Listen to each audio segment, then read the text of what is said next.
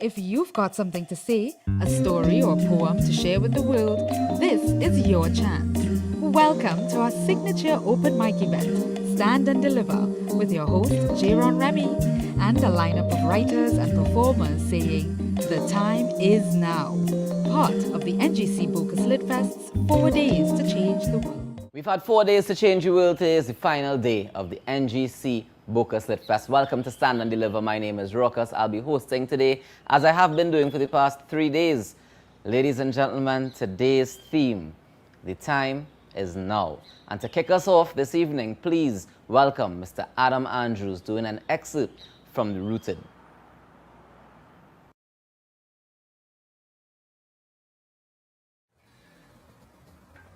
Krishnamurti Kibwe-John.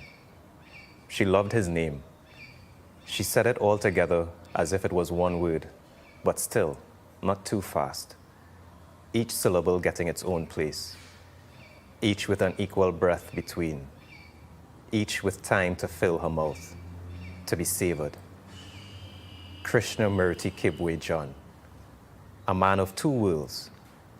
His father was African, a unionist, a black power man with a black wife, black family, an Indian outside woman, and a mixed baby that looked just like him. Krishnamurti Kibwe-John grew up with his mother, always knowing his part in an open secret. The last child for his father, he tried to find ways to supplicate. Unspoken things that he believed they could only share. He grew dreadlocks like his father and picked up his mannerisms, trying to pay homage to the original. His mother's people hated him, hated the black in him. His hair too curly, his skin too dark. They didn't want him as a Jagmohan and hated that he was a John. Krishnamurti Kibwe-John was born Catholic. At the time, his mother's family was so vexed that she was told she would be cut off and left to fend for herself with her married nigger man and nigger baby. It was then his father came with the talk that if this child not baptized Catholic, they have nothing to get from him. So he went to Catholic schools growing up, fascinated by the visual of Jesus on his cross, and hoping to at least fall into his own father's shadow. As a young man, he married a black girl, and his father didn't come. They dreamed about building a house, building a black family, and they had twins, and life was nice, until he hit her. He wasn't married for long. Soon after that, his mother passed away, and his father never showed. So he only went after Indian women, not looking to do the marriage thing, just trying to bring his mother back. Then he met Sita. Krishnamurti Kibwe-John, a man of two worlds, one she came from and one she is never to go, was never to go. He was like Rama, and he was Krishna, and he was Shiva, many gods in one, or different masks of the one God, stories of joy and pain in the same being, each face at a slightly different angle. 3 eyes open on each face, 2 turned out, 1 turned in. God sees everything.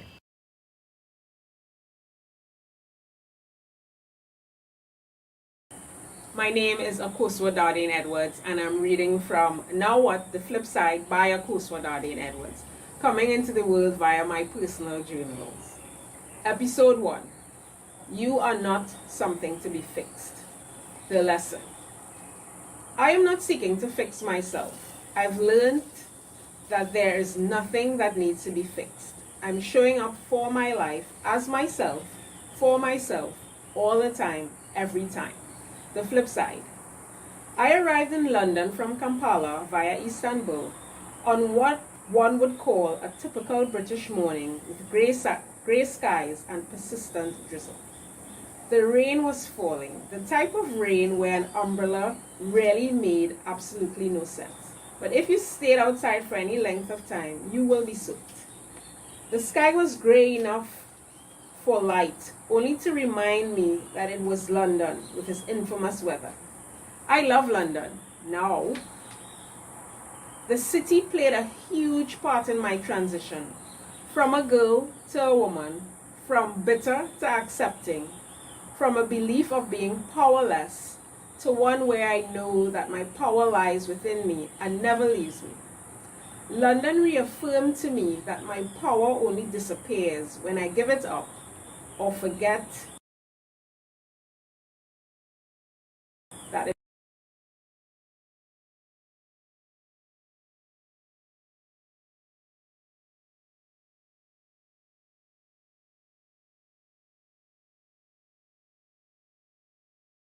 it's always mine.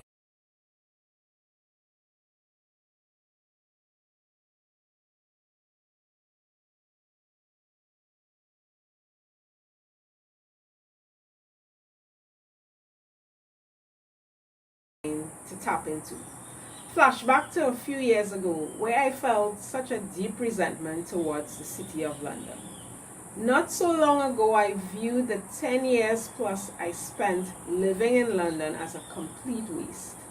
I could not wrap my head around the fact that I believed I had nothing tangible to show for the period of my life I spent in London. Was it all a fantasy, a lie, or maybe a dream? I studied in London. I completed most of my tertiary education. I got my first real job there. I got married while I lived there. I lived a decent life. And now as I sat on the train heading into central London, in transit to where I would be calling home, it hit me that I had nothing tangible to show to anyone about the time I spent here. What was even more startling, I now felt that tangible things were no longer the most important indicators of my experience.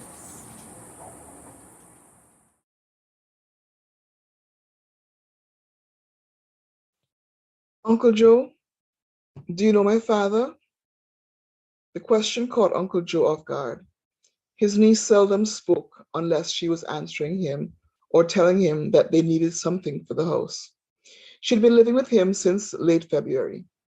It was now May, and this was the first conversation that she'd started. He sighed and wondered why it had to be this one. He looked at her closely. Yes, I know him. Does he still live here? Yes. So how come he doesn't look for me, Uncle Joe? What did I do to make him stay away from me? Child, you didn't do anything wrong. Why you think that? What your mother tell you about your father? Why don't ask her about him? I did, Uncle Joe, when I was about 7, and then again when I was about 11. Both times she got really, really vexed with me. She said I was ungrateful to ask her anything about him when she won't look after me all these years. What else she tell you about him? Only that his first name is James, and that he's a good-for-nothing man, and that all she hopes is that I don't grow up to be like him. Belinda May, I don't want to come between you and your mother. Maybe now that you're bigger, you can try talking to her again. Maybe there are things she'll tell you now and things she'll tell you later. I'm not a child, Uncle Joe. It feels as though I'm the only person in school who doesn't know her father. She could feel Uncle Joe struggling to decide what he should do, so she decided to keep at him. Where does he live? What does he look like? Do I look like him? What kind of work does he do? Does he cut cane? Uncle Joe chuckled. No, child, he most definitely does not cut cane.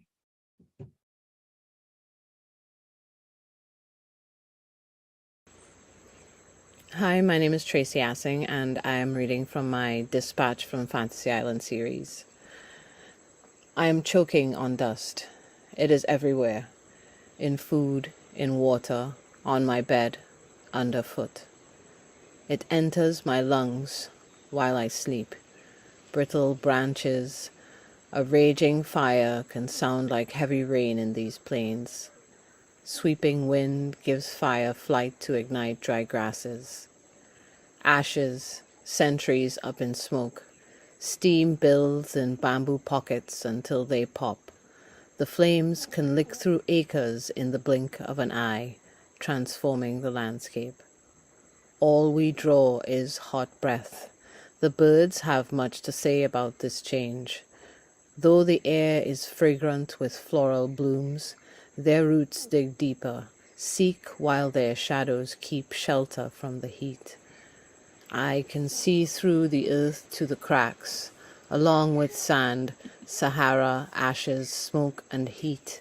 Sweet scents, seeds can see, all sow. No bad seed, room for all to grow.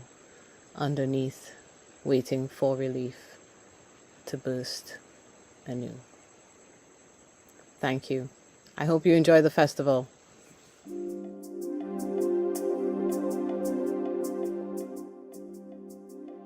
Thank you so much, Tracy Assing. We're going to keep it moving. We're staying in Trinidad and Tobago today, mostly Trinidad and Tobago inside the Stand and Deliver. Please give it up for Laura Ann.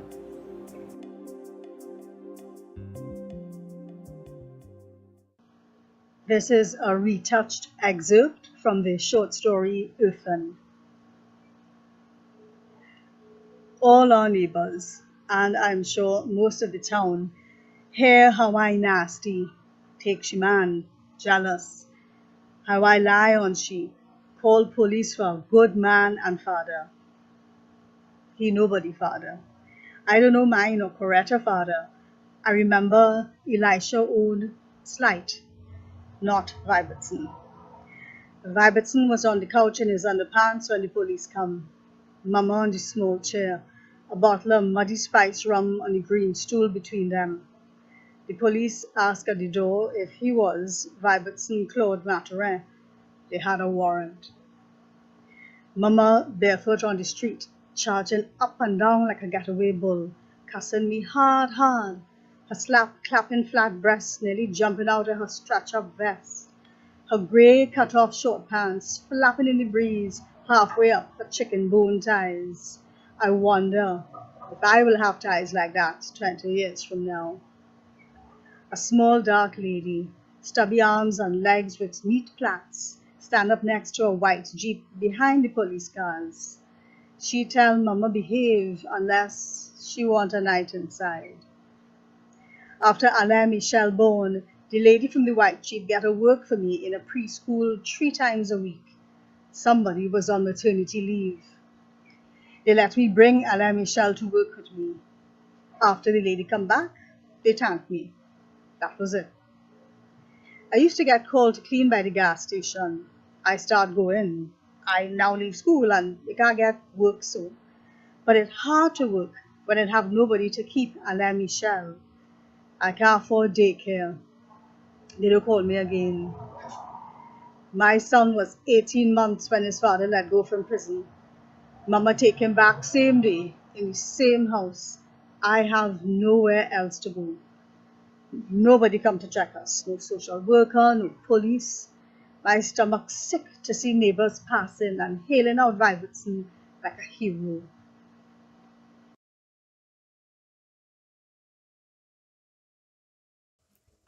I used to believe that I had all the time in the world, but I've come to realize that time is uncertain and is also unforgiving. Time does not wait for us so that we can take a pause or to take a breath. Time makes no apologies, and if we procrastinate, time also makes us absolutely regret. When we're young, we feel like we're invincible. But if you're fortunate enough to experience a threat to your mortality, time also ought to make you humble. Yet we get caught up in other things which have no substance. And if you're not too careful, time even robs us of our own conscience. It's subtle like that, like white-collar crime, finessing the wealth out of your logic and leaving you to play cat and mouse with your own mind. So don't sit there and believe that you're not on the clock.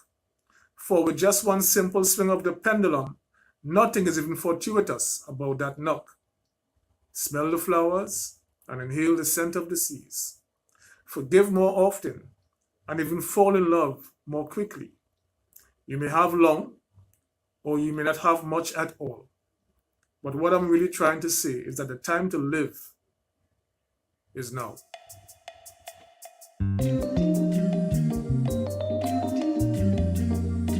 You heard it from Joel Frederick himself. The time to live is now.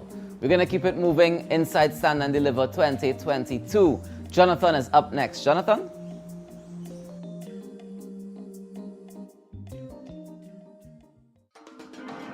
Primary Colors, a collection of poetry by Jonathan Cumberbatch. Hi, and welcome to the launch of Primary Colors. I am your humble poet, Jonathan Cumberbatch, and what we're going to do today is a one-through selection of the 27 poems that comprise Primary Colors. There's one additional poem which I will read that is included in the audiobook, and I really hope you enjoy. I'm being joined by hummingbirds. It must be a blessing. I will be joined during the presentation by a good friend of mine, Gregory Panton, who will be playing some wonderful guitar parts and accompanying some of the poetry. Do enjoy.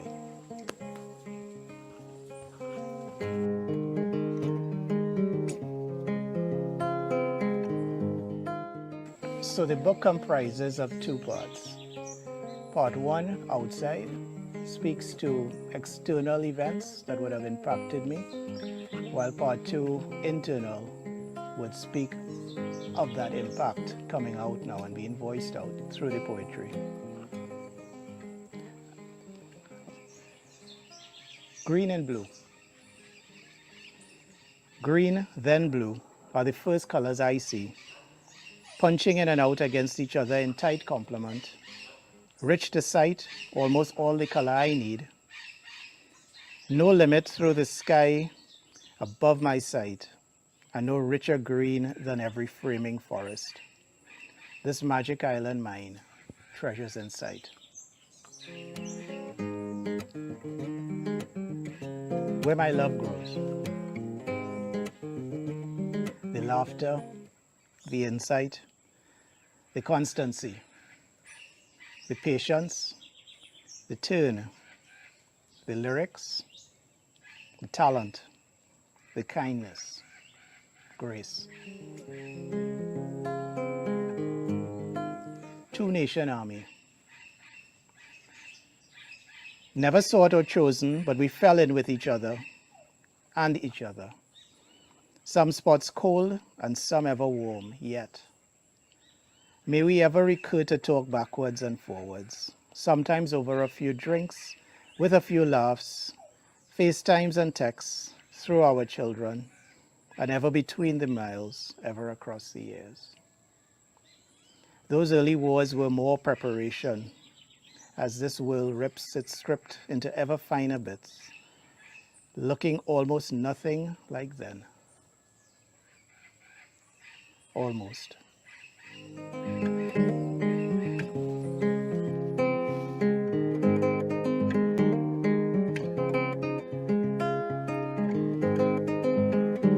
The key.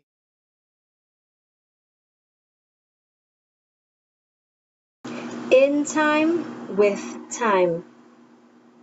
How do I grow when cobwebs have stifled my body to this chair? Everyone has moved on, but I stay frozen here. I replay the years in my withering mind. I tell myself to fly, but myself just sits here and cries. Every day the open window blows me dust. The breeze pushes me around as the daylight creeps up. The sun loves to burn my eyes, mocking me for never being able to catch up with time. I wait for the day death comes knocking at my door. Maybe the cemetery dirt would feel better than this rotting familiar floor. This unusually bright morning, I hear pecking on my window. I prepare myself to be carried off to my demise by a hungry kobo. But instead, I meet a hummingbird, one that sings songs from my childhood, from a time before I was paralyzed and hurt. And the door swings open. The wind begs me to escape the room where I allowed so much of my life to be stolen. As I feel the grass beneath my bare feet, I can't help but regret all those years I let myself be surrounded by only concrete. I can't go back to being frozen in a chair, not when the sun kisses my skin like this and the breeze dances through my hair. I can't watch the world change while my tears stay the same. I can't be trapped in my grim memories anymore. Now is the time I have to live for.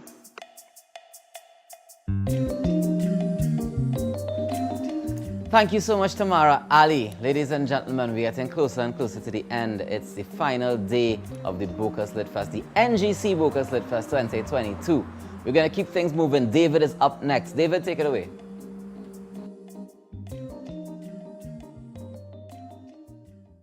They say that the time is now. But come now, man. When has it ever not been now? The past is my roots. The future, my fruits. But now is the soil from which time is born, dies, and reborn, and it is growing beneath my feet.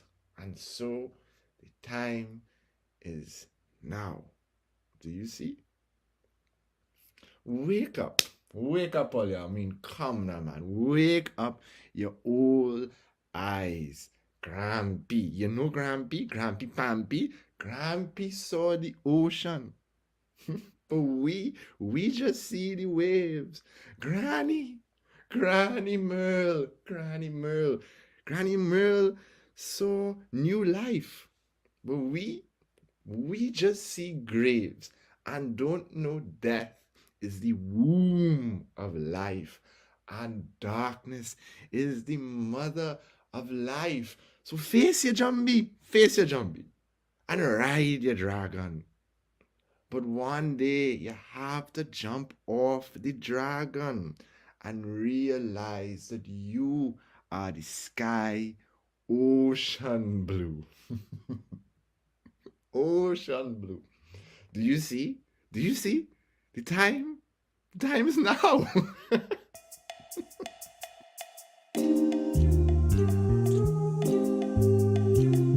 Thank you so much, David. And I told you guys we are coming closer and closer to the end, and we are here, unfortunately. It's the last day of Stand and Deliver, the last day of the NGC Bocas Lit Fest 2022. My name is Rokas. It's been an absolute honor and pleasure to host Stand and Deliver for the past 3 days. I totally enjoyed all of it. I hope that you did as well. And I hope that you continue to enjoy the NGC Bocas Lit Fest 2022. And you join us for the rest of the year at all the activities that we'll be doing. Check out the website, get all the information. Thank you so much to all of our sponsors. Thank you to all of our viewers for being here. Today, we close off with Amir. Amir is going to do a fantastic piece for us, and you know why we saved it for last. Check this out.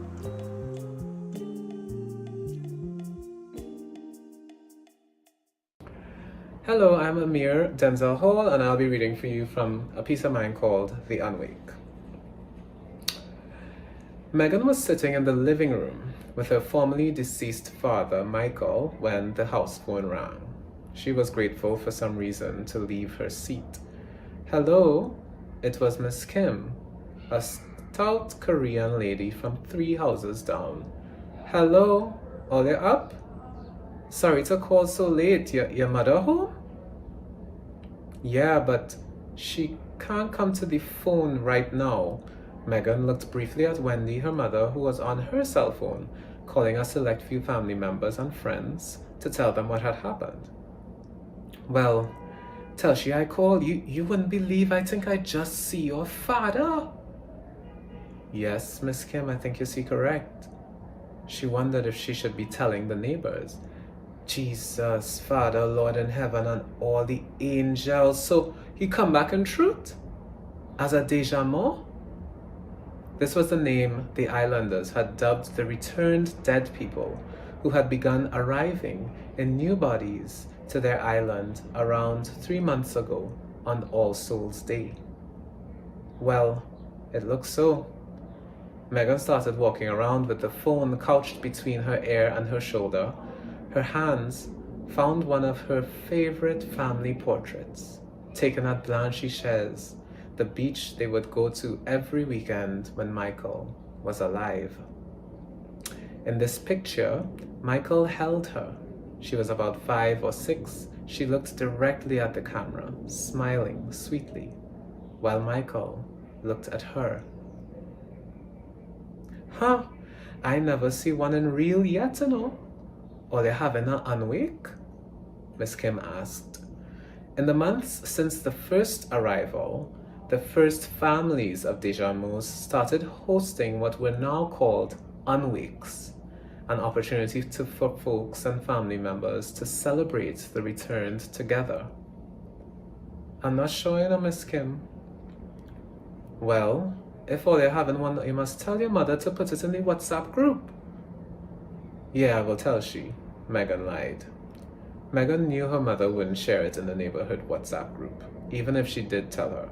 Miss Kim stayed silent for a bit before asking, "Is really he boy?"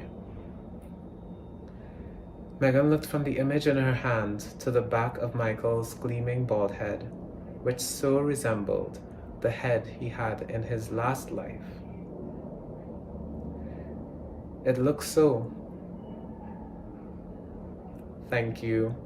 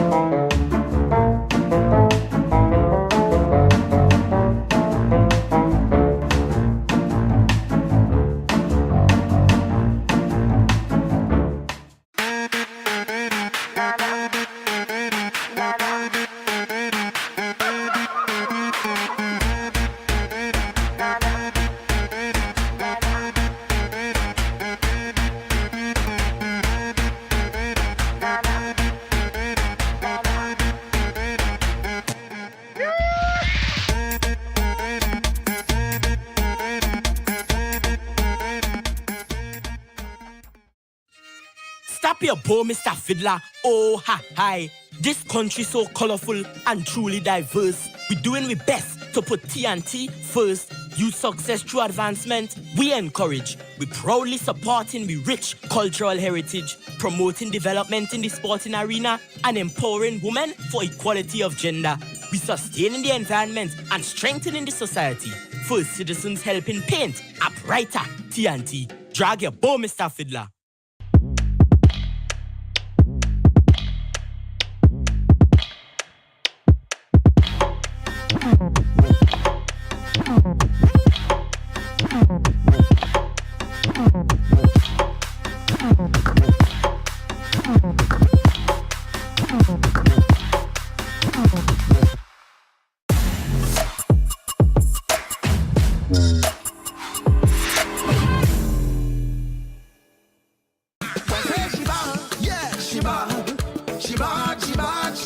She bad, oh Lord. Yeah, double M on the remix. Yo, girl, why you bad so? Oh gosh.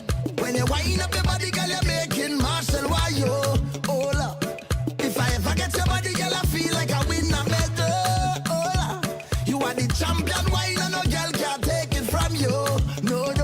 Love you like me Twin Island Trinbago. The way she whiny, whiny, whiny.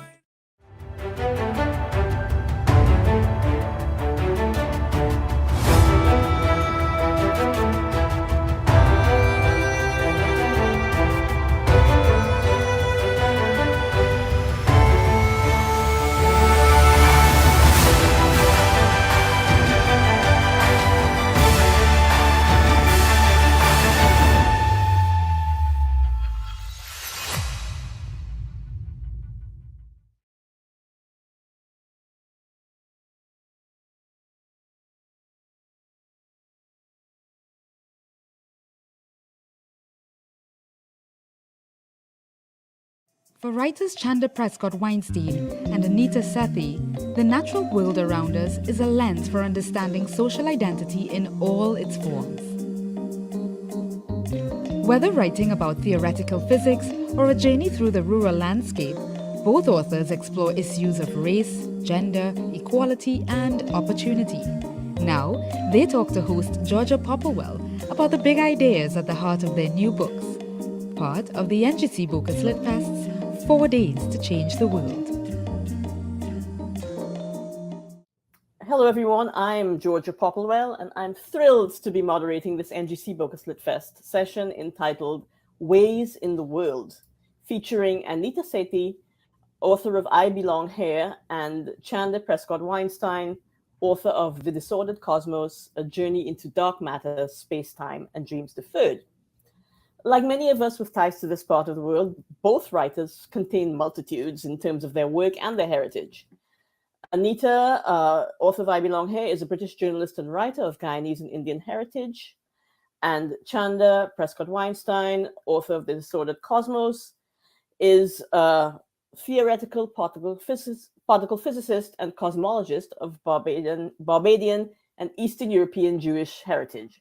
And please feel free, both of you, to add to those characterizations. Chanda, you have anything to add? Yeah, certainly. So I think that is a fair characterization of my heritage. I'm also a theorist of Black feminist science, technology, and society studies. So I'm an assistant professor of physics and also core faculty in women's and gender studies at the University of New Hampshire. I'm working in both disciplines simultaneously. Great. Anita?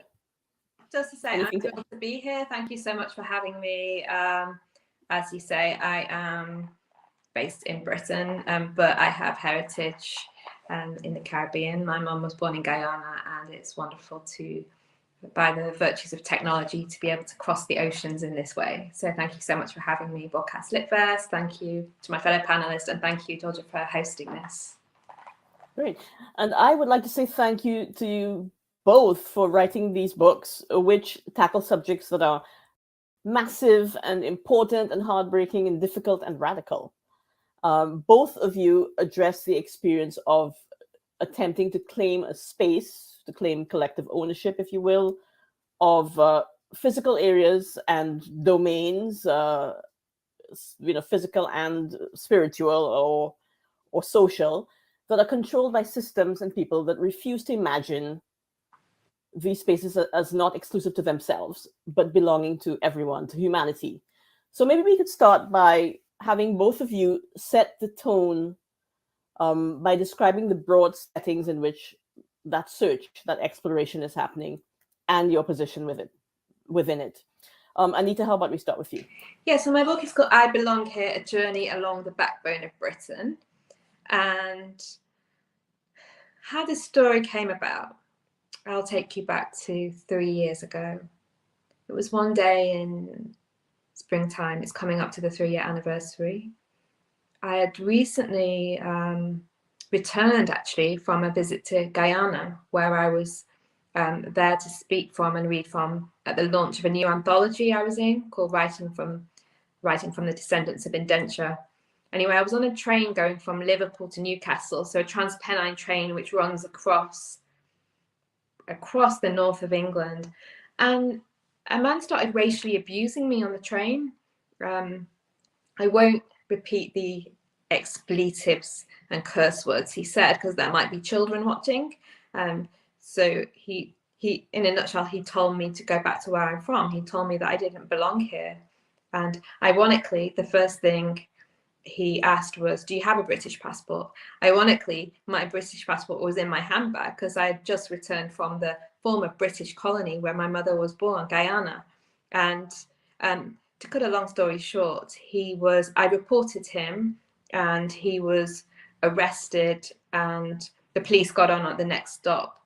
And I had recorded what happened. I had video evidence. I recorded it on my phone. There were also witnesses on the train. He was arrested, charged, and pleaded guilty to a racially aggravated public order offence. And so one day afterwards, it was great that, justice was done in a way, but that doesn't stop the trauma of racial abuse and race hate crime. One day I was looking at a map of the journey, and there along the route of the Trans-Pennine journey rises up the Pennine, the glorious Pennine range of mountains and hills, which are known as the backbone of Britain, including the Pennine Way. So the man told me to go back to where I'm from. So in the book I do. I'm from the north of England. So I made this journey of reclamation as a way of saying, I won't let having been victim of a race hate crime stop me traveling freely and without fear in a world where I belong. It's subtitled Journey Along the Backbone of Britain. So the mountains are known as the backbone, and that gave me an idea, a way into exploring what does it mean to have backbone more metaphorically. It's a journey, a geographical journey, but also an emotional journey, a journey through Britain's history. It's structured around the body, so it has a section called Skin, in which I also explore ideas of why do we have different skin colour at all, ideas of melanin, but then I progressively get beneath the skin to show the backbone and the lifeblood of which we're all made. And essentially, it's about how nature gave me more of a sense of belonging, because despite our different skin colours, we all breathe oxygen created by trees. And I wanted to say that we are not apart from nature, we are a part of nature, and it's an incredibly equalizing thing. If we realize that, how can you possibly hate anyone else? So the book begins with a hate crime, but I hope that ultimately it's a journey of love. It starts with the cruelty of strangers, but along the way I embrace the kindness of strangers. Great. Thank you, Anita. Thank and you. Chanda, what is the setting? Yeah, of so your work? I feel I want to give an answer that is in conversation with the story that Anita just told us. So I happen to be in Los Angeles right now for various things, and this is where I was born and where I was raised. I actually flew over the house where I was born while we were flying in, and it happens to be that this year is the 30th anniversary of what many of us call the Los Angeles Uprising, what many other people understand as the Los Angeles riots, and that's actually the anniversary is next week. And so this happened in the aftermath of the beating by Los Angeles police of Rodney King, and the police being found not guilty. And I ran track as a child, and I was at track practice in South Central Los Angeles when the verdict came down. And immediately my coach said, we have to end practice because we're going to, it's going to be a problem. My school, which was in South Central LA, was closed for about 10 days. It was over a week. When I went back to school, my white teacher sat all of us down in a classroom that was multiracial, but had several of us Black students in it, and said to us that if we didn't like it here, we should go back to Africa. And at that point, I was a precocious child who really loved school and loved to do math, and was just months away from having my first exposure to physics. But that is the context in which, and so I'm just thinking about the context in which we are trying to grow into ourselves as children and as adults, while also having to navigate these kinds of messages that we're getting from the larger society around us. So the Disordered Cosmos, the book, is holistically a look at the doing of particle physics and cosmology. So I'm a particle cosmologist. I study the origin and evolution of space-time. My particular specialty is dark matter. And so it's in part a love note to the universe and the things that we can use math to understand, because at heart, I'm still just like that nerdy little math kid. but it's also a look at how race and gender and the legacy and history and current ongoing practice of colonialism shapes the doing of physics. Because at the end of the day, all of this is social, and science is a social phenomenon because people are doing it. There's the universe beyond people, and then there's the way that we as a part of the universe are operating. So for me, that's kind of the setting, is me trying to navigate what it means to do physics as someone who loves math and loves physics and loves the universe and thinks it's a really fascinating place, but who also has to wade through a lot of garbage, not just as a child, but as an adult, to try and understand that, and really wanting to strongly make the declaration. And particularly being in Los Angeles, I think talking about this is meaningful for me, to make the declaration to my communities, the Black folks in South Central who were fighting against injustice, and also East LA, where I grew up, which is mostly a Central American and Mexican community, that the cosmos is ours, that we belong, so we belong here too, and the cosmos is reflected in us. And so I just want to also show the cover of the book where literally the cosmos is reflected in us. So thank you, Chanda, for that illuminating description of your setting for the book, The Disordered Cosmos. Now let's do some readings from both works. We will start with Anita. Okay. Anita, I believe, could you let us know what section you're going to read, please? I'm only going to read a short extract today, and it's, as I said, my book is structured around the body. It starts with a prologue, a place called Hope, about how I began my journey literally in a place which is called Hope. But it was obviously about my journey to find hope and retain hope as well. And then it has a section called Skin, Backbone, and I am reading from a section called Lifeblood. In each section of the book, I parallel that part of the body with the landscape of the earth. So skin is paralleled with the grass of the earth, which is astonishing in its biodiversity. And I think it's crucial to think of human diversity in the context of biodiversity, to get rid of these toxic ideas against human diversity.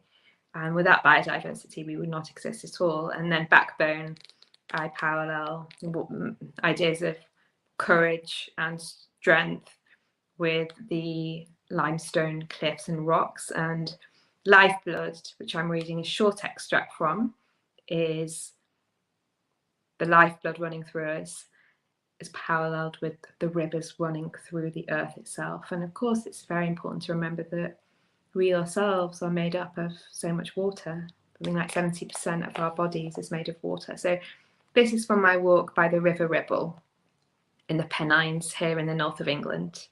I am the river, and the river is me. The Maori saying runs through my mind. The sound and sight of the river fills my head, swelling and rushing and flowing, and there is nothing else my attention is focused on but its waters. I forget about myself entirely, instead watching the sunlight reflecting upon it, rendering it a tease of colours, now an opaque coppery colour, now toffee coloured, now translucent. I am the river, and the river is me. I feel myself falling away, the shell between the self and world dissolving as I walk. I am unsettled from my burdensome mind and settle into the sound and sight and smell of the river and its wildlife. I see a grey heron standing and watching the river, perhaps waiting for prey. I see a swallow soar in the blue sky and a grey wagtail with bright yellow in its tail. I see a sand martin and a goose under. I walk on through the moorland, loving being alone now and not a bit lonely. Walking alone like this allows me to totally lose myself in the landscape, to watch and listen to it, breathe it in. On my journey, I have not wanted to find myself but lose myself, have the self dissolve into and perhaps be transformed by the landscape. Without the lens of my companion's camera or any other human eyes on me, I can be utterly unself-conscious. This is what it feels like to think yourself into the natural world, to empathise with it. I want to empathise with the river, to get beneath its skin and surface, to imagine what it would be like to be the river. I decide to take off my boots so uncomfortable in the heat and walk barefoot with the bliss of the grass beneath my feet. I feel so much lighter with that weight off my feet, more alive with the touch of the earth on my skin. I remember how in dreamtime ancestors walked the world into being. There has been so much longing in my search for belonging, so much yearning, but by following desire paths, I have reached a place beyond desire, where for these moments I want for nothing more than where I am, here, now. I have moved from longing to belonging. I've also somewhat miraculously reached a place beyond pain, for now at least. Here in the wild, I feel settled.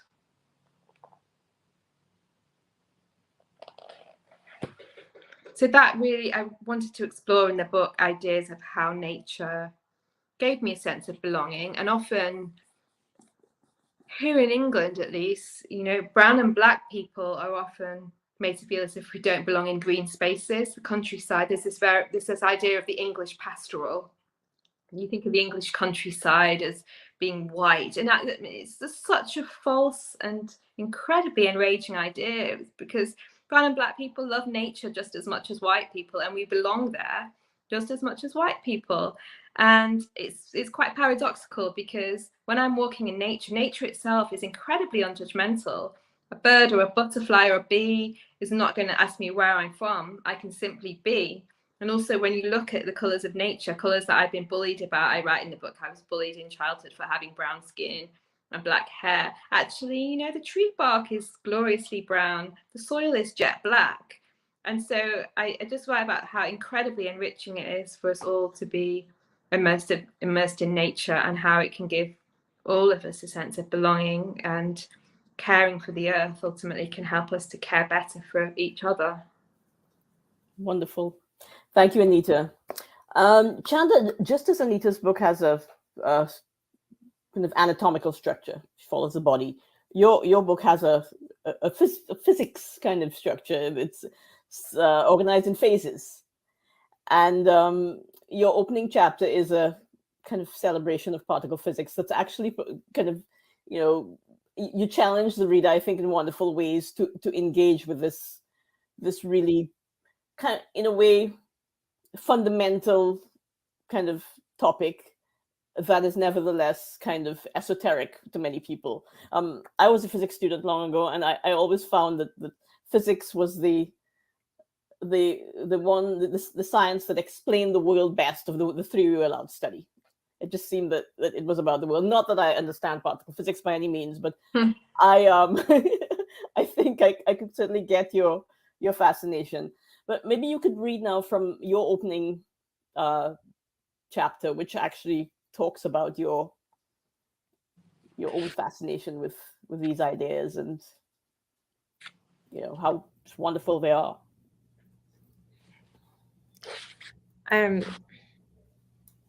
Yeah, I find myself, so of course I will do the reading, but I also feel like I want to be in conversation with something that Anita said, which is, so as a child, I a few times went to school in London, and you know, it's interesting because we have these stories about the United States and race, and there's this kind of mythology that the UK is so different.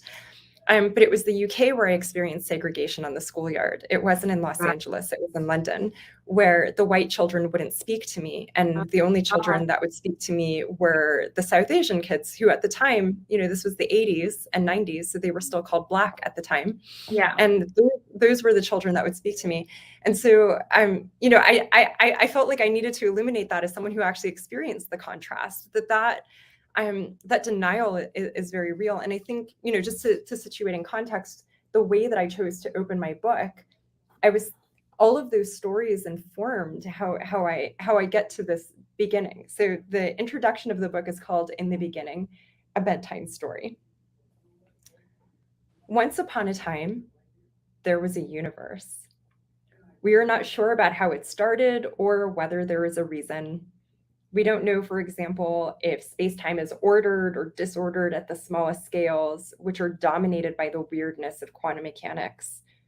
We are pretty sure that during the first sliver of a trillionth of a second, it expanded very rapidly, so that for the most part, it looked the same in every direction and looked the same from every position.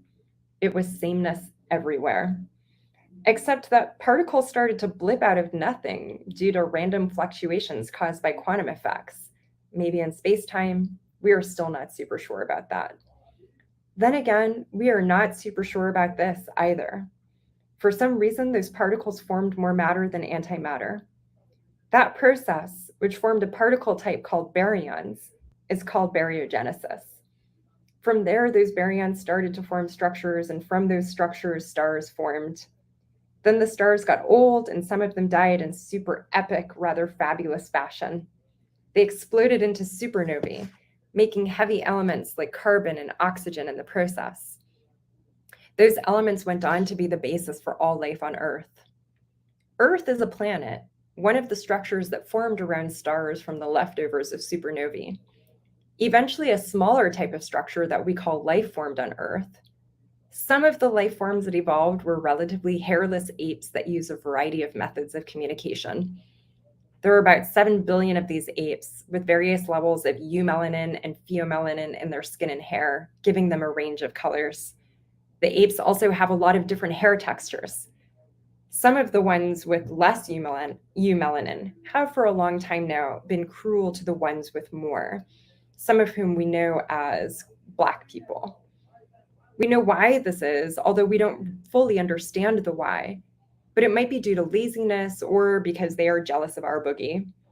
But despite this, Black lives come from the same baryogenesis, the same supernovae, and the same structure formation.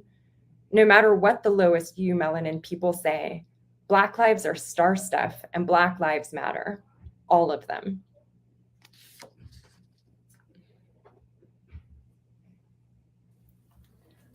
Thank you very much, Chanda, for that reading. I want to talk now about. I'm going to borrow a quote from Anita and explore a bit of what it might mean for your, these works, and also about the political readiness of other people to receive the ideas that you talk about.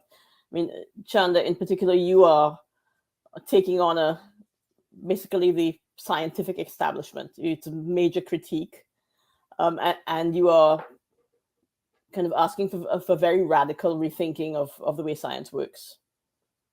Anita, you are, as you noted in your reading and your intro, that the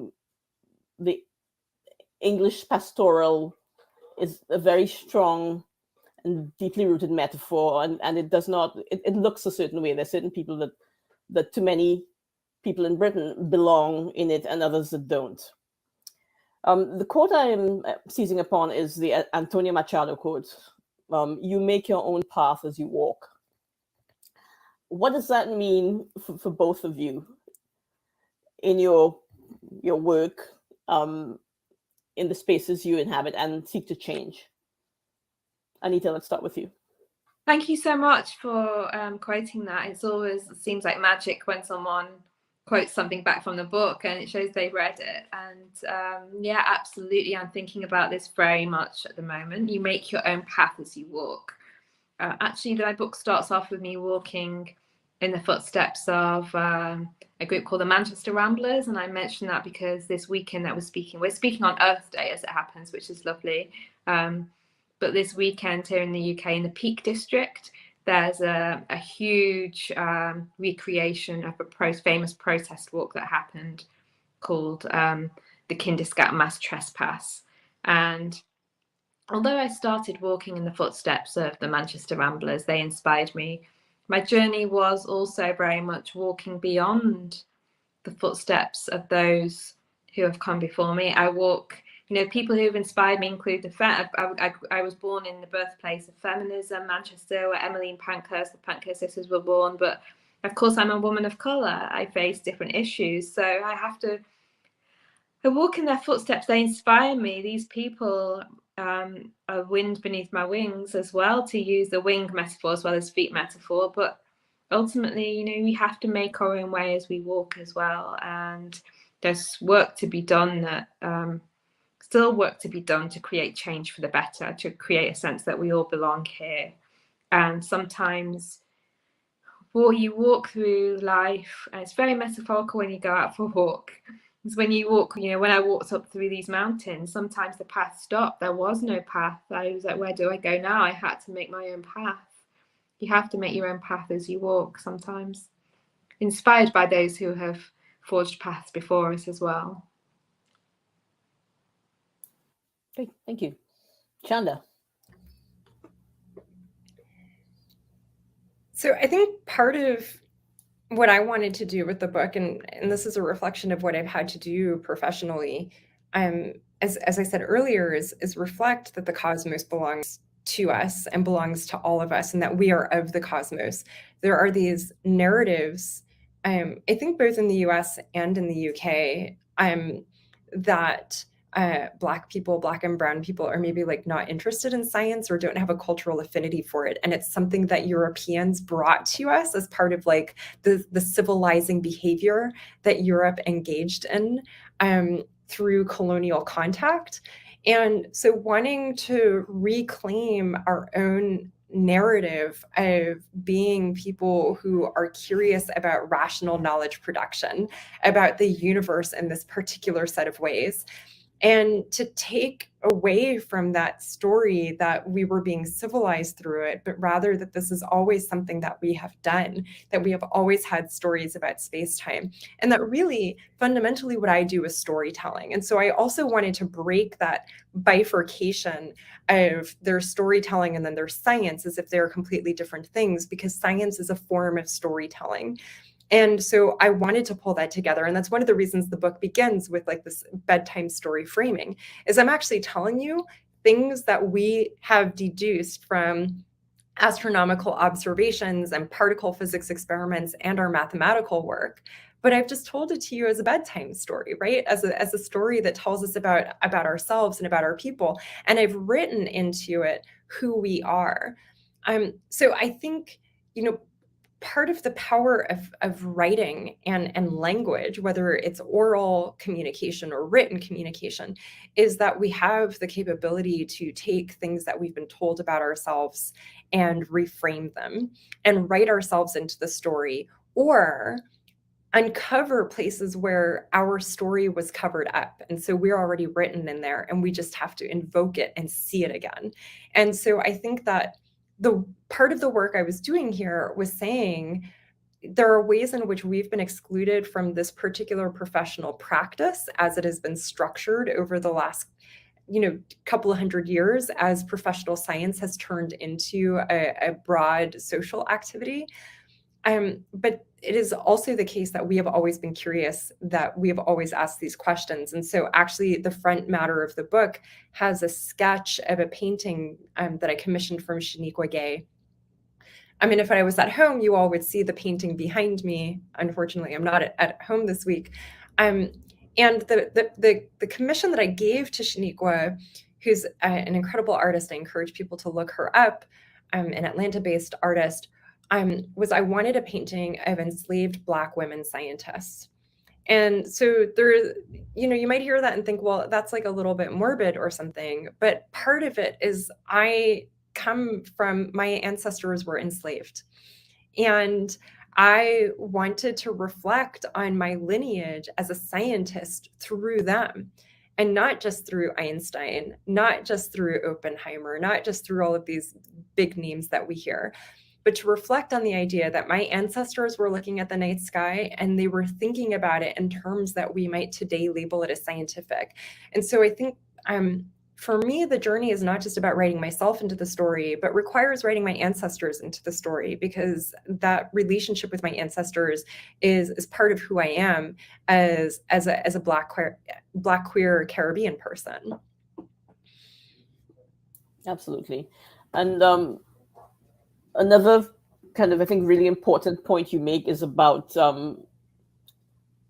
unwaged work in science, the amount of what is acknowledged as part of scientific endeavor, the hidden figures kind of story, the fact that to practice science requires, a context that is actually made more comfortable by many people. And of course, your grandmother is one of the theorists of unwaged work, Selma James.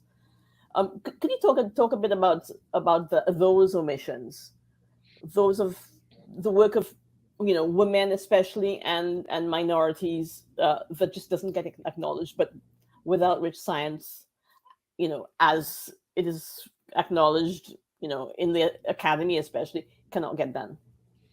It wouldn't exist. Yeah, so I have a chapter in the book called Wages for Scientific Housework, and it was definitely absolutely reflecting on kind of, my more recent ancestral heritage. My grandmother, Salma James, who is thankfully still among us, is one of the founders of the Wages for Housework campaign.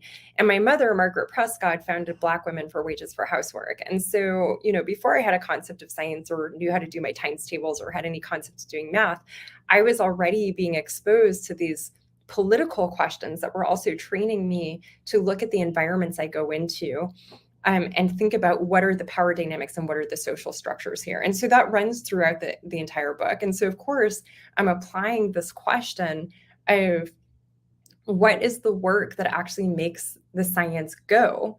And I'm sitting in a hotel room outside my room right now. People may even hear it in the background. There are people cleaning the rooms across the hall. They're cleaning in the hallways. The guests are able to enjoy the hotel in the way that they are because those people are cleaning. And often they're not, here in the US, nobody doing that kind of work gets paid properly for it, right? We have a big fight about living wages. And so I'm thinking about how that happens in the home, how, for many male scientists in history, there was a caregiver at home, even if they didn't have children, even if they weren't married, that somebody was cooking for them, someone was cleaning for them. It was rarely that they were doing it for themselves. Without which you're just swimming in garbage, without which you're hungry. You can't do the science without those things. And so I wanted to highlight that and acknowledge that and say all of these people are part of the scientific process. And I think part of that was also wanting to acknowledge, and my mom would say this about herself, my mom's deeply uncomfortable doing math. She got told at an early age, and I think a lot of this has to do with her immigration experience coming to the United States, of being told that she wasn't good at that sort of thing. And wanting to say, but my mother is part of how I do calculations because she produced the conditions in which I was able to pursue the things that I do now. And so needing to acknowledge, and I think in a way, this comes back to, my thoughts about the ancestors, that the ancestors are always, and the unwaged work, often unwaged work, is always a part of why we're here and what we're doing, and the fact that we were able to get it done at all. And so I think thinking about what it means to do science requires revising what counts as work. And that means, thinking about caring work as work and thinking about how that work should be compensated and valued. Absolutely. Thank you. I want to talk now about two geographic locations, one of which is not in either book, and one of which is in one of the books. I'll start with Anita, and this may be putting you on the spot, but your mother was born in Guyana, and you've been to Guyana, and Guyana is a wonderful place to walk and explore. Have you ever thought of Guyana as a place that you might one day kind of do what you did in I Belong Here, or have you done it already? Oh yeah, you must be able to read my mind, Georgia, because of course, yes, because this book is, the man who racially abused me told me to go back to where I'm from. In this book, I was born in the north of England, but then we people of colour often ask, where are you from? And then we say where we were born, the cities, but where are you from originally? So I want to obviously, when it gets a little bit easier to travel, and I would love to do an epic adventure walking through the amazing, glorious landscapes of Guyana. I mean, the myth that people of colour somehow are disconnected from nature. Wow. I mean, you only have to look at the incredible landscapes in our history, not even our history, in the present moment to see. So, of course, for those who don't know, I mean, it's astonishing how many people I meet who've never even heard of Guyana. Guyana is known as the land of many waters on account of its abundant waterfalls flowing through it, including the Kaieteur Falls, which I have been lucky enough to visit.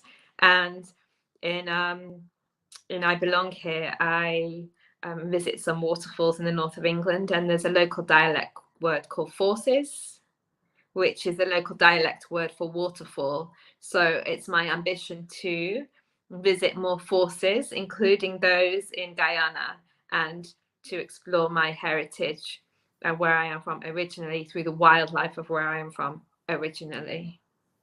And you of course know that any Guyanese river would look at, you know, the Ribble and the other rivers and laugh and think, you know, what are you, little teeny thing, right? I mean, amazing. Anyone who's looked at that, stood at the top of Kaicho Falls and astonishing, and seen that rainbow, you can't help but put our tiny, fleeting, physical self, but also the span of our human lives in context, against the force of nature. Wow. And also walking through the rainforest, the Amazon, is just incredibly primal and life-changing experience, in that you do get a different sense of perspective on yourselves. And of course, it's heartbreaking that so much of the forests are being logged and destroyed, and that's without them we wouldn't be alive, because we need those trees to be able to breathe. Absolutely. And Chanda, the location I want to pick your brain about is Hawaii, actually. The Mauna Kea, where you kind of had to make a difficult decision around work that clashed with kind of, you know, your kind of moral and ethical position. Talk to me about that a bit. Yeah, so the brief history of my own relationship with Mauna Kea. So Mauna Kea is a volcano in Hawaii, and it's a place that has what we in astronomy call particularly good seeing. So the atmosphere is very stable there, and so you get really great sight of the sky. And this is translated over the last 60 years. Astronomers, mostly from the United States, but also from other countries around the world, have taken advantage of American colonialism in Hawaii and built 13 telescopes on the Mauna, which is traditionally, to Native Hawaiians, is considered sacred land. It's unceded, colonized land. It's where the father sky god Wakea meets the earth, hence Mauna Awakea. When I was in college, I had a really difficult time. I think, like, by Caribbean, like, family standards, was kind of like blowing it. I didn't have a really high GPA. I was at Harvard College, and so there was all of this pressure on me as like the person in the family who had gotten into Harvard to do very well. And I was worried about not being able to get into graduate school. And I was offered, essentially, like, I was handpicked for a job at a telescope on Mauna Kea. And these kinds of jobs in the astronomy community, you get a job like this and it writes your ticket. You can be admitted to any postgraduate program you want to go to. And so this seemed like an amazing opportunity. The salary was going to pay twice what my mother had raised me on. And so the idea of having access to that kind of money was like something that had never occurred to me, particularly at that stage of my life. And then when I started reading more information about Mauna Kea, I read that there were Native Hawaiians who were picketing the Mauna because they were opposed to the building of more telescopes on their land. And at that moment, coming from a union family, my dad was a career labor organizer.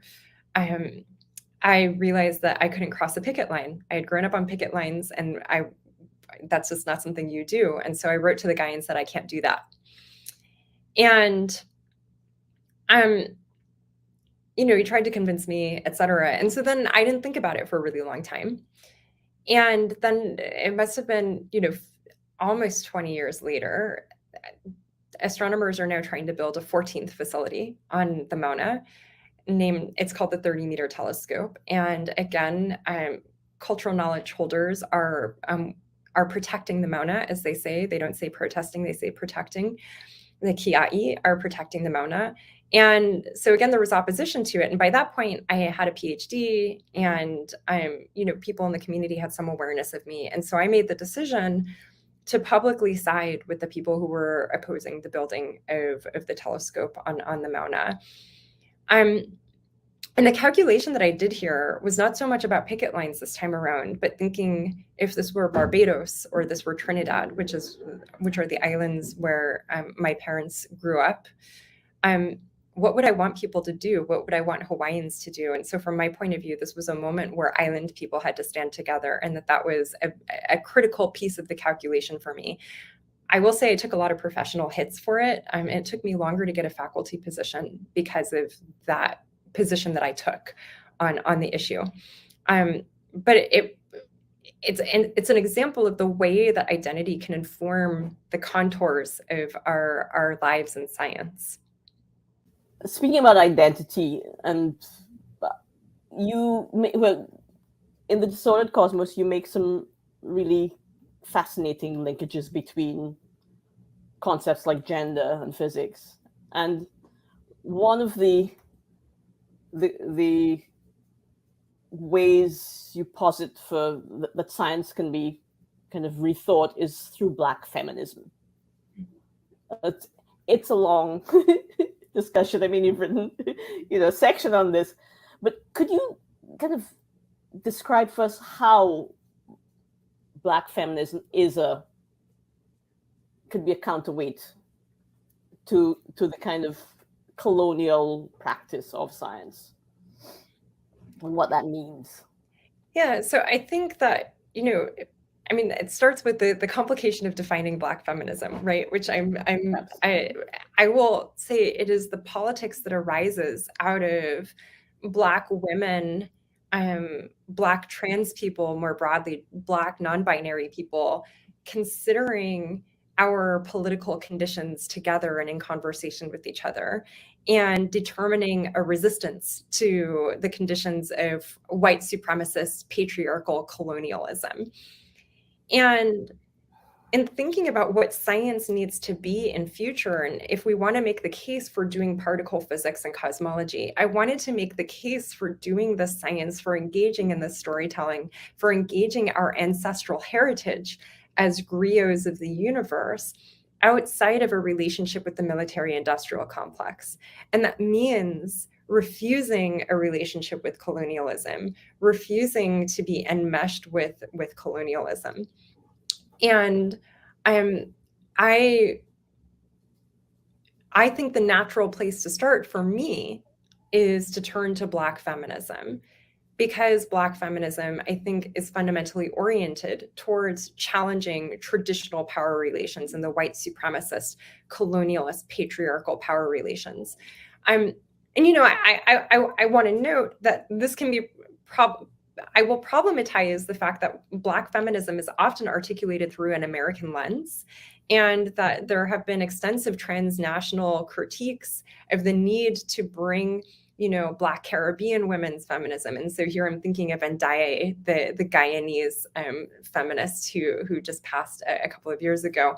And the different ways that, Black European feminisms, et cetera, come to the fore. So I mean Black feminism in a broad sense and not necessarily just through the American lens, but really in thinking about how do we build a science that includes an ethos of care in it, and an ethos of care for our total ecosystems and not just the select few within our ecosystems. How did the experience of writing your book change you, if it indeed did change you? And, what did it teach you that you didn't know before you started? Well, it's always a very deep, interesting question. This idea of something, whether it being life-changing, you think how did it change me? Actually, well, paradoxically, it kind of made me realize how much I don't feel like I still belong. I still don't feel like I belong. Unfortunately, there's still so much in the world that makes me feel as if I don't belong. And by that, I realized that how much work there's still to be done. And that means obviously there's still writing to be done. And at the same time, it's quite paradoxical, and these are not contradictory answers. In a sense, it made me realize how much I I'm made to feel as if I don't belong. At the same time, I realized more than ever the things that make me feel as if I belong, including that connection with nature, but also writing itself. I think that it made me realize how and why I write. So I've written since childhood. Writing, I've always had a deep love of language and reading as well as writing. And for me, when I write, I'm building myself a home, really. I'm building myself a space to belong in. I feel when I'm writing, when I wrote the book, it made me realize how much language gives me a sense of belonging and home, as much as nature and any kind of physical place.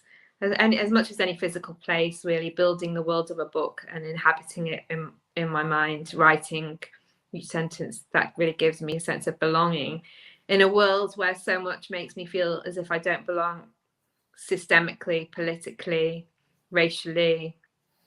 So yes, I guess. And I mean, for me, people often say, was it a cathartic experience? It was in a way a cathartic experience, but for me, a life-changing thing, an incredibly joyful, hopeful, magical thing to come out of what started from a horrible experience was the connection with the reader.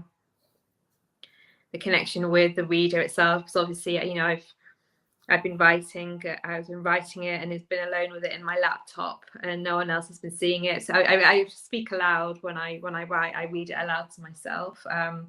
No one else hearing at all. So the absolutely life-changing thing is the gift of hearing the reader's response and knowing that book has reached readers. And when you quoted the Antonio Machado, it wasn't even my words you quoted, but never mind, I'll take it.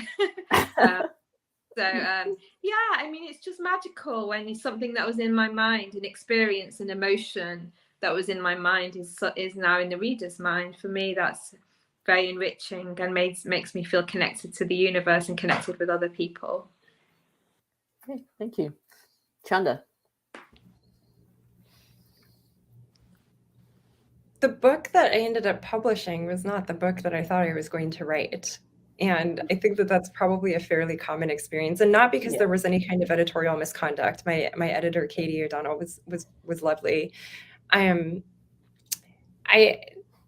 I think the process of writing tells you what you actually think and what you actually want to write about. And so I thought I was going to write a book that was about what was broken about how we do science. And then as I sat down to write it, I was like, I still, my childhood dream, I left East LA for university thinking I want to write my own A Brief History of Time, because Stephen Hawking's, a documentary about Stephen Hawking, Errol Morris's A Brief History of Time is what got me into theoretical physics. That's what got me excited about theoretical physics. And I wanted to write something like that, but that spoke to audiences more directly, that were like the community that I came from. And as I sat down to write this book, and this is one of the reasons that Dreams Deferred is in the subtitle, is that I wasn't writing that book. Instead, I was writing in part about what had gone wrong in science and what was wrong with science. But I needed to write about what was exciting about science and what was interesting and why that story mattered at all, partly to make the case for why we should fix it rather than just scrap the whole thing, right? And so I think becoming aware of the need to draw that connection, that, the book goes through these 4 phases, as you mentioned earlier, Georgia, and the 4 phases make sense to us when you get to the last phase, where I'm talking about Black feminism and how it can salvage physics from colonialism. That's compelling to the reader, I hope, because I opened with this incredible story of here's what quarks are, and we're a collection of quarks and electrons. And so now you're like, yes, I want to know that. Can we learn that without killing people in the process, or without it being tied to killing people?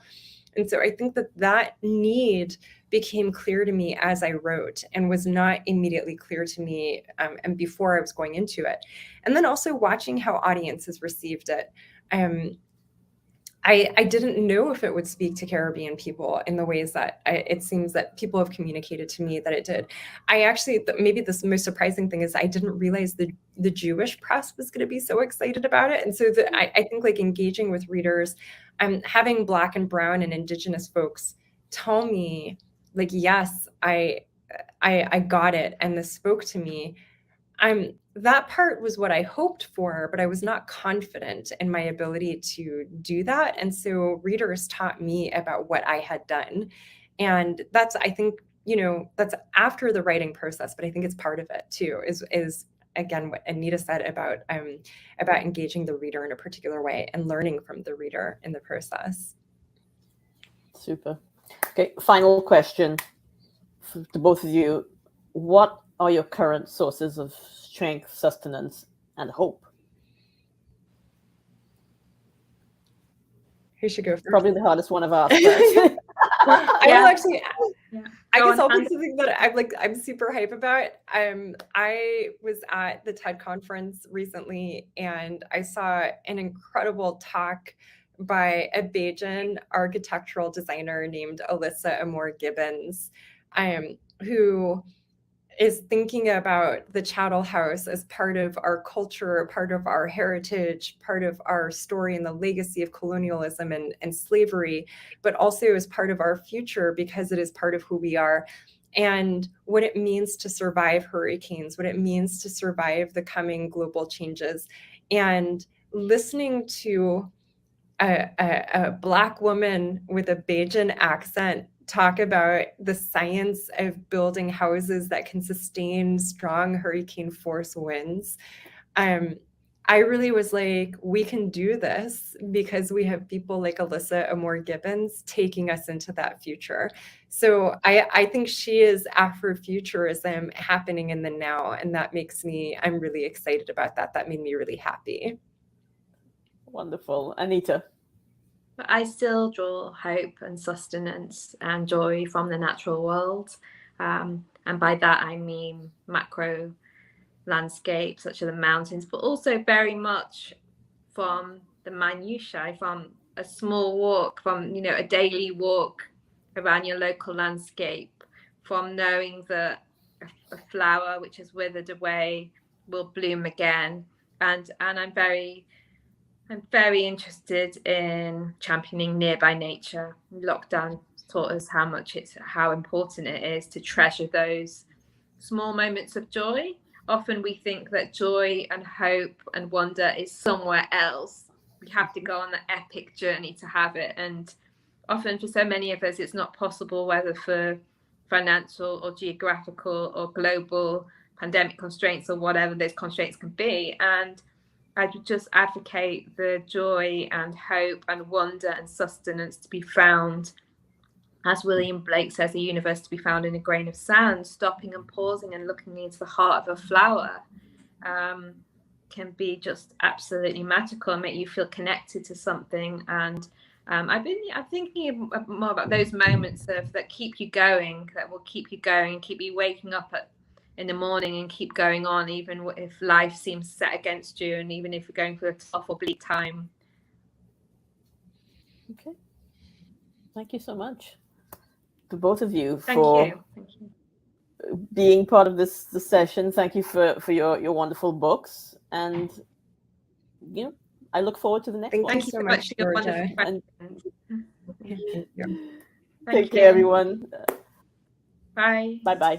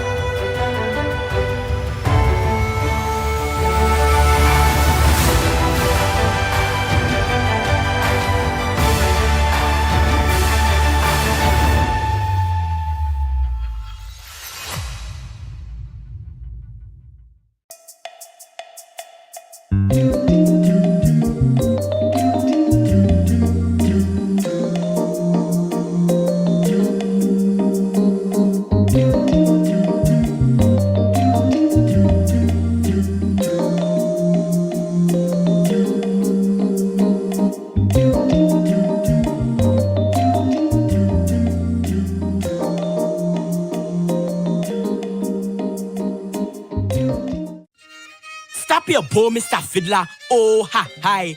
This country so colorful and truly diverse. We're doing our best to put TNT first. Youth success through advancement, we encourage. We proudly supporting we rich cultural heritage, promoting development in the sporting arena, and empowering women for equality of gender. We sustaining the environment and strengthening the society. First citizens helping paint a brighter TNT. Drag your bow, Mr. Fiddler.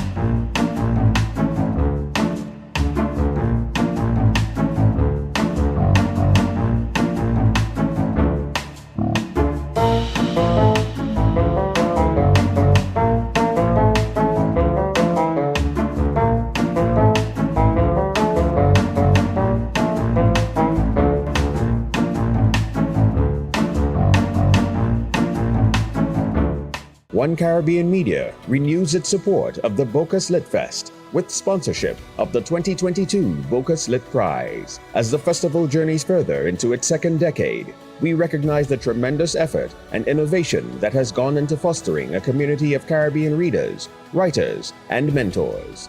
As this community grows, we take pride in recognizing the excellence of its members and do not hesitate to support their development through this continued partnership.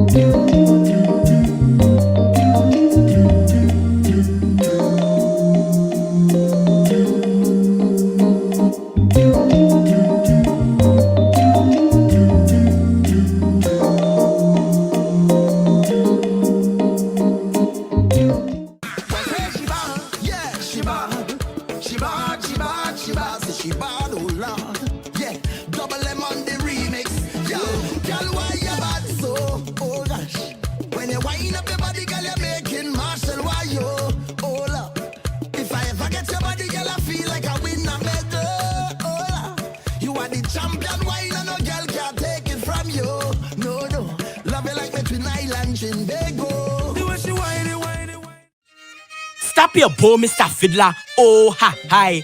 This country so colorful and truly diverse. We're doing our best to put TNT first. Youth success through advancement, we encourage. We proudly supporting we rich cultural heritage, promoting development in the sporting arena, and empowering women for equality of gender.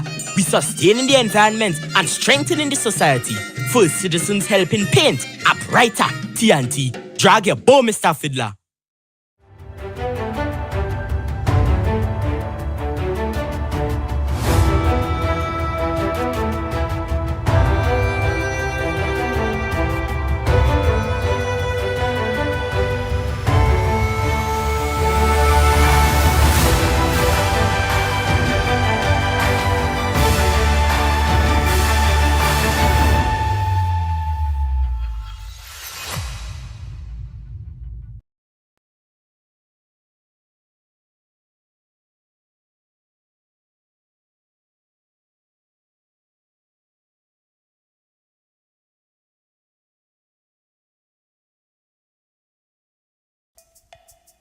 In her memoir, Black American Refugee, author Tiffany Drayton describes leaving the United States where she grew up and its racial oppressions and tensions to seek a new kind of community in her birthplace, Trinidad and Tobago. In this installment of our required reading series, she talks about the truth behind the cliche of the land of opportunity, part of the NGC Bocas Lit Fest's 4 days to change the world. Hi, everybody. My name is Tiffany Drayton, and I'm the author of the memoir Black American Refugee, Escaping the Narcissism of the American Dream.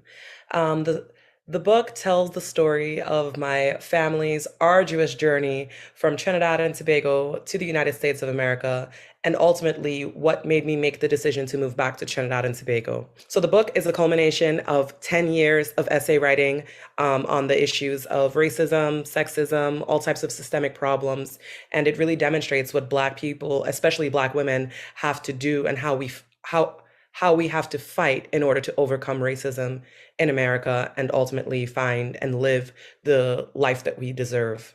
In 2020, just as George Floyd was publicly executed for the world to see and Black Lives Matter protests erupted all across the world and especially in the United States of America, I was at home in Tobago, literally on my computer frantic, like, trying to write an essay to give people insight into how we had gotten to that point. And that's what my New York Times essay, I'm an American, I Had to Get Out, told the story of. It was really just my journey across the United States of America, seeking decent housing, fighting with systemic racism. My mom was a single parent and a nurse, struggling to make ends meet for her 3 kids. So I wanted to tell that story, and in doing so, kind of demonstrate what it took for my family to survive in the United States of America under the weight and oppression of systemic racism. So writing that essay was really just this amazing moment for me to finally feel like there was a reason for people to listen. Because before that, everybody was talking about racism, but nobody wanted to truly confront what systemic racism meant. So as soon as I wrote that essay, it was just like this explosive moment, both in terms of politics and then in terms of like the writing world, because all of a sudden people were interested.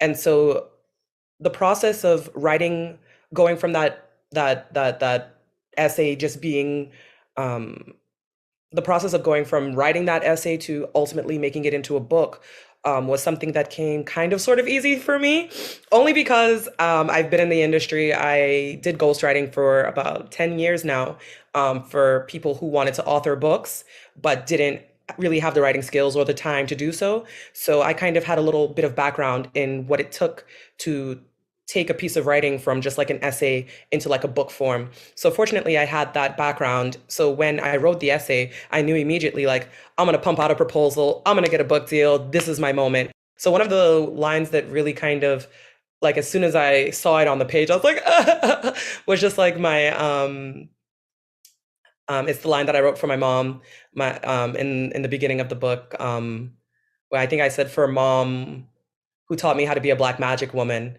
And it was just like, it still makes me a little teary-eyed because, wow, I'm sorry. It's kind of like, it was closure for me. Like, all of these experiences are now the past. And the lessons I have gleaned from studying and from analyzing my own life. And finally, it was like making peace with the process of writing and what I was writing about, and the fact that a lot of it is so personal. That was, I mean, it still does the same thing to me now, so you can tell that was the hardest part for me. Like, it's like a tribute to my mom and all that she's done and all that we have accomplished collectively. I recently did an interview on The Daily Show with Trevor Noah, wherein I had to break the reality to millions of people that America indeed has a caste system. Now, this was a revelation for many. I'm not sure how. But when we look at systems of oppression, when you live in America and you recognize that because people have pigment, they are forced to live in ghettoized neighborhoods, or they're forced to endure brutalities that no human being should have to endure, there must be a reckoning with this myth we've been sold about this great American dream, right? What is the dream? And more importantly, who is the dream for? Like, are we sure we were ever included in the dream? And that's such a crucial thing to me, like helping people to redefine this concept of the American dream and factor in where they fit in this whole narrative. Was it ever supposed to include you? And perhaps many people can come up with different answers for that. But what I have realized over time, especially at this like pinnacle of success, one would say, as a writer, it's like you've published a book, you've been in the New York Times, you've done all of these things, and yet none of that erases my Blackness. Like, I still have to fight in my industry for things that people get naturally because they have less pigment. I still have to fight as a Black woman for the most basic dignities. And that speaks volumes to me about what the reality of Blackness means in this context of America and in the American dream myth. So I'm going to be reading a couple of pages from my book. I chose these pages because I wanted to firstly entertain everyone, and it's a super entertaining story, and secondarily to kind of show how hard it is for Black women to ever be in a space of protection. I enjoyed my newfound sense of independence and freedom. I ate lunch on the beach and went sightseeing on my moped in my free time. I picked mangoes off the neighbor's tree and quickly drove away with them as if I had stolen diamonds. I even rented a longboard and took it out to join the sea of surfers. While bobbing up and down as the waters ebbed and flowed, I watched how everyone else laid their bodies along the length of their boards and paddled towards the open sea with their hands, and I did the same. I took note of how they turned to carefully position themselves in front of a wave, paddled even harder, and then popped up into a crouch, riding the wave to the shore. After watching for a few minutes, I positioned myself accordingly and waited for the tug of the ocean's currents, signaling a coming wave. The board felt stable beneath me, but my legs quivered as I paddled to build speed. The sea gently carried the board, and I hopped up onto my feet like a wobbly toddler taking her first steps. It felt exhilarating. Woo! I screamed into the air. On the ride home, I sang Bob Marley to myself aloud while cruising on my scooter, the wind blowing through my hair. I had Buffalo Soldier stuck in my head after hearing it on repeat in the retail stores where the reggae artist was beloved. But when I arrived at the apartment, something felt wrong. I walked inside and it was completely dark. I peered through the darkness and found Alexei sprawled on the sofa, an empty liter bottle of vodka on the floor next to him. "Alex?" I whispered. He didn't move. I tried to shake him awake and he mumbled incoherently under his breath. He smelled sweet and sour like a pile of trash left in the hot sun. I crept into the bedroom and flicked on the light switch to look for a blanket to cover him with. Something wedged between the mattress and the bed's box spring glittered under the overhead lighting fixture. I tugged at it and it quickly came loose, revealing a magazine. On its cover, a Black woman sat naked on a chair, her legs sprawled and her belly round with pregnancy. My mind struggled to make sense of the image. I continued to flip through the magazine's contents. Page after page revealed pictures of naked, pregnant Black women in various poses. As I flipped through them, Alex's comments over the course of our relationship began to beat in my mind like a percussion instrument. I love mixed kids, he often said. I know our babies will be cute because they will be mixed. He would chime in during discussions about our potential future together. I lifted the mattress and several other magazines spilled out onto the floor, all displaying varying shades of pregnant black bodies. I collapsed onto the bed and stared at the ceiling. After what felt like an hour, I mustered the strength to collect the magazines from the floor and push them back under the mattress, and then went to bed. I'd barely fallen asleep when Alex stumbled into the bedroom and lay down beside me, the sweet smell of alcohol clouding the air. I didn't know you were home, he whispered. He stretched his arm around me, and I struggled to refrain from cringing at his touch. I think it is super crucial that people of color understand how hard it is for artists of color to really make it and be successful in these industries. Like when people see books by people of color, movies by people of color, like the same excitement and tenacity that one would express over a Marvel movie and run to the theaters to go watch it is what we should be doing when we see art created by people who look like us and art that speaks to our struggles and speaks to our culture and our realities. Because in doing so, demand is created. Without demand, you cannot sustain anything in this capitalist system. So I just really want people to understand, like, support Black artists, support all Black artists. And I mean, that's your soca artists, that's your writers. It doesn't matter who it is. Support us with your dollars, make it happen, buy the albums, buy the books, stream the thing, and don't get me mad, because I'm tired of hearing why people say, oh well, people don't buy Black books and people don't buy Black. Well, it's time that I can be able to say, like, that's a lie. Like, time to crush all of those things and make those things myths as well.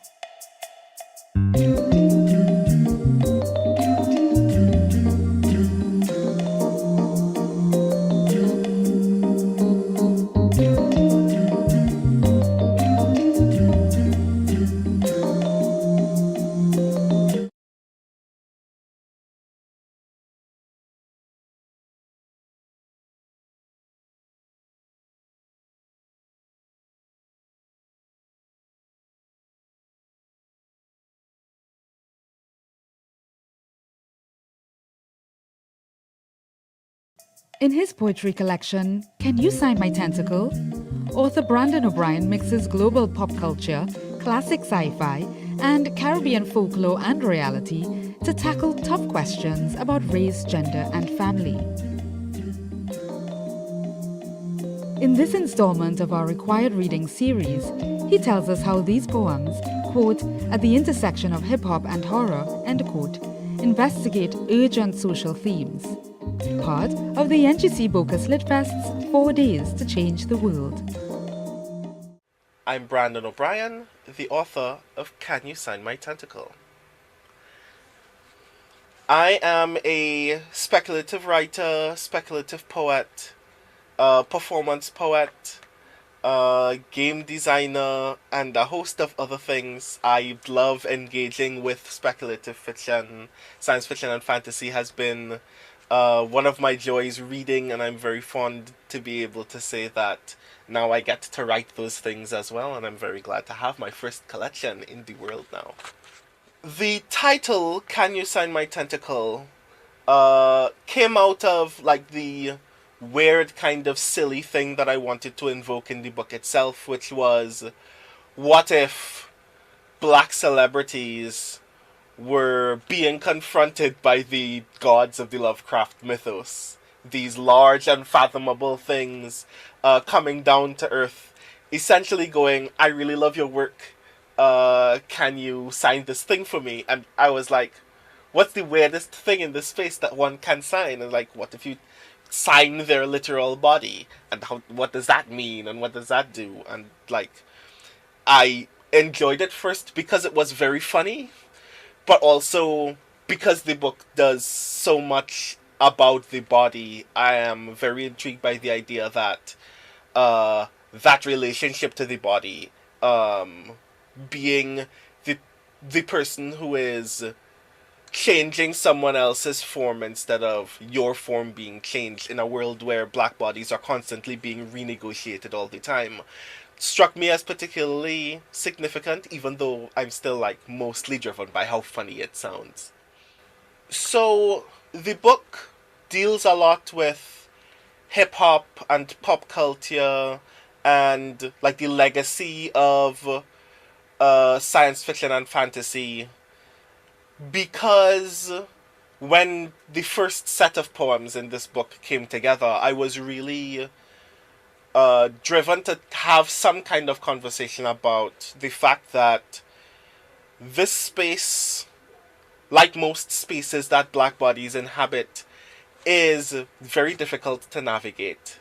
There is this wealth of overwhelmingly powerful and dramatic work being written by black writers and other writers of color, but there are corners of the space where sometimes you struggle to feel safe, and that's as true here as it is in any other industry and in any other space. But sometimes it feels when you're inside that there are parts of the space that refuse to acknowledge that or feel very precious about the idea that it is better now in ways that it often isn't. And I kind of wanted to find ways to communicate those things. And in the process of just scribbling out a bunch of poems that I didn't know were going to be this collection until they became this collection, I realized the most hilarious thing, which is that H.P. Lovecraft, one of the like paragons of the genre, one of the most revered writers of his generation, who also just so happened to be very racist, is not a bad guy. And that's a weird thing for me to say. I still don't think that I love Lovecraft or I'm very fond of some of the ideas that he had about people of color. But radically, while pairing his work to hip-hop, I just kind of accidentally discovered, oh, he's just very afraid. I kind of pity him now.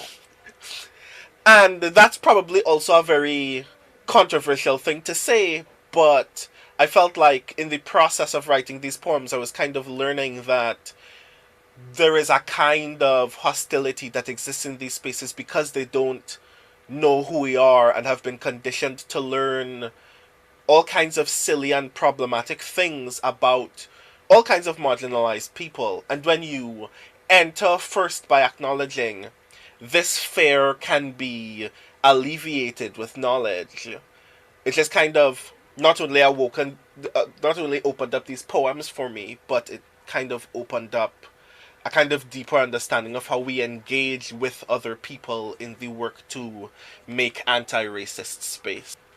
Hip-hop as a genre is very uniquely about a series of things that I think are universal but are communicated in hip-hop in a way that is uniquely black. That is how we deal with being afraid, how we deal with feeling separated from space, or how we respond to being deeply connected to space, how we form loyalties with each other. All of those things sound like heady stuff that you don't think you're hearing in your regular gangster rap album, but they're coming up in a lot of media all the time in completely different ways, and making those parallels was very interesting to me in the process of writing these poems, because it helped me discover that the thing that is universal to all of our experience is a kind of fear.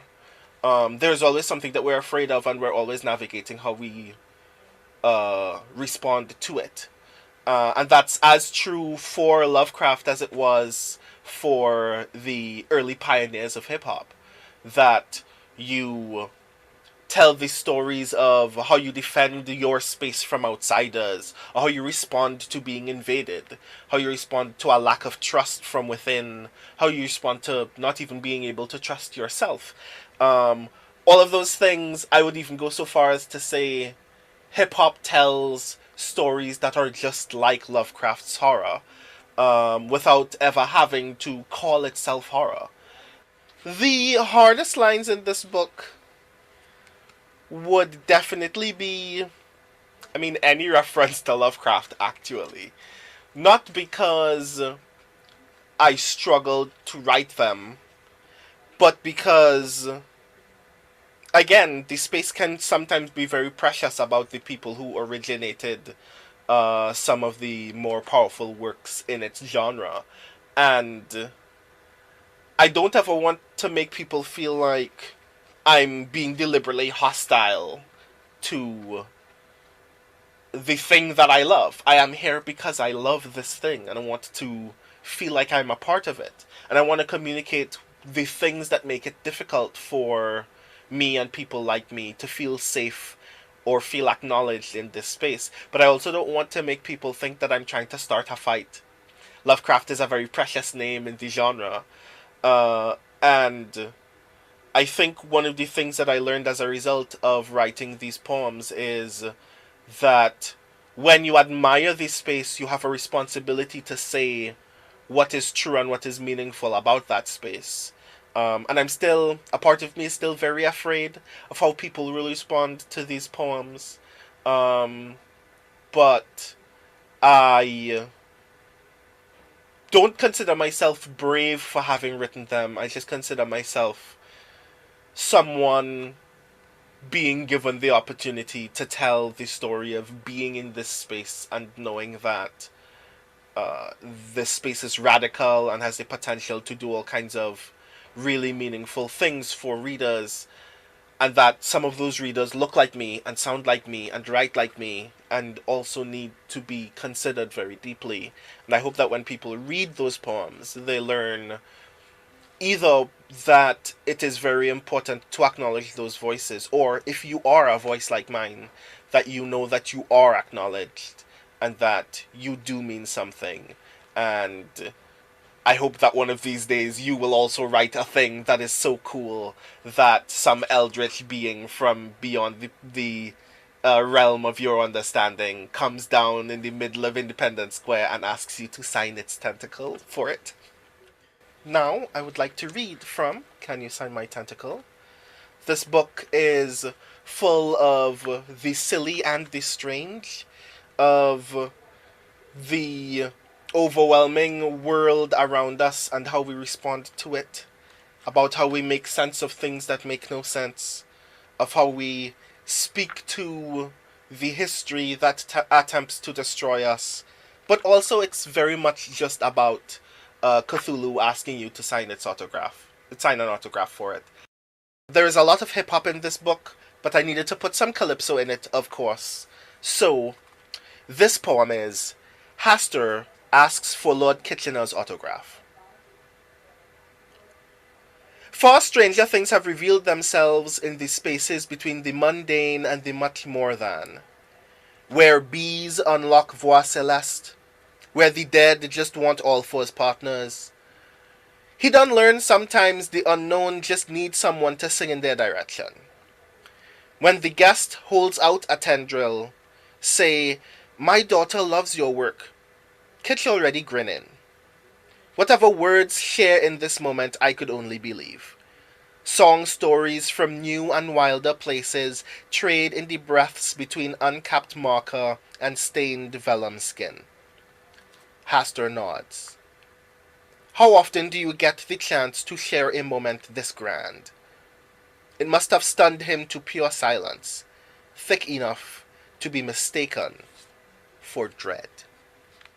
One thing that I think I would like to say to the Bocas community in particular, one of my homes, the place that I found my voice in so many words, is that whatever you have inside of you matters.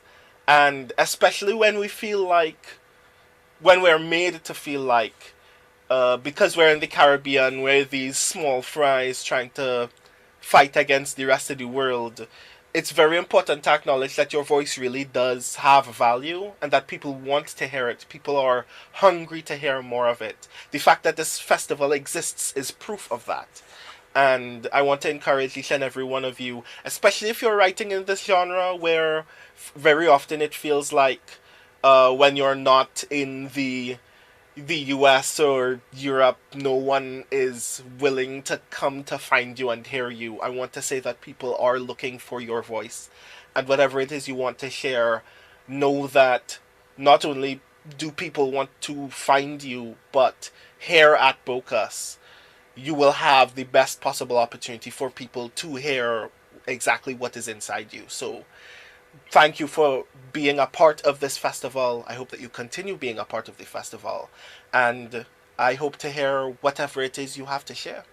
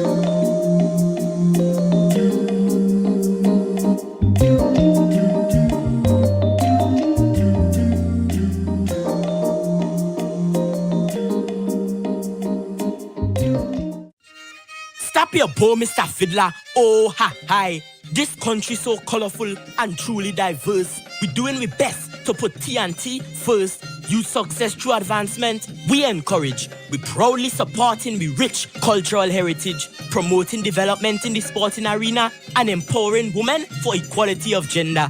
We sustaining the environment and strengthening the society. First citizens helping paint a brighter TNT. Drag your bow, Mr. Fiddler.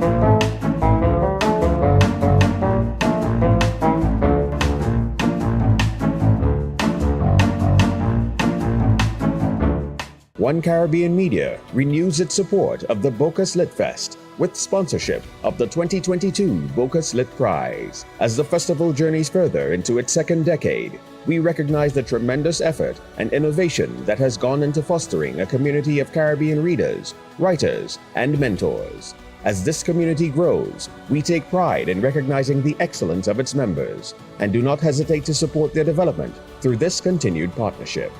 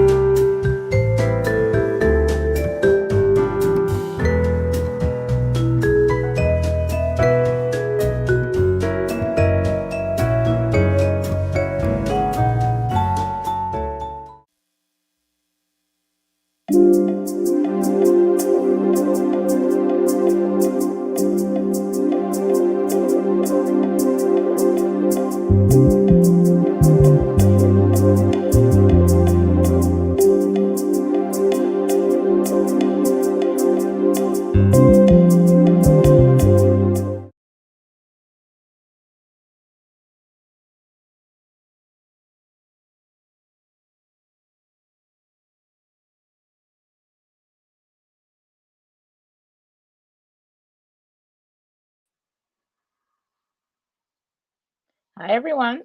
Hi, Ryan. Hey, Esther, it's good to see you. Good to be here, be part of this wonderful conversation. Yeah, and part of Focus. I'm showing off my Focus t-shirt. Nice. I need to get me one of those, especially after this event. I see you rocking the retro. Well, I'm retro. What can I tell you? Yeah, we're waiting for having some technical things, I think, waiting for Omar. But he'll soon be with us. But I just think we should pick up Bocus. I think it's great that it's been happening and still happening through everything. And, I think Nicholas and everyone and the team are doing a fabulous job. I think it's very exciting. Have you been able to catch any of it?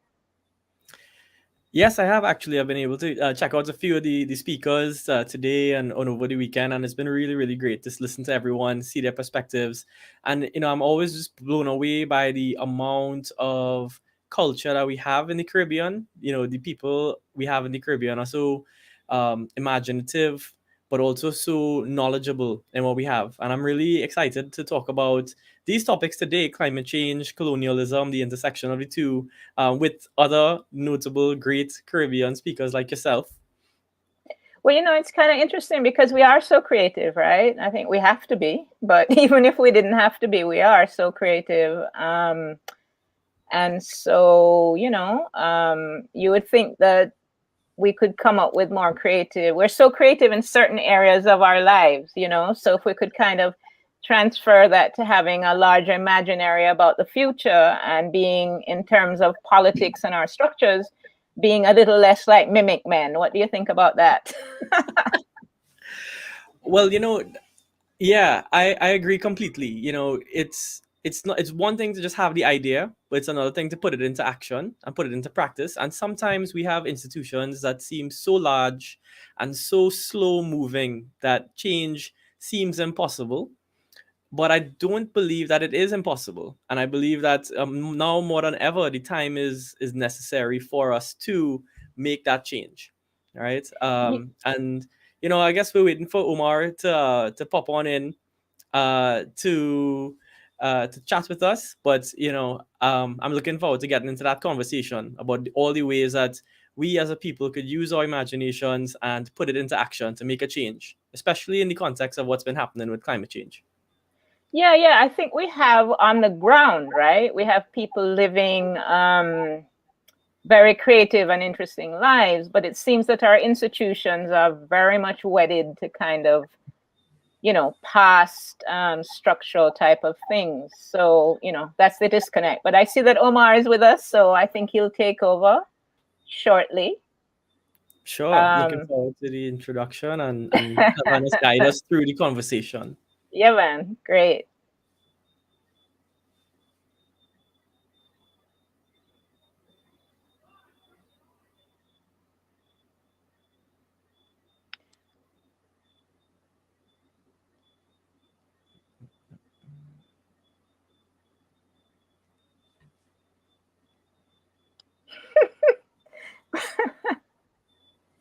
No, not hearing you, Omar, nor seeing you. There we are. Yay. Hello. Our intrepid leader has Yes. arrived. Are we hearing me now? Yeah, man, Yes, you're good. Mark. Great. Well, good evening, everyone. Sorry, again, last minute technical difficulties.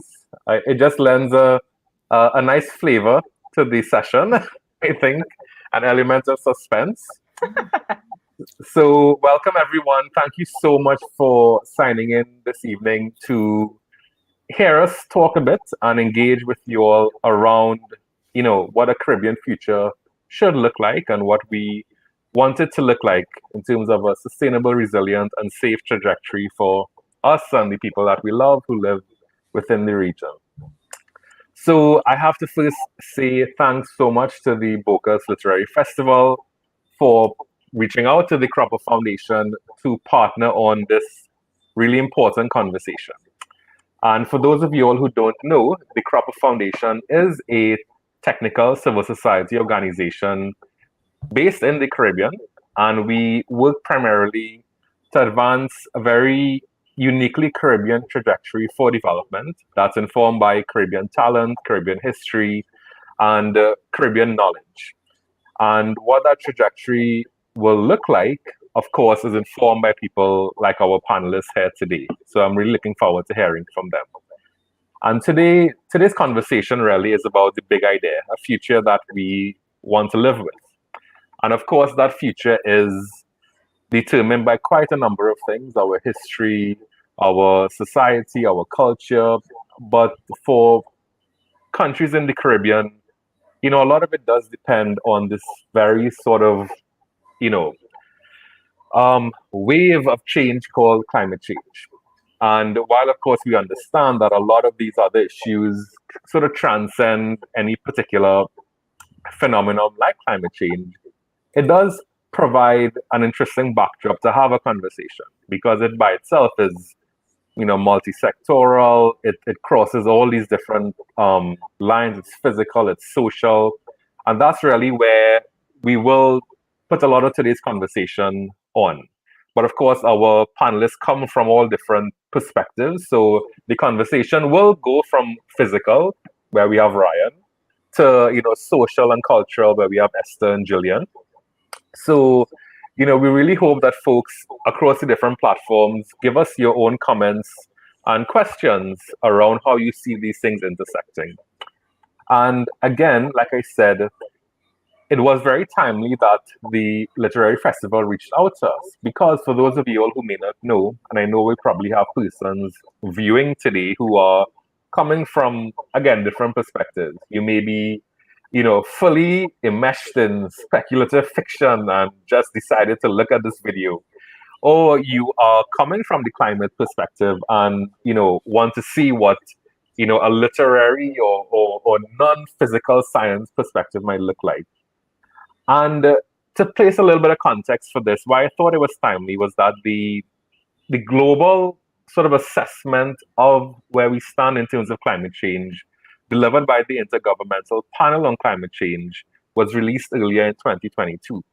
And it's been 8 years since that particular IPCC has released an assessment report. And that report guides a lot of the national and international work that you would generally hear about when it comes to climate change. And the messaging is not very, very hopeful. Because again, as the report says, unless we have very concerted action, we might be on the road to hitting increases of temperature beyond 1.5 degrees Celsius.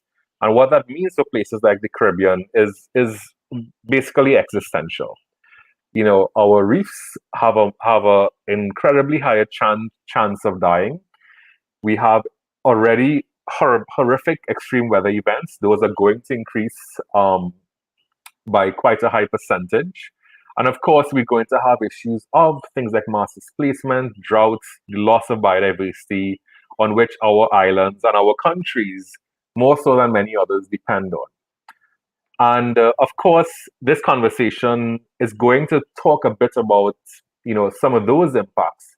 But of course, the consensus in this report and others have now, for sometimes the first time, started to actually indicate that this is not just a physical exercise. There's a very deep social and cultural, probably the cause is social and cultural. And the IPCC report in earlier 2022 mentioned for the first time colonialism as a driver of past climate change, but also as an exacerbator of current climate change. You've also had, again, increasing recognition for indigenous groups as a source of knowledge. So the social science of climate change has started to catch up. And that's resulted in, again, these conversations that we're having today to try and bring some context in a region like the Caribbean that is, complex, it's complicated, and of course on the front lines of climate change. So that's where our conversation is going to be really prefaced today.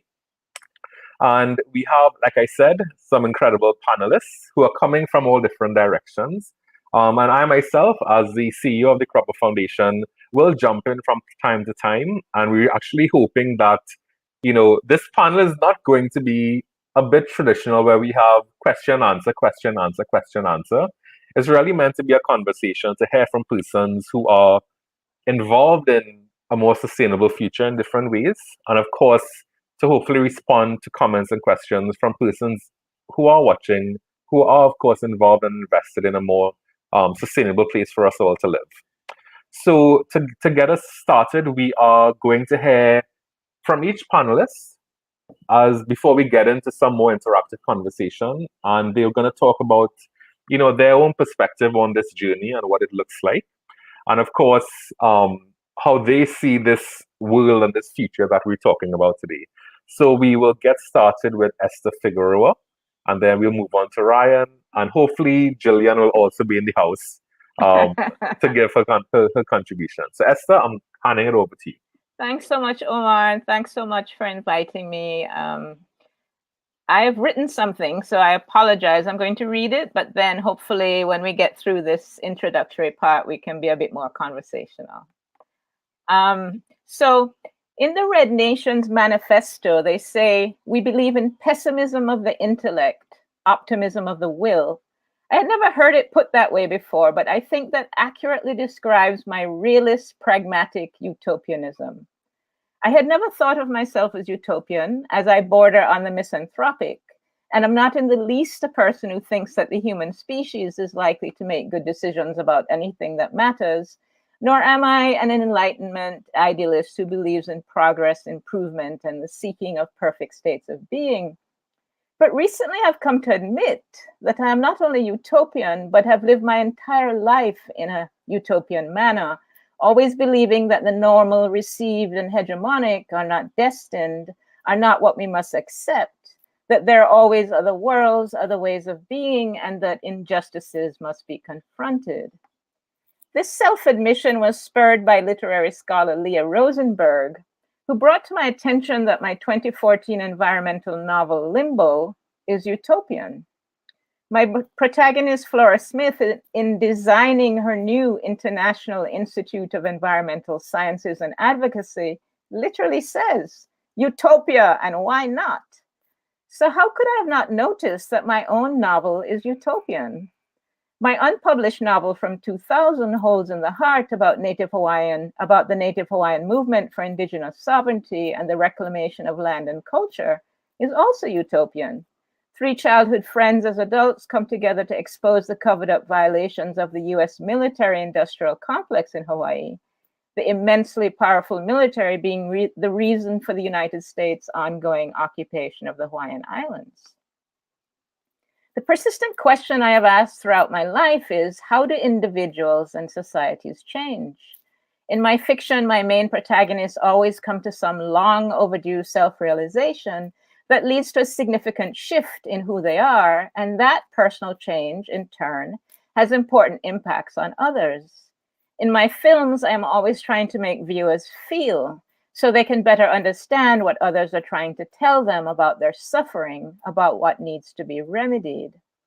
So the big idea that we're talking about today, a future we can live with, is my lifelong preoccupation.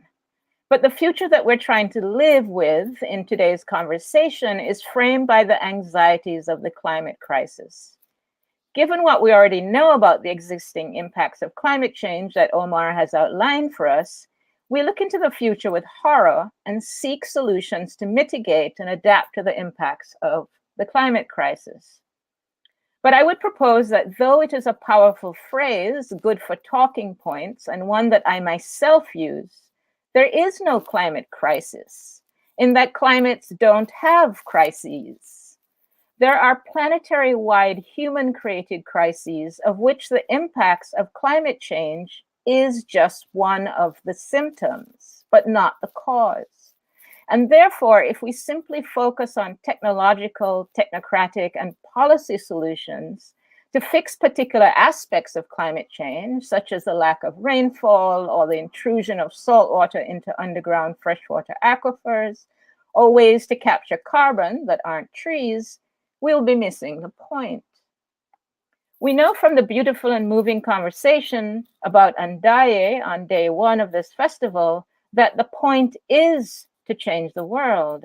It makes no sense to talk about climate justice as if there is some new kind of specialized injustice unrelated to all that causes the climate crisis in the first place. Patriarchal capitalism, ecocide, genocide, plantation logics, modernity, extractive industries, massive over-urbanization, colonialism, racism, social inequities of all types that underpin the political economy. But most fundamentally, it is the human notion of superiority and entitlement, that we're the center of the universe, the rightful owners of the planet, and that everything is simply a resource for our taking and for our glorious advancement that is the problem. So that the planet is drowning in our waste and bearing the weight of our man-made materials, which now outweigh the biomass of the earth. And the planet is unable to breathe because we have sealed off the soil and polluted the air and the noise. We are a deafening species, exploiting the eardrums of whales and confusing their communication over large distances. In Jamaica right now, the government is not only permitted, but is part owner of the bauxite company that is about to destroy the last remaining fertile farmland in Western St. Anne. East of these communities, the land has already been depleted and ruined over the last 70 plus years of mining bauxite. The permit given by the Natural Resources Conservation Authority will allow ecocide to take place 24 hours a day, 6 days a week. There will be no soil left. What has been extracted cannot be replaced. There will be no food grown there anymore. Dr. Susan Koenig of Windsor Research Center writes, simply put, bauxitic soils in Jamaica store water. For farmers, this deeply stored water in the soils means that crops can survive and grow even when the rain doesn't fall for weeks. In fact, this eliminates the need for artificial irrigation. She estimates that bauxite mining has eliminated the capacity for Jamaica to have stored in the soil 189 billion liters at any moment in time. The government of Jamaica celebrates and promotes extractive industries because it owns the mineral rights and receives royalties, and because companies always overpromise jobs. Of course, only certain types of jobs, because other forms of economic activities will be lost in human terms forever. The strip mining and the building of haul roads cause deforestation, violent remove, ground cover, and soil.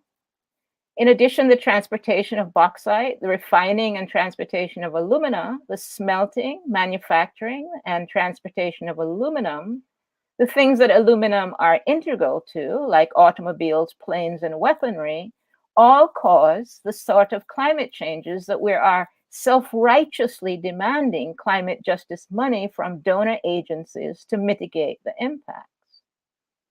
In the words of Dr. Teresa Rodriguez Moody, the CEO of Jamaica Environment Trust, the bauxite alumina industry produces high carbon emissions, is a driver of deforestation, compromises food security, rural livelihoods, and community cohesiveness, imposes high social and public health costs, and poses an unassessed risk to underground water resources.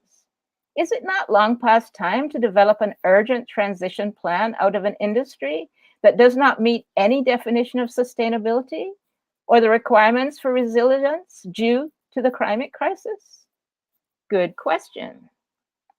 A future we can live with cannot be based on development models that prioritize governments' debt servicing, foreign exchange revenues, and politicians' re-elections, and sacrifice whoever is in the way. It cannot be based on human dominion and ecocide because there will be no future for humans without air, soil, water, plants, and microbes. An environmental planner writing a book about aluminum was interviewing me and asked me about what would be pragmatic solutions for the future. And I argued that the pragmatic and the ethical are the same. We often normalize and excuse the worst choices and worst behaviors as being the most pragmatic, when in fact, the most ethical choice is the most pragmatic. Because if you choose to sacrifice and abuse certain people, and if you choose to have wildly inequitable and uncaring societies, you will also have violent, brutal, and dysfunctional societies. If you choose to remove fertile soil, pollute and divert water, displace and kill those who live with the land, then you will not have food security. You will have people who are unhealthy, people who are starving, people who are grieving, people who are suffering immense trauma. None of this leads to healthy ecosystems, happy people, or functioning societies, and therefore none of this leads to futures we can live with. A future we can live with requires that we decenter human beings and our entitlements, that we stop growth economies and live within limits, that we design and live within the forms, cycles, and intelligence of the planet, and stop creating monuments to human greed, hubris, and stupidity.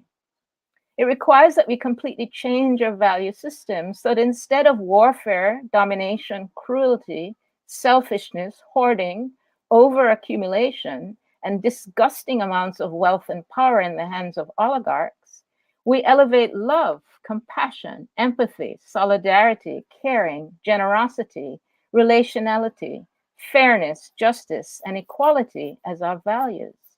That we embrace kinship with all of creation and understand that on planet Earth, everything is connected and has its own reason for existing, and nothing exists to be exploited. Thank you for that. I look forward to hearing Ryan. Thank you so much, Esther, and welcome, Jillian. Thanks Hi, Jillian. for getting on. Hey, Jillian. So we are going now to hear from Ryan, and then we'll follow up with Jillian, and then we will get into our conversation about these and many more topics. Ryan, over to you. Thank you so much, Omar and Esther. You set a very, very high standard for me. Now I'm wishing that I actually wrote down a script instead of deciding to do an intro impromptu. So we're here to talk about a big idea, and we're here to talk about the idea that that we need to find a future that we could live with, right? And my position and angle coming into this conversation is not just one of a physical basis, as Omar alluded to, one from science, but also one from policy, because that is sort of the nature of my work as an environmental consultant, especially one in the Caribbean region. I work at the nexus between the science and translating that science into policy to affect action in society. But before I get into that, I think that I want to, for the benefit of the reader or the listener who may not know much about climate change, explore a little bit of my artistic license and ask them to imagine. It's my favorite thing to do when I talk about the work that we do and the work that needs to be done. So I want the listener, wherever you may be, to take your mind on a journey with me and imagine yourself at home in your bed. And you're lying down, relaxing. It's a late evening. Your door is slightly ajar.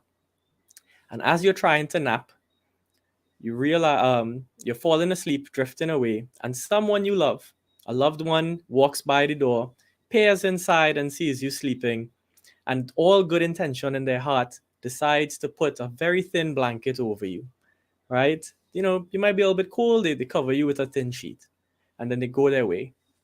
1 minute later, another person walks by. Let's say the first time was your mom, this time it's your dad, and they see you, They have all good intention and they put a blanket over you again. And this happens another time, right? Your brother does it, your sister does it, your grandmother. And after 70 minutes, you have 70 blankets on top of you. Now, what do you think happens to your body? What is happening to you, right? Of course, you must be sweating like a pig, right? All of those thin layers have piled up and you are feeling really, really hot, really, really warm. And when that happens to you, I think it's a very good metaphor for what has happened with the planet. You see, over the past 70 years, with all good intention of burning fossil fuels for economic growth and the alleviation of poverty and the driving of industry, we have put out blankets of carbon dioxide and other greenhouse gases that cover the planet. And after 70 years, with those good intentions, the planet is overheating. And with that, it also sweats. Except when Mother Nature sweats, right? There are hurricanes, there are extreme disasters, there's changes in climate variability, and all sorts of other physical changes to the planet that disrupt the environment and, of course, also the economies and the societies upon which the environment is built. And just like you would be in your bed sweating, you don't sweat evenly. Some parts sweat more than others, your palms, under your arms, perhaps. And so too, the climate risks are not equally distributed. Lower income countries and countries in the Caribbean, small islands, are much more risk. They are much more highly vulnerable and face a lot more threat to the effects of climate change, facing these vulnerabilities for a large reason being not just their physical location and place, but also their cultural and social history, the milieu of different geopolitical features, their open economy. All of these things also make them very vulnerable. And just as if you were to be under that blanket, getting too warm and too hot, you might start to face some serious damage. So too does the planet have a threshold, a certain number after which possibly irreversible damage could be done. So from a science perspective, we've estimated that number to be 1.5 degrees Celsius change above 1952 baseline, right? Lots of fancy words, but all that means is that if it is that the planet experiences a certain amount of overheating, we can see a lot of disaster that Omar has talked about. We can see that by the middle of the century, if we cross 1.5, it's estimated that about 90% of all coral reefs in the world will suffer, will bleach and die. We estimated to see hurricanes coming in at greater volumes and greater intensities, causing damage to the islands in their paths. So with that, and just as I do in this imaginative analogy of you lying in your bed, what do you think should be done? What does one do when faced with that situation? Well, the obvious thing we try to do is we push the blankets off of us. We might wipe our brows, we might put on a fan, we might do all sorts of things. And in the language of climate change, each of those actions have a similar jargon. So when we try to remove the blankets, when we try to prevent further blankets, we call that climate mitigation. So if you might hear me talking in the future about mitigation, that's what we're talking about. Ways to remove what is causing the heating, in this case, the greenhouse gases. When I talk about wiping your brow and putting on the fan, we're talking about adaptation, getting adjusted to the consequences that you faced. Sometimes you might tell yourself, well, listen, I just need to train my body better to withstand the heat and the weight of these blankets. In climate change, we call that building resilience. In terms of, you might decide to say for yourself, you might tell your loved ones or advocate to your loved ones to not, with all their good intention, do what they are doing. And in that case, in climate change jargon, we refer to that as not just advocacy, but climate justice, ensuring that the good intentions of the people around us are distributed in a way that is equitable for everyone, but also that does not cause harm to us. And of course, we also talk about issues like locking the door, for example. But to buy a lock, you need to get money. And here we talk about a pragmatic issue of climate finance. All of these things are sort of different dimensions of climate change and enter into the climate change conversation. And they all start from a central radial point of the physical science.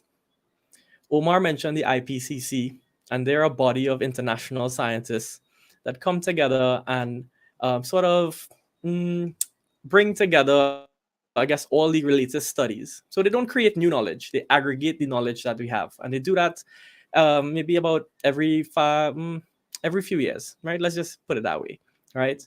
And the current assessment report consists of 3 documents: a physical science document, a document that talks about the impacts and the vulnerabilities, and finally, a document that talks about ways that we could mitigate emissions. All of these documents underscore things that we have known for a long time, but by now it's certainly set in stone. Things that we cannot avoid and cannot deny any longer. That climate change is real and that it's driven by human action, just as Esther mentioned. It is a human-caused event that has led to the acceleration of this overheating that we face. We cannot deny that even though, yes, it is global and globally it is getting hotter, vulnerability is contextualized and some places are more at risk than others, and we must treat it that way. And finally, in terms of mitigation, we are, in the words of Hans Otto Porter, the co-chair of the IPCC on Adaptation and Vulnerability, we must act very rapidly because any future delay in a concerted global effort will miss the brief and a rapidly closing window to a livable future. Those are his words, a livable future. And I give you all that introduction, not just to introduce you to climate change and the jargon that we might be using, but to understand that here with this big idea, it's not just about having a livable future. We want a future that we could live with. And they're 2 similar sounding, but very distinguishedly different things. We don't want just a future that we can survive in. We want a future that we can thrive in. We want a future that recognizes that climate change, yes, has a science basis, but it's not only a science problem with a science solution. It is a human issue, a human rights issue, and that involves social and economic solutions as well. And perhaps my fellow panelists and I might diverge, I guess, in the methods and the ways in which we think that those social actions can take place. But surely we could all agree that it is a human action with a human issue with a human solution. So for me, if you ask me, how do we create a future that we can live with? It is for me to think about how do we take the knowledge of the science, how do we bridge it into policy, and how do we enact that policy, not relying only on one actor, in most cases the government, but empowering communities to mobilize and move across all dimensions of climate change to ensure that we have a future that is not just climate resilient, low emissions, but also just for all. Thank you. Jillian.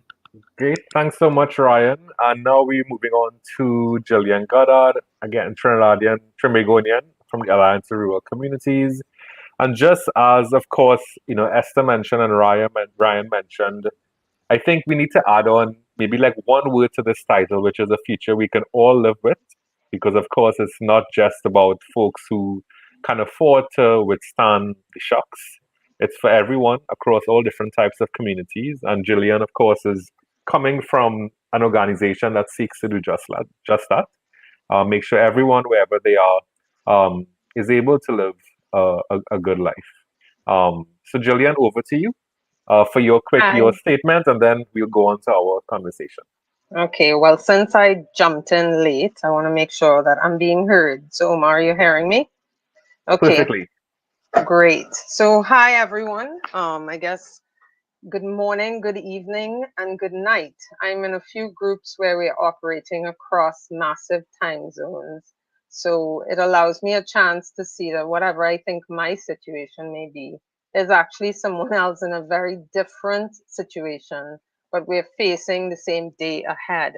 So I would like to bring my part of the discussion down to my individual life and the life that I lead every day. what I have found is that many people want to make changes, but we really struggle with coming up with imaginative ideas of how do you actually create change? How do you live a life that looks a certain way?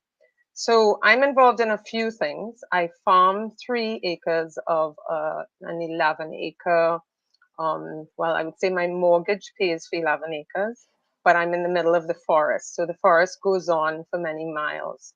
And there are about 3 acres that we do with a managed forest setting. And that means that when you look from a distance, you actually can't really tell that somebody's farming and producing human food there.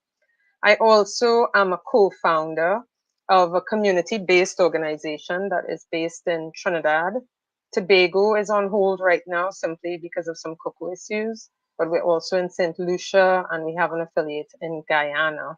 And out of that group, in the last year, when I just threw up my hands and said, I'm fed up at Trinidad, I need to go and do some work elsewhere, I got on the phone and started talking, got on Zoom and started talking to cocoa farmers on the continent, on the African continent. So now we have an organization that is in 10 African countries, 6 Caribbean countries, a Pan-African organization, and also linking up with African Americans who are involved in cocoa and chocolate. I could go on and on. I'm part of an organic farming group where we're working on, instead of having third-party certification, we are creating our own collective certification. And we're doing that alongside Cropper Foundation, but it's the way we actually organized our farming group and our sales group, because we didn't see the point of someone coming from a country that didn't even share our climatic conditions, giving us a stamp that said they thought that we were worthy of being purchased as an organic product. So we actually go to each other's farms, we certify each other, and that includes our customers. So part of why I'm giving you all a little introduction is that there is this idea that when you give up the standard path of how you move through career, success, that you end up with some grungy life. And honestly, I mean, my life is big, broad, rich, full of sensuality, full of autonomy, and full of many creative ways to get what I want done. I'm also parenting to moving into young adulthood. I took care of my parents in the last years of their life. I was part of that family group. So this idea that we're actually trading this jewel for some sort of muddy puddle is part of where I think we've actually come to this misinformation about what are we getting in exchange for what we're giving up. And it took me a long time to actually realize that that shiny thing in the distance, because it tends to pretty much be in the distance, except for maybe the 10 billionaires. There's this sparkly thing that we keep thinking we can get to. And the only time is now. And so even in terms of thinking of the future we can live with, it's actually, to me, based on a present that we can live with. And so that's where it starts. So I want to break things down a bit, because big ideas are the place that I live. I was chatting with someone yesterday about how allergic I am to small talk, and how, 2 minutes of small talk and I'm really zoned out. So big idea is where I like to live. And so how do you make your life into a big idea life? For me, there's a combination of imagination and experience. So you take the experience that you either have or that others have shared with you, which is extremely important, the experience others are sharing with you, and you mix that with a wide-ranging imagination, and you let it run. And that's one reason why I'm pretty hopeless about governmental intervention, because there's something about running through the electoral process that seems to sap imagination and make it almost impossible for people to live and conceive of freedom in governance. Some imagination in the civil service, does that actually exist? So for me, the idea of combining imagination with experience is pretty important. And I think that's why it's really lovely to be part of a literary festival, because that's what books are. That's what storytelling is. That's what the film type of storytelling is. How do you mix imagination and experience and do it skillfully? And that's why, for me, really and truly, this movement needs to come out of the creative sector. There's nowhere else that this can come out of. So what are some of the things my imagination and my experience tell me? Number one, rapid change is possible. Pre-COVID, I understood that. And if anybody has lived through COVID and seen what happened in the first year, where all of a sudden all these decisions that seemed impossible to make suddenly were being made within 5 minutes, maybe 5 minutes too late, because in 2019, I was following COVID in China already. And anybody with imagination would have been able to take their imagination, mix it with experience, and realize there was something that needed to happen. But that imagination wasn't there in our governing bodies. And really and truly, it's in very short supply. So rapid change is possible. What does it look like? In many respects, it actually looks like some of the parts of COVID and the lockdown part of COVID, not the deaths. We didn't need to go through what we went through. A lack of imagination caused that. So in the beginning of the lockdown, you saw these numbers coming out, animals walking through the streets. Quality of air in Trinidad, I started to feel that I was in Grenada, because for the first time, you actually could see in the distance and you could breathe without having to gasp. I was on the roads because I have a farm and we were allowed to move around. And there was an entirely different mood that was taking place. But unfortunately, without imagination, you can't even begin to conceive of how you can run a country economically under conditions that are similar to lockdowns. It is actually possible, but you need a really good imagination and you need collective experience to be able to find a way forward. So how do I break this down on my daily basis? Because every day I have to decide what to plant. What are we focusing on? What's the group going to talk about? What country do we prioritize in the Pan-African network? Who's buying our chocolate? Who needs to learn how to make chocolate? How can we raise the price of cocoa in Ivory Coast from $1.80 a kilo to $3 a kilo? So these are all questions that are daily questions. And what I would say is that let's boil it down to the basics. If we want to think about solving what we are dealing with, we definitely know we can't live without food and drink. And that the way we produce food and drink is causing a lot of the issues that we have. And this is not rocket science. It's actually possible to look back in old writing of the managed forest systems that were taking place throughout the entire Americas and see how people were producing food for themselves without damaging the planet and with enriching it. But that means you have to have the awareness that the data actually exists, and it does exist. Unfortunately, sometimes you have to read horrific reports from people who entered provinces where they decimated the population. But look a little deeper and you will find that terra preto, a type of charcoal that is then enriched with the bodies of microorganisms through putting it in your compost, can increase the fertility of your soil in a tropical area such that the Amazon, in which there are feet of terra preto, rich, fertile soil in an area that normally has inches of topsoil, was already being cultivated thousands of years ago and supported a population in the Amazon that only now, with improved testing techniques, they are seeing that the population in the Amazon was much larger than we ever thought it was. So a big part of using my imagination is imagining that people did not know anything about healthy ecosystems when the colonial process began, did not recognize that indigenous people in this part of the world were actually farming and had very fertile systems, and dig a little deeper.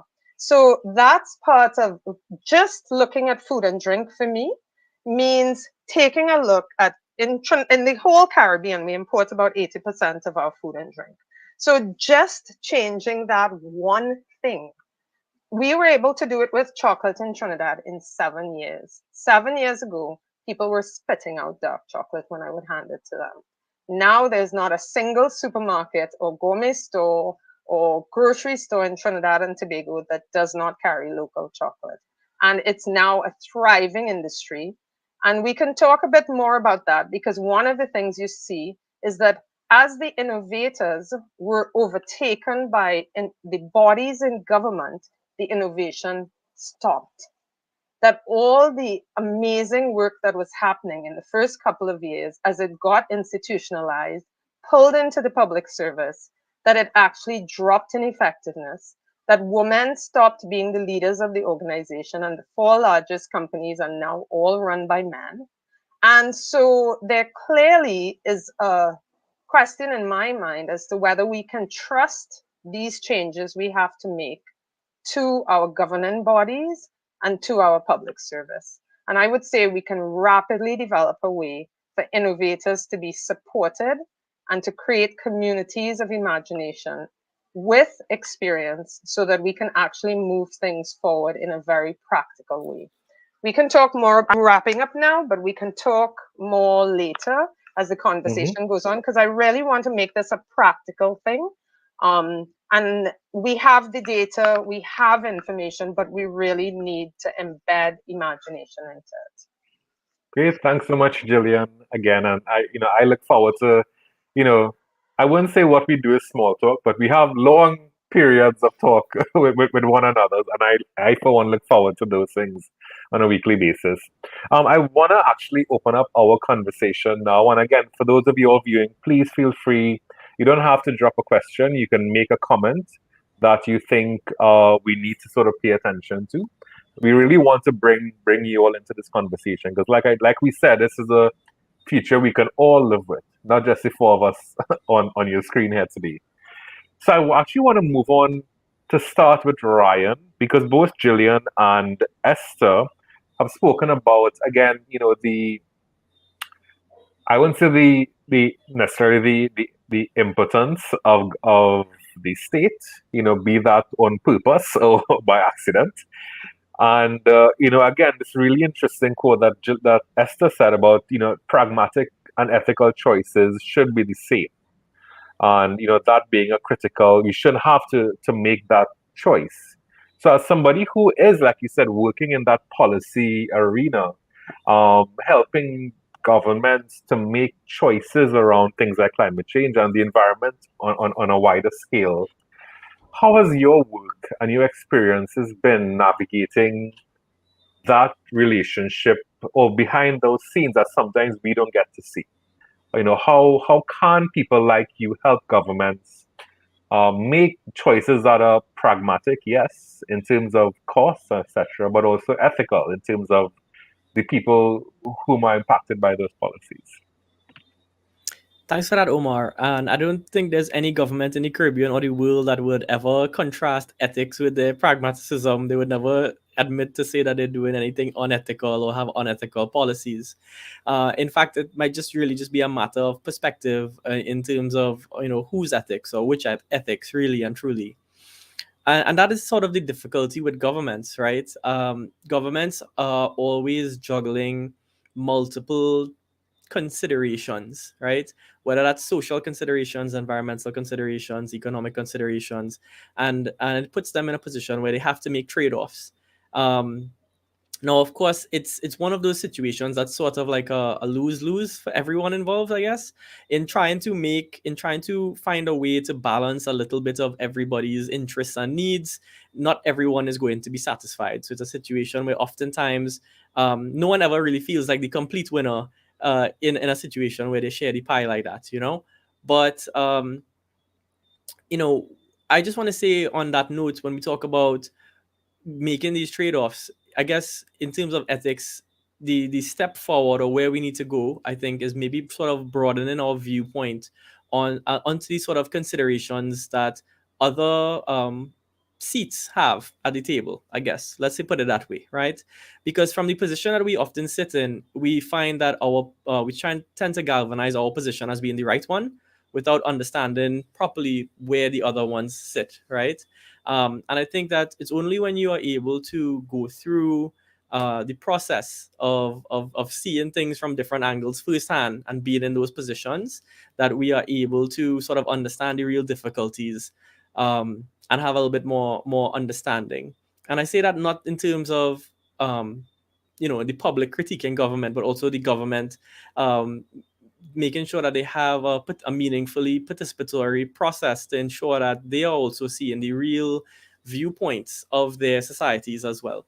So in terms of climate policy and climate governance, the better practice, I should say, or the best practice that has been emanated throughout the region is one where they deliberately try to cultivate more inclusion, where they try to have more conversations and bring in the persons like Esther and Gillian and all other persons into this conversation to really bring a better sense of different perspectives of ethics and what should be important.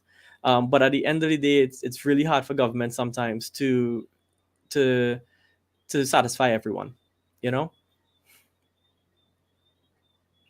Omar, can I respond? Sure, I was now coming to you. I've been documenting this kind of process that you're talking about. I've been in a million stakeholder meetings. I've documented when the companies come to the communities and talk a lot of nonsense. I have documented every protest, every petition, every legal angle, everything that communities have done within the democratic liberal process to be heard, okay? And they're not heard. So what I get is this thing about balance, okay? It's what the government says, it's what the technocrats say always. You know, we're balancing things, it's give and take, etc., etc. The same people are always sacrificed, okay? I'm talking people who have done everything requested of them of the system, okay? In Jamaica, we have EIAs, environmental impact assessments. The company, the entity that is going to do the mining is the entity that hires the environmental professionals who produce the document to justify the mining, immediately saying that it is needed by the government, it's needed by the company, and therefore some people are going to have to be sacrificed, okay? And you have to ask, how come it's always the same people who are sacrificed, okay? So the person right now who has been farming for 30 years on fertile ground, okay, who continues, whose ancestors left enslavement and set up free villages and created with their imagination and their hands and their hard work and the continuities of indigenous and African heritages, an entire society that if we followed, we would not have been in the climate crisis that we're in right now, and who have the answers for the future, who have the answers for the now, they are about to be sacrificed, and they have been sacrificed since day one, okay? So again, the practical and the ethical are the same because they are the future. Indigenous knowledge, local knowledge, the ability to grow food, what Gillian just said, okay? The basics aren't the government's debt payments. The basics are not the government's revenues. The basics are that people need to eat, and people need water, and people need air, and they need soil, and they need a relationship to each other and to everything in creation. So what the government and the technocrats call balance and give and take is not understanding that we are intricately dependent on that which they are sacrificing. I'll let Gillian continue. Yeah, so I mean, Esther, based on what you were just saying, I think sometimes in terms of how did we get here, right? We can kind of boil down to the basics: food and water, shelter, clothing, then community and stimulation. You know, the rest of life, the things that add the icing to the cake. But if we start with the basics, where the challenges lie that have got us to where we are today is a lack of thought about the effects of action. It's a fairly straightforward thing for somebody who's farming. If you plant in bad soil, you get a low yield. It's not anything that you have to teach a farmer. If you prepare your soil well, if you ensure that water is not passing through the field, there's something called feedback loops. And you don't, even when I didn't know that word, I understood the context because I plant food.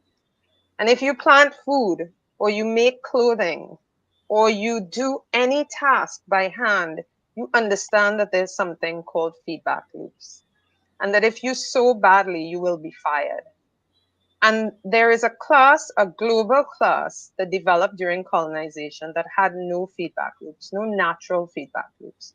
The feedback loops came from an artificial structure that was created. I wouldn't even say that it was designed, because I think people stumbled from one bad action to the next. And at what point, I mean, I'm currently building a little house. At what point do you say that your house is badly built and you can't prop it up anymore? You have to actually stop trying to put a bolt here, a bolt there. You have to be able to step back from your system without throwing blame in a certain way. Because honestly, I feel the people working within the governance structure, the people running for election, they're trapped in a bad design as much as the rest of us are. Nobody wants to be unproductive. Nobody wants to be sitting at their desk all day without something that they can achieve at the end of the day. There's a lot that we want to do, but we are working within a really horribly designed system that is now a global racist economic system. And I think we can say that now. You know, we've actually reached a kind of maturity, not great maturity, but a slight maturity around being able to talk about white supremacy, to talk about Black Lives Matter. And so these things are not separate from the fact that there is an inability of the system to cope with feedback loops. And climate change is a feedback loop. Plastic pollution is a feedback loop. There are a bunch of byproducts to the production of food, water, shelter, clothing that the design system that really took place in the colonial period did not face these issues of feedback loops because they walked into land where people had taken care of their feedback loops. And so there was a large reserve that could handle the pollution of the colonial process. So I think that when it comes to talking about governance, nobody is a bad person when they come out crying the first day of their life. It's a system that is badly designed and will turn us into predators, turn us into those to be preyed upon. And we can actually take a look at it. It's not that hard. And that's the part that sometimes gets me a little confused, that if I can understand that from the time I planted my first tomato crop at 12, that my action has a consequence, good or bad, then why is it so difficult for us to actually be having that conversation? And I don't think we are at that conversation. I think our response to opening back after COVID shows that we don't understand that conversation, that we either don't have the imagination to conceive that we actually could come out of it as a winner, as a planet, or that we don't have to go through the level of suffering that we seem to think the colonial design requires if we don't behave a certain way. There are a whole bunch of questions. Yes.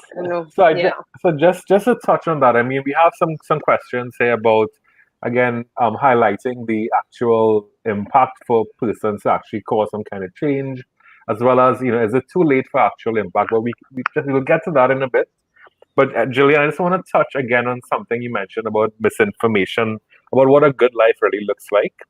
But I also wanted to expand that a bit more, you know, because very early on in the COVID pandemic, we had written something, just a blog about lessons that you could have learned about climate change and the climate crisis, so to say, from what was happening at that time in terms of the COVID pandemic. People were listening to science. You can have massive change on a short notice following things like science, and you could have things that are just, we're looking out for one another. Of course, that all quickly changed.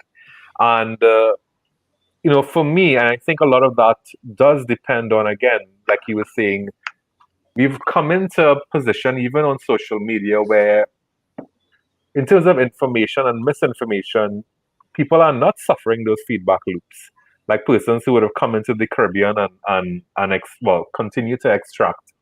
There's a lot of misinformation and disinformation about it. In terms of impacts, people are free to put things out there on this, in many cases, unrestricted platforms that are social media without suffering the consequences of that action. But it's having, consequences for many different people from what choices are being spoke about at the political level, from what people are interested in voting for or lobbying for at the political level. So aligning this to Alette's question about, if enough is being done to highlight the reality of climate change to Caribbean citizens, do we think that's an issue of misinformation? Do we think it's an issue of we're not just doing a good job, those of us who are meant to tell that story?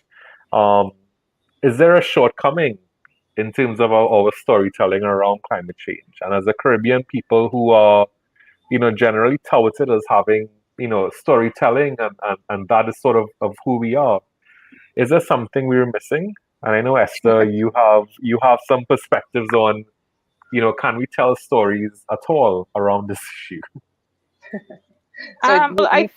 Sorry. A lot of work has actually gone into the storytelling. I was a few years ago, I was working with the Voices for Climate Change, Panas Caribbean, and actually the Voices for Climate Change that came up with a 1.5 to stay alive and different songs with artists. They actually went to the whole Paris climate change thing and were actually part of one of the reasons the 1.5 at that time was accepted and blah, blah, blah. In terms of ordinary people that I have dealt with, which are usually fisher folk and farmers and people who are rural people or people who live on the sea and rivers and lands, they're very clear, okay? They might not speak the language that Ryan speaks, but they speak within their vernacular a clear understanding that the rains aren't coming when they used to. They're not quite sure when to plant. A clear understanding of the corals that are bleached and dead and the reef and all these different things, okay? So I don't find that Caribbean people are ignorant. I don't find that that the storytelling has not been within Caribbean storytelling. They've used music, performance, celebrities, the usual things. I think the issues are way more systemic, and I'll let Jillian say what she was going to say. You're muted, Jillian. Ellen, you're muted.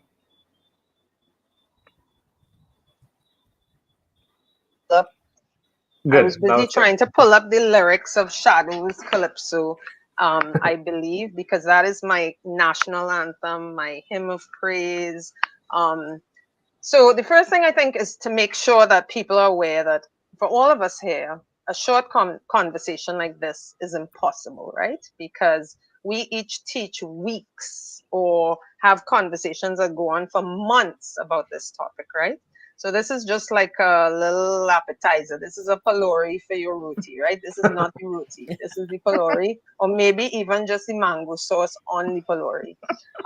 So we just giving you a little touch of where three people whose lives are in a particular way thinking about this issue and living it every single day and loving that we are living it. None of us are suffering, right?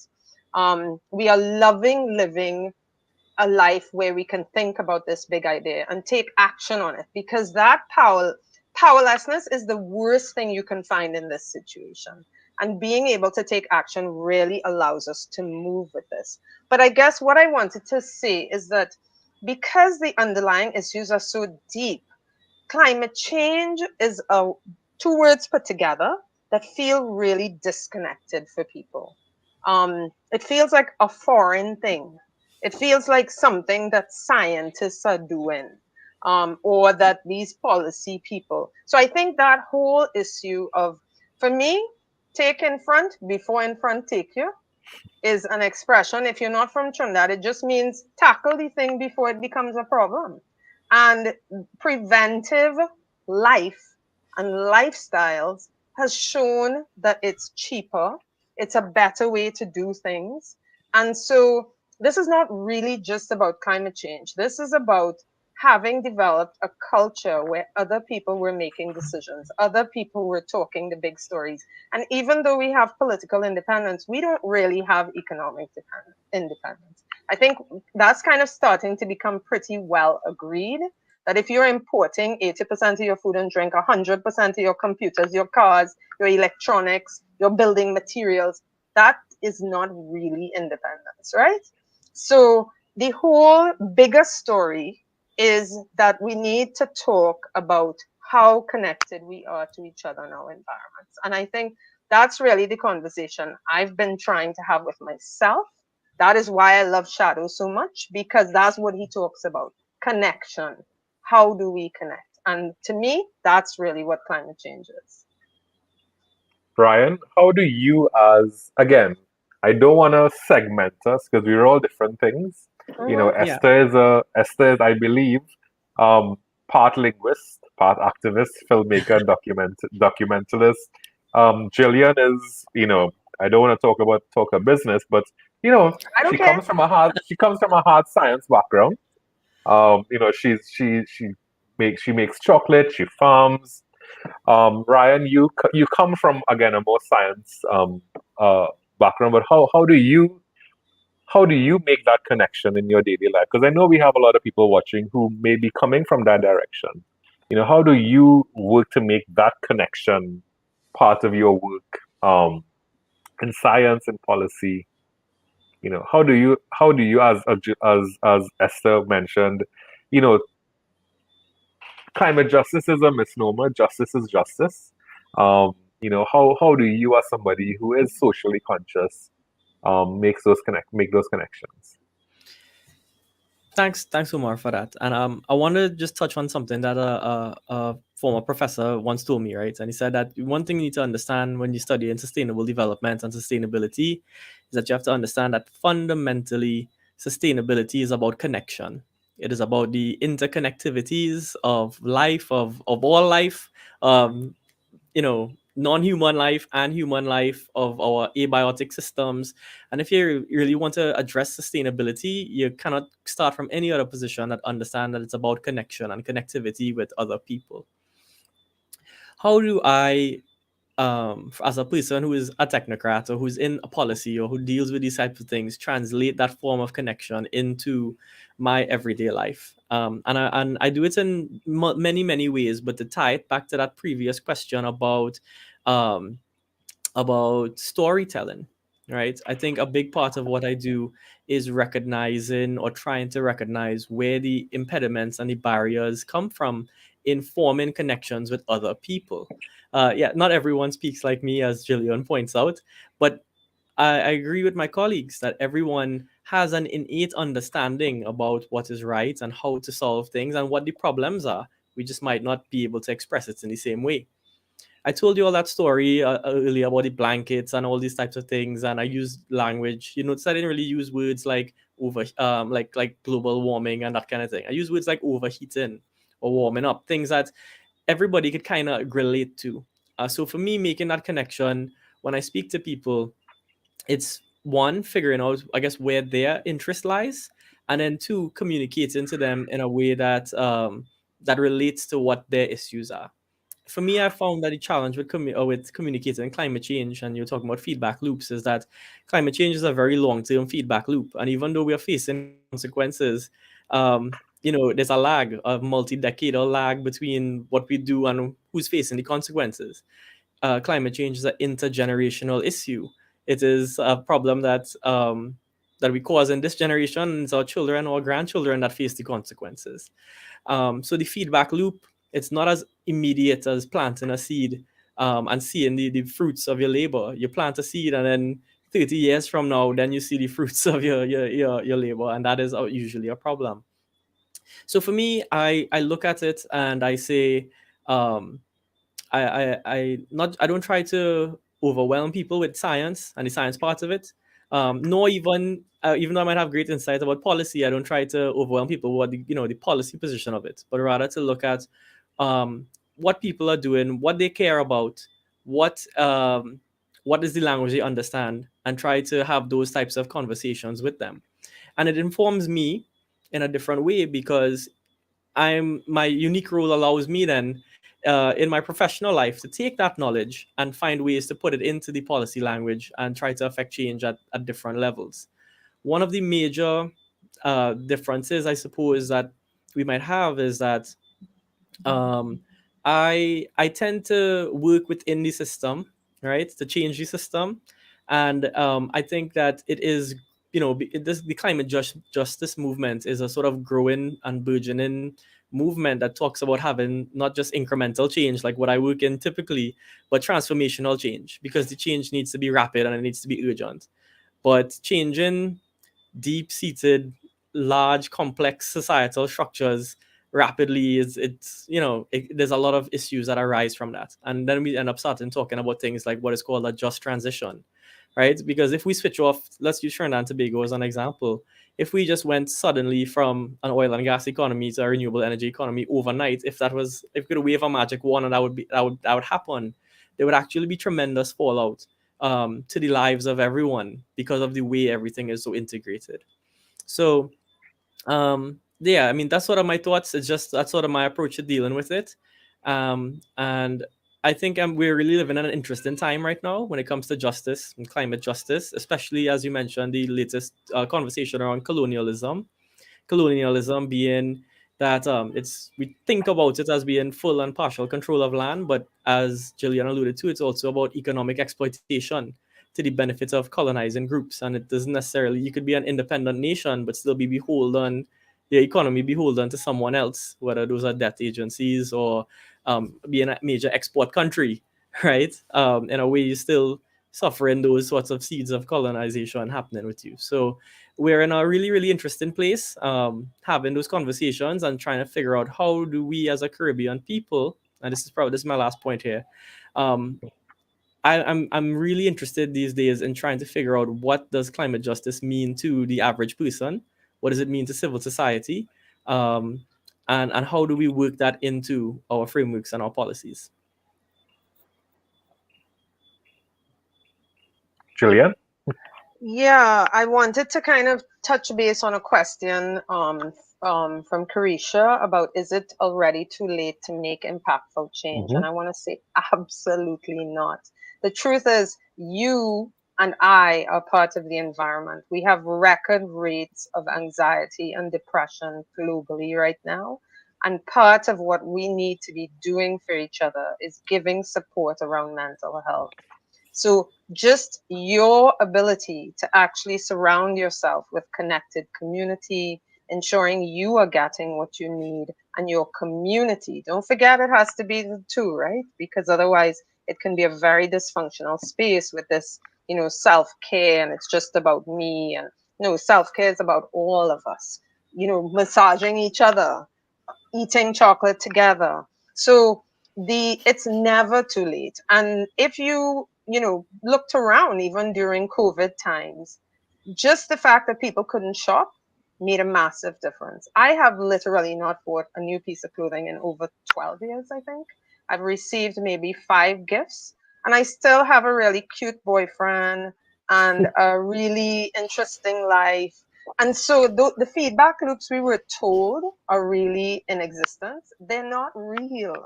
They are imposed by our designed structure. And so there are ways to actually step outside of that, particularly in community. And so I would say once you are in a healthy community and you're working on it, we do lots of therapy in our groups. We do group emotional work. We face trauma. We talk about it. Once you're in a healthy community space, the answers are going to come naturally. And so I really trust in evolution. I think evolution is an amazing way to actually develop a human community. And I think that what we need to do is give the space for us to be human. And right now, we're actually acting on behalf of a minuscule group of humans. And our feedback loops are coming from them. It's like the difference if you learn in a classroom, but you're really caring about the grades or the teacher shouting at you, you're not actually learning as big as you can learn. And so those tiny feedback loops of our friend watching us hard, being single for a few months, our parents telling us, where you drop from, boy? Those kind of things, those are feedback loops, like the teacher pelting the blackboard eraser because they heard somebody talking in the back. Just pelt the eraser back. Yes, further back. But just to jump off of that same question from Carisha about, is it too late to make an impact? This festival is, many times about hope. As I always say, I think being a sustainability professional, it should be mandatory that you read. You read fiction, you read anything that puts you in the shoes of someone else. Because again, as we see, that's the only way to really understand, other people's feedback loops, not just your own, not just what you get imposed on you. As someone who is an avid reader of fiction, I think that's been fundamental to me and given me, myself, an idea of, change is possible, impact is possible. Look, here's a story of someone doing that in a situation similar to my own. So, just to give our viewers a bit more, I suppose, hope for something that sometimes seems very dire. And it is dire for many people around the world and within our own countries. But are there things happening right now within the Caribbean or even beyond the Caribbean that people that you're working with, things that you're a part of, that gives you, again, that small little flicker of hope, or even like a conflagration of hope, hopefully, that we can maybe point persons to if they're interested to see what's going on in this space. So I'll put that open to all of you all now. Okay, well, I'll start, and I want to kind of stress what Jillian was saying, and it's the word joy. So I'm going to mention a project that I was just in. As a filmmaker, sorry, I'm going to talk more about films than about books. Perfect, yeah. But I just want to reiterate the Red Nation. The Red Nation is a radical group of indigenous people. And I'm just going to reiterate this part of their manifesto that I mentioned. It says, we believe in pessimism of intellect and optimism of the will. Okay? What that means is that we talk about hope a lot as if it's something that we need to counteract some kind of inevitable hopelessness. There's no need for hopelessness. Therefore, there's no need for false hope. Okay? If you have the optimism of will, what that means is that you're not in delusion about the state of the world. Okay?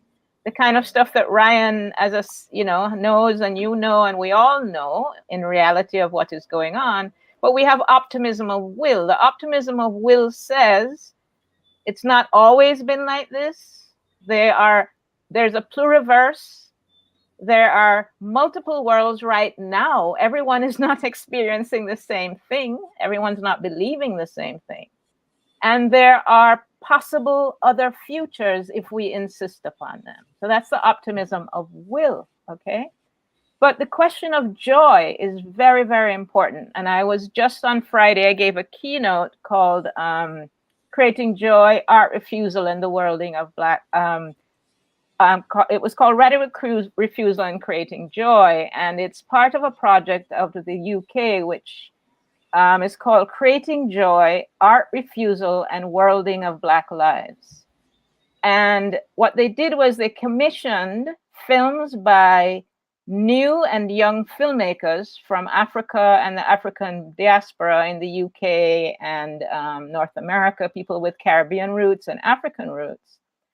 And these filmmakers made completely different films. They were completely diverse, but they all engaged with reframing the whole notion of Blackness that is oppressive and instead celebrating joy, creativity, the ordinary, and changing the narrative of the conventional narrative that Gillian refers to as white supremacy. And so I very much, what I recommend is what I call radical refusal as a daily practice, which is the refusal to give in to the large ideological and philosophical frames that tell you you're not good enough, that tell you that, you know, the things that make you feel insecure and violent and crazy and depressed and all of those things, you actually do not have to engage with them, and you actually do not have to give into them. So I would, again, just emphasis this project, Creating Joy, Art Refusal, and the Worlding of Black Lives, and projects like that look at alternatives to the narratives that people are embroiled in that make them feel bad. And I would also suggest understanding indigeneity and the power of indigenous knowledge and indigenous practices that, again, are the present and the future. Thank you. Thanks. Ryan, Jillian, what's giving you hope? What's giving you that optimism? What's giving you that spark to radically refuse, you know, what has been thrust upon us? And you can include things that you're a part of, books that you might have read, you know, films, of course, that you may have watched. You know, what should our audience engage in to give them that optimism of will? Jillian, you wanna go? I could. Yeah, go ahead. I guess for me, like Esther, I love what you said, because I think sensuality, which is basically the ability to experience the world through these amazing organs that we have and different parts of our body, is part of what gets stolen from us as we get into this type of really mechanistic world of production and work and so on. And I think that for me, I read a lot, and that includes reading, you know, 4 hours overnight of detective novels with some woman detective in San Francisco. I read about 3 of those a week. In the middle of reading Pollution is Colonialism, which is one of the most amazing books I've ever read in my life. And I would suggest you read that. I look at post-apocalyptic movies because when I turn off the screen, the world looks so amazing compared to the film The Road or one of those other depressing things. It really actually helps me appreciate the world more. And so I think that communication, as you said, Omar, with others, and the ability to use our senses, which is what we do when we read, right? Reclaim our sensuality and the vibrant, alive way that we can pass through this world, no matter what is coming, to be alive and to be alive at all times with each other. And that's really what takes me through.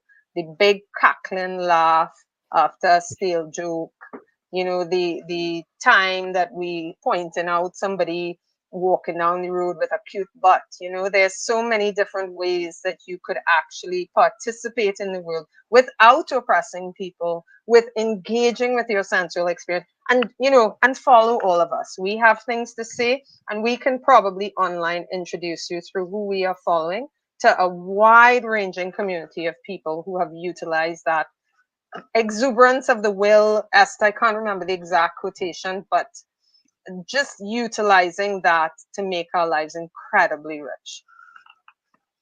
Thanks so much, Ryan. Yeah. I mean, dealing with climate change is a really, really challenging topic, right? In fact, it's overwhelming because it's so interconnected and it's intergenerational. It's very, very easy to become jaded, disheartened, and burnt out. One of the things that you need to do to stay in this field and to keep fighting in this field is that you need to really build that personal resilience. You need to be able to find those opportunities for optimism, for hope, to feel renewed and look for inspiration in all things. For me, I like frameworks, right? And I like to think about things in very systematic ways. And oftentimes with climate change, we talk about carbon footprint, right? And that's usually touted as sort of the individual response of how to deal with climate change, right? Finding ways to reduce your emissions. But that's only a part of it. As I mentioned at the introduction, there's so much more to climate change than just emissions. So I want to introduce a big idea or a concept that I have, and that is something called the climate shadow, right? Imagine a light shined upon you and there's a shadow cast off of you. It's still connected to you, but it's off of you, right? And it's different from your footprint. Yes, your footprint is part of it, but your shadow is sort of that image or that action that you put onto the world when faced with the truth of the situation. And what constitute the shadow for me in my mind, it is all of the individual decisions that you make and that you influence in your community, right? These are things like the way that you spend your money, the way that you vote, the books that you read, the movies that you watch, the things that you learn and share, the conversations that you have. All of those things make up what I would consider your climate shadow then, right? More than just your footprint. And then when I think about it that way, individuals and institutions have shadows, and I'm very, very happy to work with many, many brilliant men and women, just like my panelists, just like you, Omar, that have tremendous shadows in this field. I'm inspired every day by the conversations that they have, the actions that they take. And in terms of organizations, I've had the privilege of watching an entire range of them, from the Agricultural Development Bank of Trinidad and Tobago deciding that they are going to do a Going Green initiative to integrate sustainability, not just into their operations, but into their products. Working with through the Sustainability Institute of Trinidad and Tobago to see their partnerships with universities to integrate sustainability into the curriculums. Looking at organizations like the Red Cross, not just in Trinidad, but regionally, and the work that they are taking on nature-based solutions to connect nature and the restoration of nature to build in climate resilience. There are many, many examples of wonderful work being done, these huge shadows being cast out. And as Jillian mentioned, I encourage everyone to stay connected with us, to find us on our various social medias and keep the conversation going. We'll be very, very happy to introduce you to these giants in the field and to keep the conversation going. Great. So we have 2 minutes left. So I'm gonna ask folks to just leave one little bit of one nugget that people will take into, well, the new week ahead, or if you're in Trinidad and Tobago, into the public holiday tomorrow. Just something for them to churn their minds and hearts. So maybe we can start with Esther. Just one short thing that's takeaway. Life is a gift. Life is wonderful. Celebrate it. Be happy that you're alive. Ooh, amazing. Ryan? Every drop contributes to the ocean, right? No action is too small and it's never too late. Always act with intention and with honesty and integrity towards the greater purpose, and everything will be all right. Nice. Jillian? I would say go and listen to Shadows, My Belief on YouTube. And there's a really good one with the Tobago waterfront about maybe 80 years ago, just in the background. So I think his words are stronger than anything I can say right now. Great. So I think we have 1 minute left. So I just want to say an amazing thank you to our panelists, to the Bocas Literary Festival for having this big idea conversation today, and all of our viewers. I think, growing up as a young sustainable professional, I was, so dismissive of what they call talk shop. So, oh, we don't want to waste time talking to one another. It's all about action. But I've changed that mindset, and I think events like this evening's event, again, as Caribbean people who, many times have been forcibly disconnected from one another, I think it's the most incredible thing to have these conversations, to open up each other's ideas and minds and hearts, and just learn from one another. And the only way we can do that is having a conversation. And I think today's conversation, hopefully for some of you all, could spark that. And we can continue that conversation, as Ryan and Jillian said. Find us on social media, follow us, look at the films that Esther has produced, read some of the books that Jillian has spoken about. And of course, follow the groups that Ryan and I are part of to learn more about how we keep being part of this conversation. So great. So thank you all again. Have a great rest of your night and a great week ahead. And thank you again, Bokus. Bye, everyone. Bye. Enjoy your holiday for those of Bye. you. Good night.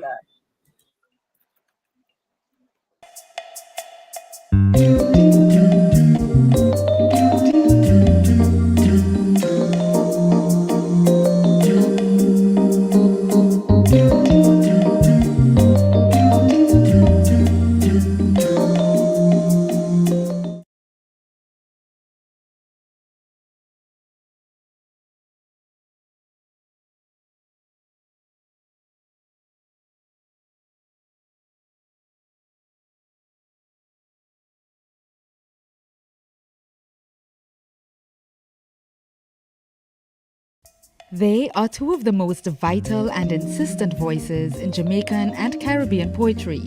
And in 2022, both Pamela Mordecai and Olive Sr. are publishing landmark volumes collecting their poems from over the decades. Now they join Kenesia Lubrin, winner of the 2021 OCM Bokus Prize, for a wide-ranging conversation about how poetry explores past and present, the personal and the collective, and the natural and human world, part of the NGC Bokus Lit Fest's 4 Days to Change the World. Hello, I'm Kenesia Lubrin, and I am just thrilled to be here to celebrate Pamela Mordecai and Olive Sr.'s landmark books, A Fierce Green Place and Hurricane Watch. I will read their bios very quickly, not that they really need any introductions. Olive Sr. is a poet laureate of Jamaica 2021 to 2024. She is the award-winning author of 20 books of fiction, non-fiction, poetry, and children's literature, and other published work. Her many awards include Canada's Writers' Trust Matt Cohen Award for Lifetime Achievement, the OCM Bokus Prize for Caribbean Literature, the Commonwealth Writers' Prize, an honorary doctorate from the University of the West Indies, and the Gold Medal of the Institute of Jamaica. Her work has been adapted for radio and stage, translated into many languages, and is taught internationally. Olive Sr. is from Jamaica and lives in Toronto, Canada, but returns frequently to the Caribbean, which remains central to her work. And Pamela Mordecai has published 7 collections of poetry, 5 children's books, and a collection of short fiction, Pink Icing, first published by Insomniac Press and recently released as an audiobook read by herself in ECW Press's Bespeak audio editions. Her 8 collections, the Book of Joseph, her 8th collection, the Book of Joseph, a performance poem, is forthcoming from Mawenzi House, Toronto, in June 2022. A busy year for Pamela. Her debut novel, Red Jacket, was shortlisted for the Rogers Writers' Trust Fiction Award, one of Canada's top prizes for literary fiction. Mordecai is well known internationally for children's poems, which have been widely anthologized, as well as used in language arts curricula in the Caribbean, India, Malaysia, the UK, the US, and South and West Africa. A veteran anthologist with several collections to her credit, she has a special interest in writing of Caribbean women. She has published numerous language arts textbooks for the Caribbean, most of them with the late Grace Walker Gordon. A play for children, El Numero Uno, or The Pig from Lipinot. had its world premiere at the Young People's Theatre in Toronto in 2010, and its Caribbean premiere at the Edna Manley School for the Performing Arts in Kingston in 2016. With her late husband, Martin, Mordecai wrote Culture and Customs of Jamaica in a series edited by Peter Standish, originally for Greenwood Press. A trained language arts teacher with a PhD in English, she was for many years publications officer in the Faculty of Education, the University of the West Indies, and publications editor of the Caribbean Journal of Education. She's also worked in media, especially television. In 2015, Mordecai was filmed reading her first 5 poetry collections, as well as some poems and stories for children. You can find these online at mordecai.citl.mun.ca. She lives in Toronto and has 3 children and a granddaughter. And so, Pam and Olive, let us begin with your own words in your own voices. Pamela? Okay, I am reading from A Fierce Green Place, for which I just got into my hot liquor hands last night. All right, I timed this, so I hope I will stay within the 10 minutes. The first poem I'm going to read is called Sonnet 129, and it references that's Shakespeare's Sonnet 129. Gal, too enough. Sake of them give her a book to study, for she able hold her head up good. Shakespeare, she now declare. Psalm 129. Lord, no, it's poem, not psalm, or it's proverb. Anyhow, the number right. Me hear her say something about expensive spirit. And me think she say a waste of shame. Say it all come with lust in action. Well, we know that one. No man grind no man down, leave howling presence to the left and right, and middle stretch out into the center. Me say, me not able for no man climb into my belly, give me picnic and mash up my life. So shame not wasting if it serve to hold me on my course. Plus my spirit gone past expensive. Any man want taste that wine, pay every last penny him have. Bear with me because I'm going back and forth into something. This is out of the Book of Mary, and the title just fixes it. I think as much as it needs fixing. Angel Gabriel speaks to Mary. Howdy do, Holy One. A voice sound all around like it come from deep down in the womb, in the tomb of a drum. Cold sweat wash me whole body, same time big fear catch me. I frighten and shake, hold me breath as I wait for the far up, far down, all round speaker to speak. Child, you fill up the eye of the great El Shaddai. Out of all womankind, the plain good of you quicken him heart. It look like you same one is to have a star part in a mystery play that in write a script for. So him send me across the deep black of sky a few billion cubits to ask you to be so good as to grant him urgent plea. When him talk, him voice beat like a hummingbird wing. Jaja know is not any small thing him require of you. That is why I am asking you down on my knees. Him say, make sure to ask so, and ask if you please. So sweet lady, speaking for Elohim Most High, I fly over to ask that you make a small fry, fingerling, a picnic that will wring every joy from the earth, every ache from your heart. Your belly going swell with Yeshua, God send of the world. But is your choice to make, is your amen to say. I am Archangel asking. No mind them insist I am Gabriel announcing. These earth creatures who love to take things and twist to them suit. I'm who am over all. The great one who run things say is choose, you must choose. But for sure him would glad if you grant him the S and send me back home with a yes. The next one is, I think, from the book of Joseph. I imagine Joseph is married because tradition says he was a widow.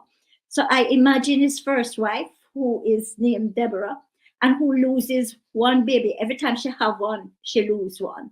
So this poem is in the context of that. And Joseph is speaking. Deb's belly grow big a next time, but the boy child slip away. Me get well rotted, so me address Jah again. Elohim, you ramp rough. What me or my wife do to you? Why you capture we offspring like wild dog grab gazelle? I double my two fists and shake them at him. Deb's frightened for so. Joseph, you can't address Yahweh in that reckless fashion. Mind you make him worse vex. And she beat her right fist on her breast, tabering. After Jaja is not any small-time despot. King of kings, Lord of lords, have better things to do than to hold feeble protests against me and against you.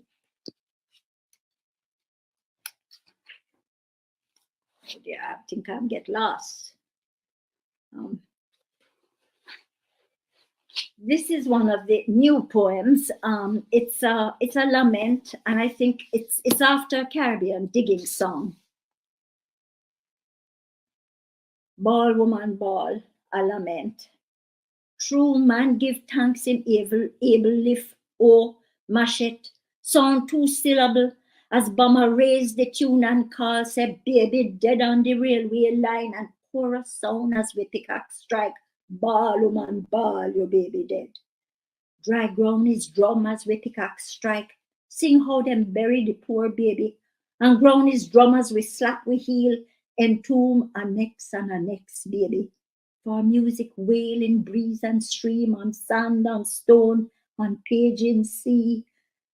Ma say, alas for who don't sing and die with music locked in him. We wouldn't live, but we raise a tune to move with foot, else we tumble down, fetch water, scrape up wood to burn, pray the dirty to raise a crop. We walk to drink, we walk to eat, go hospital to die or drop. So thank you, Jesus, for we feet, we move in them until time stop. Ball, woman, ball, we pick me dead, pick anywhere, town or city, dead in them high chair, in them bed, in them backyard at block party. Ma say, alas for who don't sing and die with music locked in him. We can't live less we raise a tune to move with foot and struggle through, work all night long until day clean, hotel, hospital, factory, scrub floor, cut cane, pick coffee bean, work till we drop to feed picnic. And still no mind them hunt we down, bulldoze we, choke we, batter we, empty them bulletin we back, time and more time with impunity. Law is for them, but not for we. Futile protests with liberty. Ball, woman, ball for we baby. Ball for we know they won't come back. Ball, woman, ball, we pick me dead. Ball, woman, ball, we pick me dead. Okay. Number 5 is called Yarn Spinner. And I think it talks, Olive's penny reel. It brings to mind Olive's penny reel. Inside she sits and spins, decanting gold and silver from her wrists. Her fingers bleed, day and then night. Myriad windows perch above her head, brilliant birds. Through them she cannot see the river pirouette from a valley hung high, tumble, kneel deep into a basin blue as chiming bells set in obsidian rocks. Night and then day, but she cannot observe the stars, the sun. She scoffs air, laps sweat off her chin, straining to listen finds she cannot hear, even the wind. The walls leach marrow from her bones. The room adjusts around her shrinking frame of mind. She teases out a winking thread, curls it about a spool, then wheels and comes again. Rich filaments bite through her skin as she construes a pile of unspun wool, rovings of thought, symbols of winding cord, strings she makes hum. Imagine up a poem to twist the tongue, cable to match a letter to a sound, a drill that interweaves syntax of word, a necessary word, a song to bring a measured meter to the hands that drum on ancient wood. But this can't be a life. Flapping flamboyant wings, the windows preen and squawk, a flock cruising landscapes she will not see again. The river in the sun spits spurts, explodes resplendent as a veil let fall to hide a bride. Marry she won't, locked in this tower where time goes. Her green skin crawls, fluted as wrinkled sea. Once she was brown and curious in the world. Now her illumination is a crusted bulb on a high wire. How did she come to this, within, without an inkling of out, intent on weaving meaning as she strips it from herself? And still she feeds the iridescent mound, so thick and plentiful it steals the light. And are you sad alone? Not when I spin. And are you sorry for the yarns you make? No, for they keep the children warm. What if you die spinning a thread? Die, yes, but never dead. And finally, and quickly, let me see. This is the poem from which the book A Fair Screenplay takes its title. It's called Island Woman. I am a woman of a fierce green place. My brows are mountains. Tendrils of winding rivers coil through my hair, short, muddy black, with rapids and meanders. You may drink at the springs of my eyes. I sing many songs. I am silent only when the winds turn upon me. Sometimes for fear I shiver. Winds rumble in my belly, blow hot, blow cool. Paths vein my hands well trod. Each year after the rains, I blossom. Kingdoms grow in my dark womb. That's it from me. Thanks.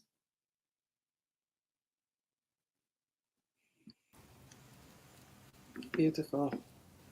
Thank you so much, Olive. Okay. This this is Hurricane Watch. I'm not holding it very well, and so you can't see the beautiful image by Jasmine Thomas Garvin. There you go. Oh, thank you, which is on the cover. And I will start off reading the poem, the title poem, Hurricane Watch. I have a lot of hurricane poems in this book. This is a very short one. Hurricane Watch. Every year, we are forced to reinvent ourselves, growing shabbier. Perhaps uncertainty comes from the shifty breath of hurricanes, their unlocked eyes revolving always counterclockwise, watchful on making us. And the new poems in this book are in a section, a book called Eyed, E-Y-E-D, and a lot of them, like this one, are about seeing, both seen in terms of vision, but also about the inner vision. And I'll read a couple of short poems from this. This one is called Eye Water. Railway station in the mist, dawn is breaking. I'm barely as high as the dewdrops on the grass, bound for another place, my heart heavier than my suitcase. And this is called Eye Wash.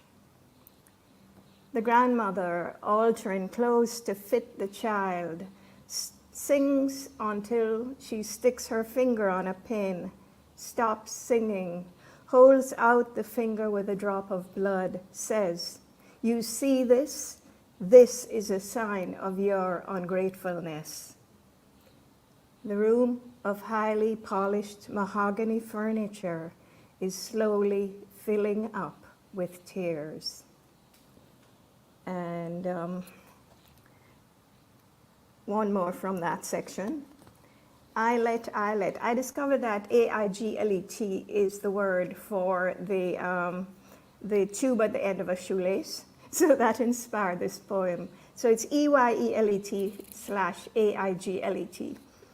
You know the old woman who lived in a shoe, got the occasional windfall and used it to buy laces. She kept one against hard times and made each child take one eyelet and thread the lace through to teach them the virtues of cooperation and claustrophobia. Children, children, wouldn't you rather be an eyelet, the tube at the end of the shoelace, swinging free?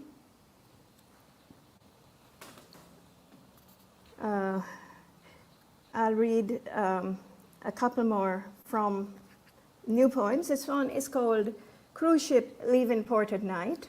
And I wrote this in Ochiris, Jamaica, literally looking out at sea, close to where Columbus landed, when this cruise ship sort of came across my vision. So, and it's in the shape of the three decks of a cruise ship, or the three ships of Columbus, you can choose.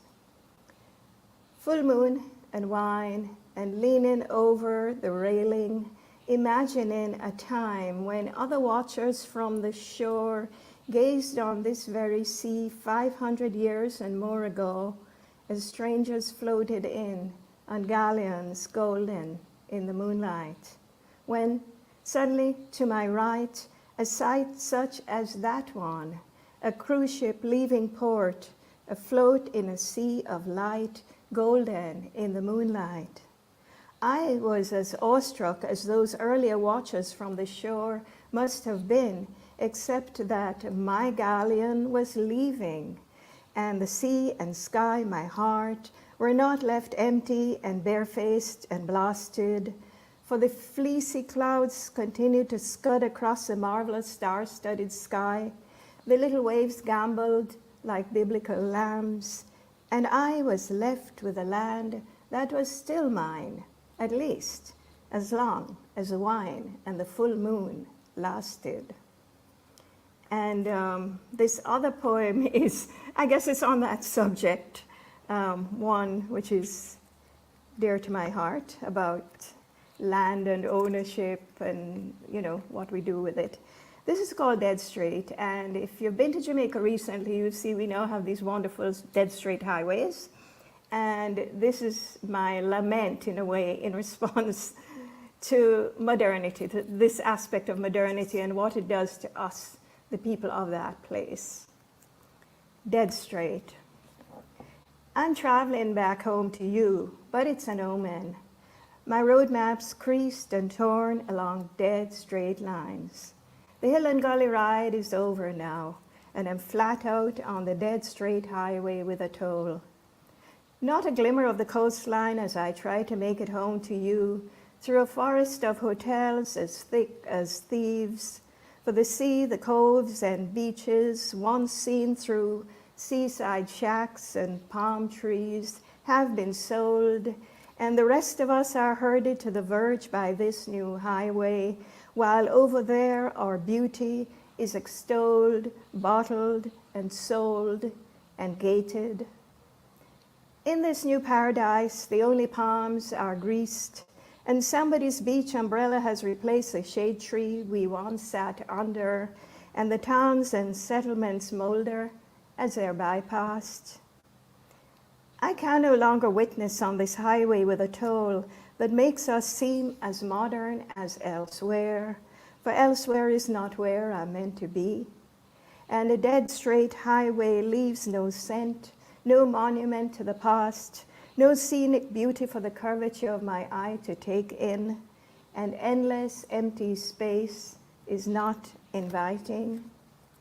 But perhaps there's no social meaning to this tirade after all. I'm just feeling lost without a map as I make it home to you and pay the toll. You could see it simply as a love song, to the curving of your cheekbones, to the mountains of your thighs, to the hill and gully passion of your eyes, and your hair that is not dead straight, but very much otherwise.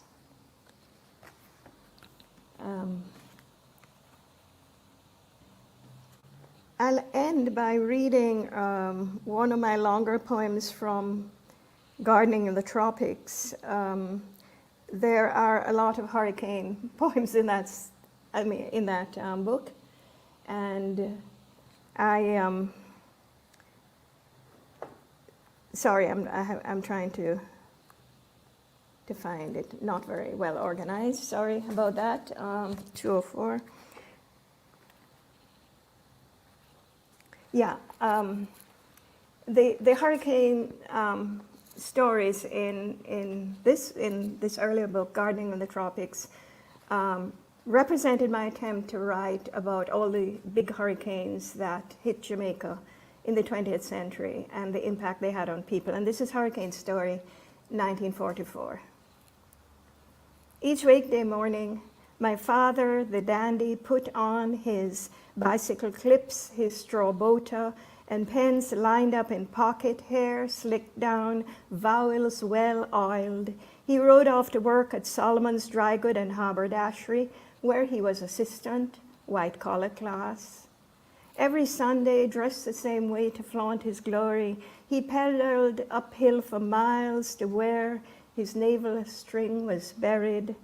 And when he left, freewheeling downhill, his barefoot country brothers ran long distances behind, falling back from exhaustion, while their pride, their hope, kept riding on that frail back. Then his mother complained, before he get established and help his old family to gain their due reward, as is only right and proper as it ordained, as it set out in the good book, amen. He take up with this girl that don't come from nowhere. She dark, she plain, nobody know what him seen her when a man his caliber could get any girl he want, little mouse. Mark my words, she going to cause him to turn down again. But through her, they got the house. For though he was a gentleman in good employment, first class, it plain to see, she of few words said, one body money can't stretch. She turned back to the soil. You see what I mean, his mother said. Also, you make your own bed, you must lie on it. And we all have our own row to hoe. My mother, who hardly ever spoke, crooned hymns in the garden to her scallion, tomatoes, pumpkin, melon, which thrived, as everybody knows, from her constant laboring, nothing like a pregnant woman to encourage pumpkin and melon. She sang mournful hymns as she reaped, sang as she took her crops to market. My father never wanted a higgler for a wife, never wanted to turn back to that life he had escaped from, never wanted in public to acknowledge his rooting to the soil. But the house must be paid for, though nothing for insurance, the children fed, sent to school. In 44, when the hurricane struck, it all came unstuck. The roof, the fields, the job, for Mr. Solomon lost his shop and laughingly retired on his insurance. My mother clapped her hands and ordered us children to comb the nearby fields for blatted planks and twisted corrugated zinc, ordered us to climb up, nail the roof back down, ordered us to thank the Lord each night for what we were about to receive, black cerasee tea and water crackers, ordered us early in the morning to come into the garden before school to pick caterpillars off tomatoes and melon, ordered us to grow straight like scallion. My father stopped putting brilliantine in his hair. His vowels went flat as the tires on the bicycle he finally sold to buy us school books. He never noticed we had stolen his pens, telltale ink leaking from our pockets, never noticed the battered straw boat would disappear, jauntily reappearing on top of our mother's head tie as she strode off to market one day. No job he could find worthy of a man of his abilities, his mother agreed. Couldn't turn back to the muck when his hands had been clean for so long. Something bound to turn up. Meantime, he coasted downhill, and we settled into our new routine. Monday, Tuesday, Wednesday, our mother worked in the fields. Thursday, Friday, she went to market. Saturday, she left him money on the dresser. He took it and went to Unity Bar and Grocery, got drunk, came home and beat her. Sunday, she went to church and sang. Thank you.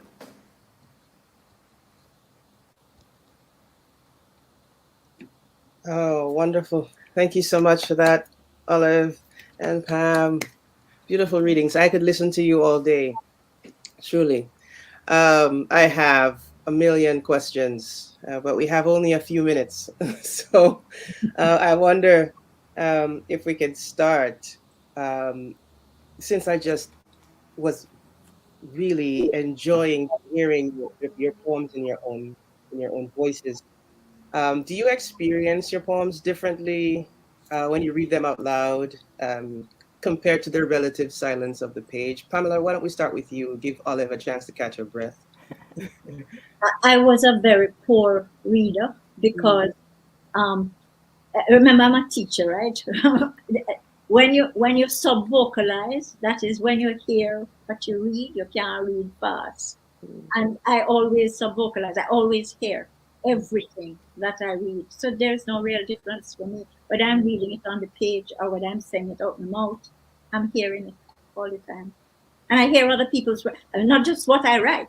I hear anything that I read in that kind of way, which is not good if you're a scholar, but you know.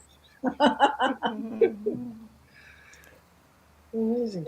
Yeah, I agree with Pam because I think poetry operates at two levels. One is on the page and one is for the ear. So I'm hearing my poems as I write them and therefore as I read them. So yeah, I mean the reading part of it is exciting because you know you're reading it to someone. That is the, you know, that's the addition. Yes. Beautiful. Excellent. I'm so glad you read Yarn Spinner and Island Woman, and hearing those wonderful lines spoken out loud.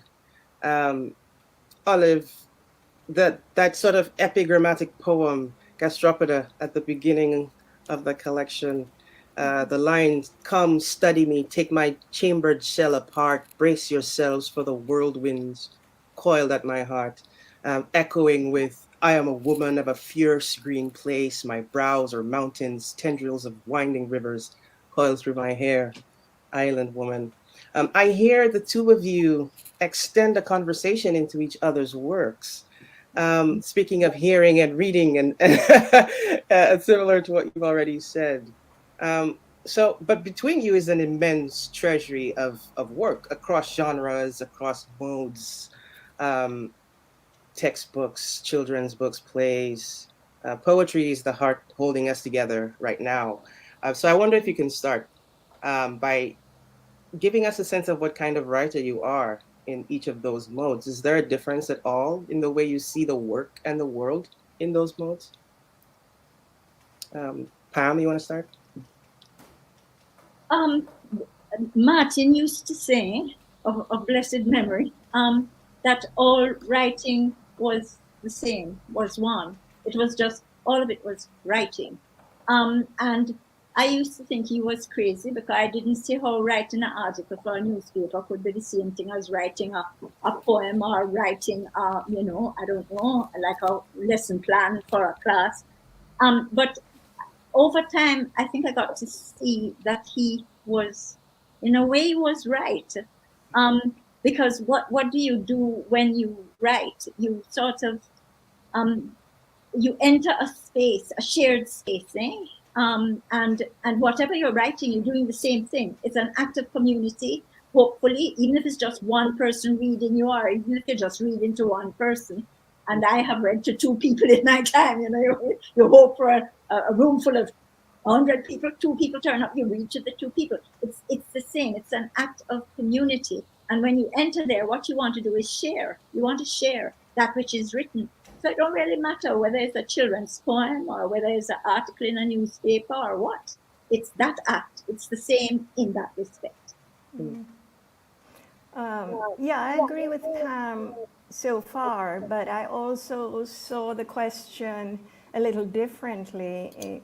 I thought you were asking me to if the different modes of writing changed my own worldviews, you know.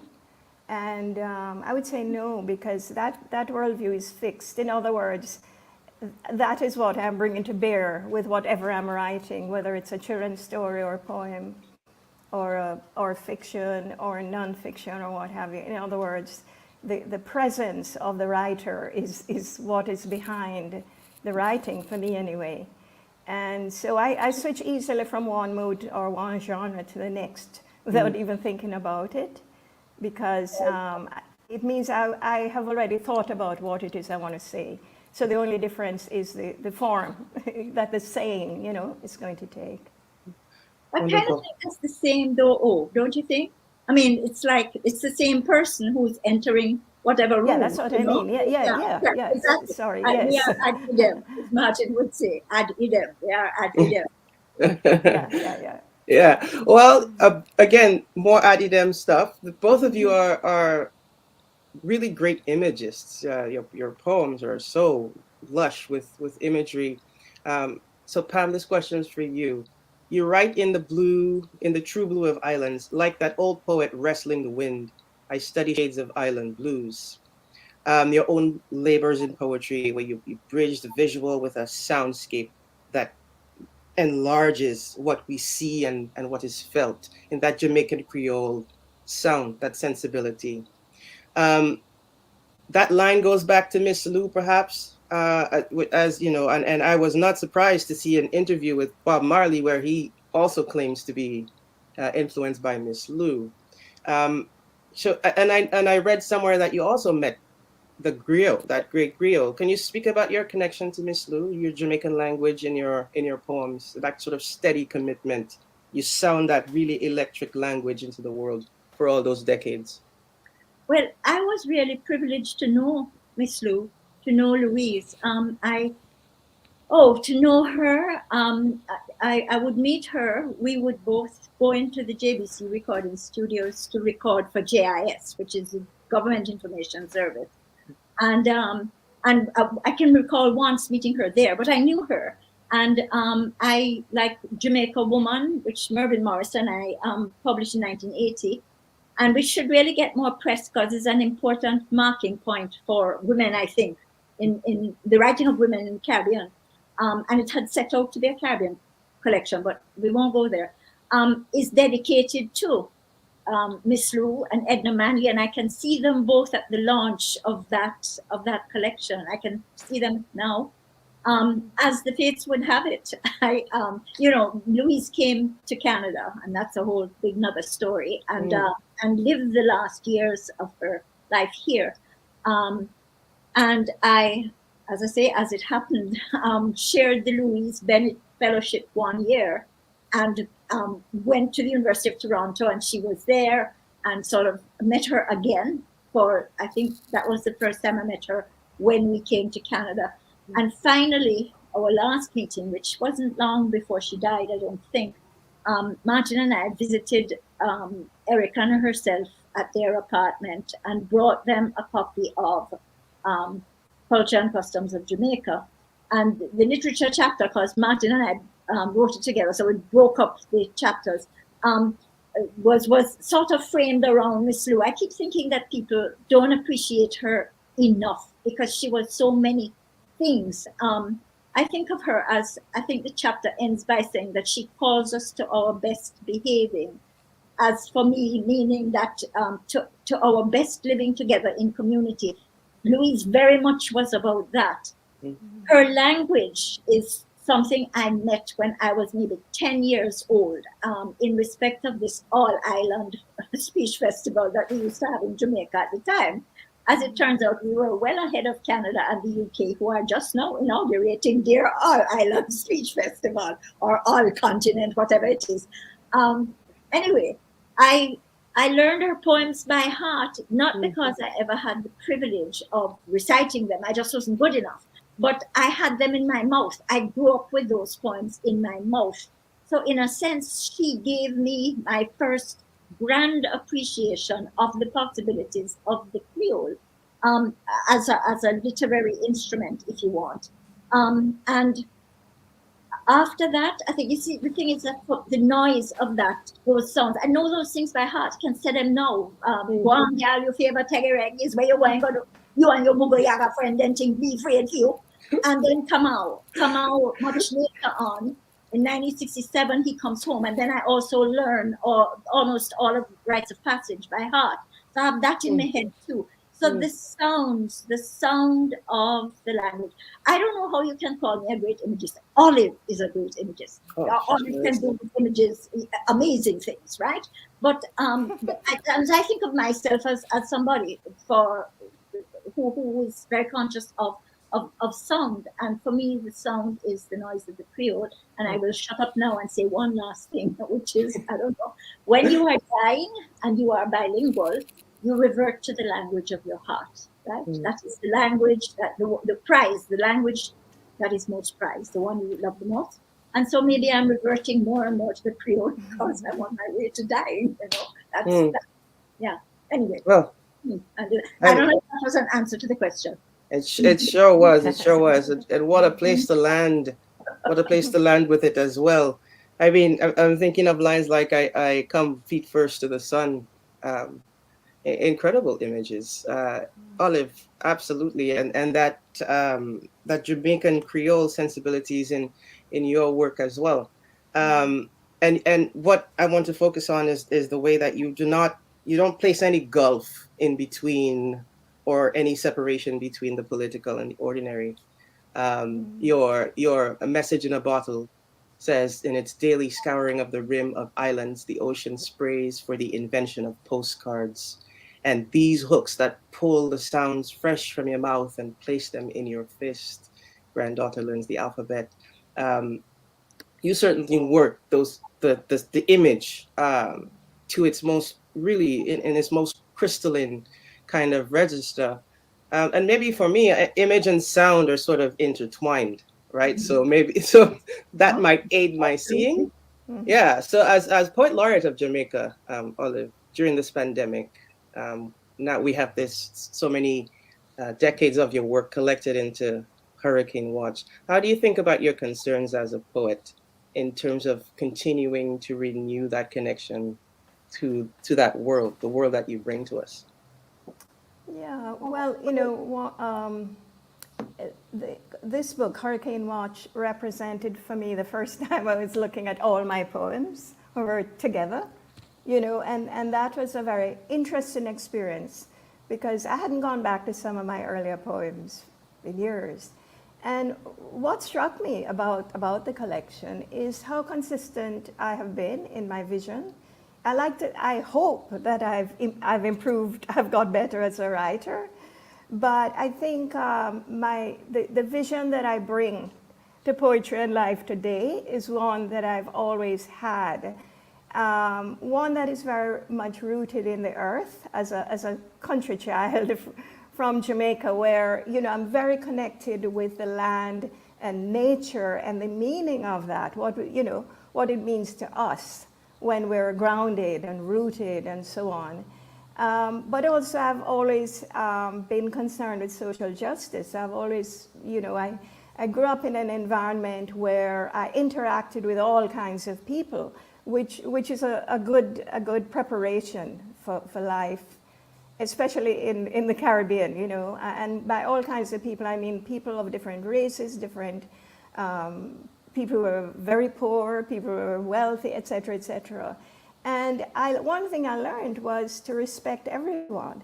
And part of that respect was for the oral culture and for the world that was not handed down to us in books, but which we were learning from the ground up.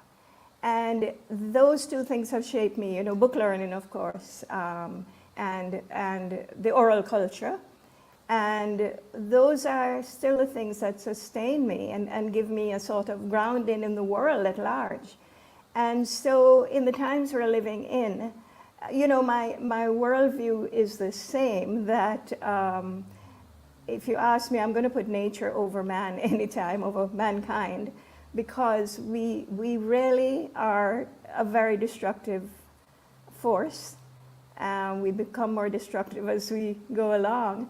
But I'm optimistic because you know what, nature always wins. You can't, you know, that is what gives me my optimism that long after we are gone and we've destroyed it, Earth is going to be here and it's going to renew itself, and it's going to, as it has always done.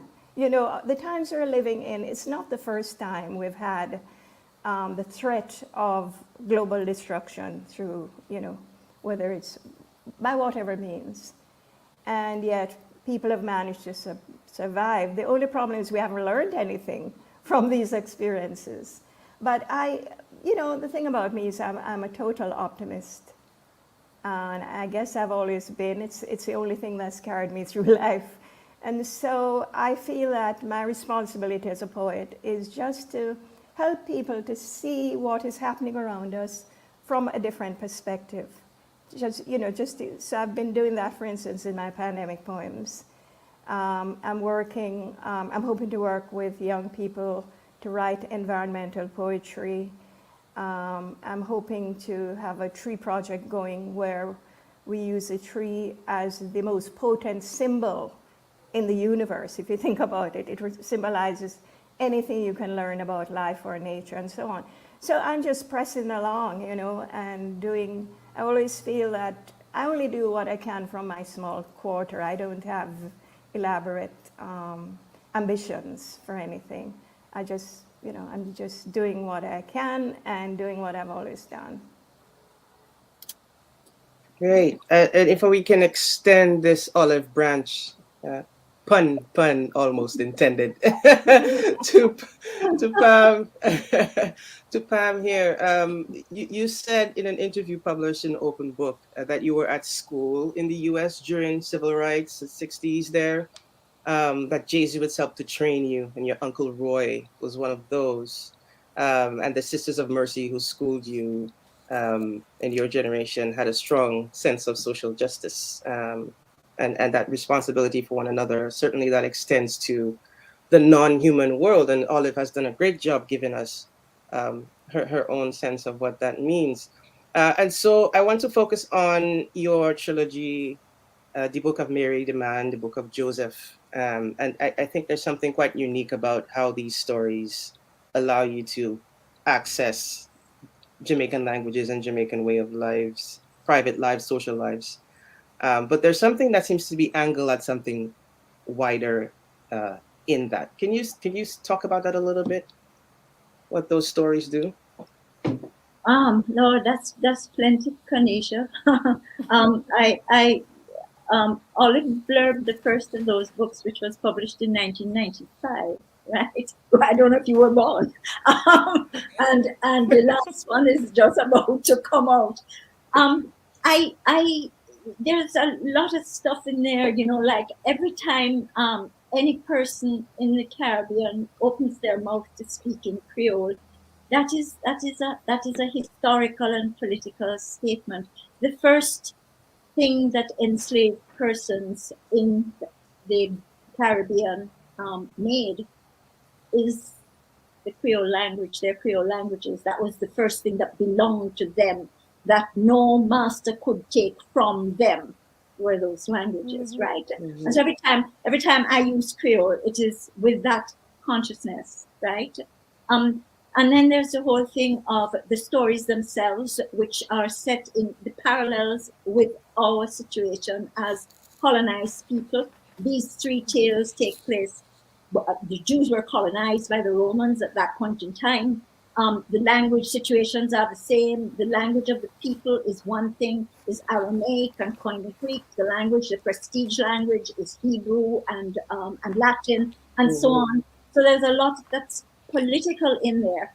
And then there's the whole thing of opening up people's ears, you know, ear roll, because that we cannot hear each other is a big part of why we cannot live together in peace. We will not open up our ears all, right?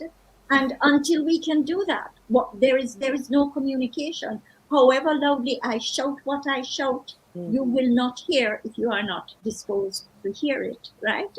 So in terms of personal life, that is relevant. In terms of community life, that is relevant. In terms of the highest levels of discourse, I was just looking at, things about the Paris Agreement and the fact that Tuvalu has lost 2 islands or is about to lose them, and has bought space in Fiji to relocate people from the Tuvalu population because the islands they think are going to sink.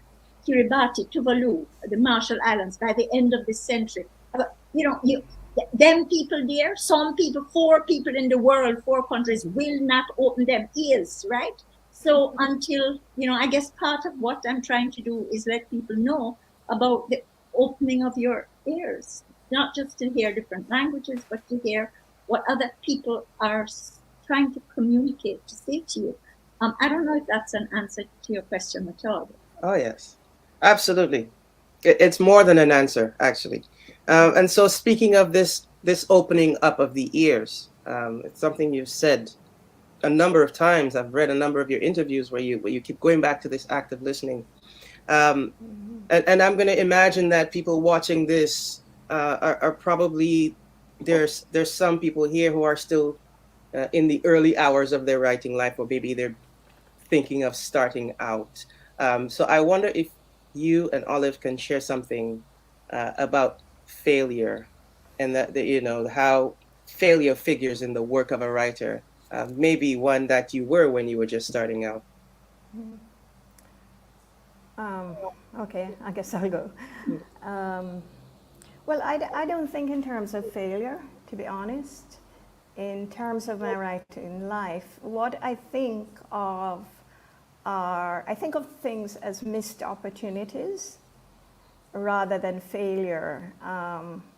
And because I suppose as a young writer, I really had no mentors. I knew nothing about the world of publishing or writing or anything. And I wish I had that. I wish I had the kind of world writers are living in now, where you have agents, you have agents, you have publicists, you have the technology out there that can take your books and so on to the world, people who will promote you. I had none of those, nor did Pam when we started out. We were entirely on our own in a way in this very small space. And that is what I feel that if I were to say something to young people now, I would say take advantage of the opportunities that are there and try to build for yourself a community of writers, a writing community, which I've never had either. But it's, and there might be people listening, young writers who are in some village somewhere far from other writers and so on. But nowadays, technology enables you to make those kinds of connections, which I now realize are really important to writers, to creative artists, to people in general. That because what you get from that is a kind of feedback. It's your work resonating, and you need that. I've worked mainly in isolation, and I still do to a great extent. But that is simply because of how it came about at the start, and I didn't know any better.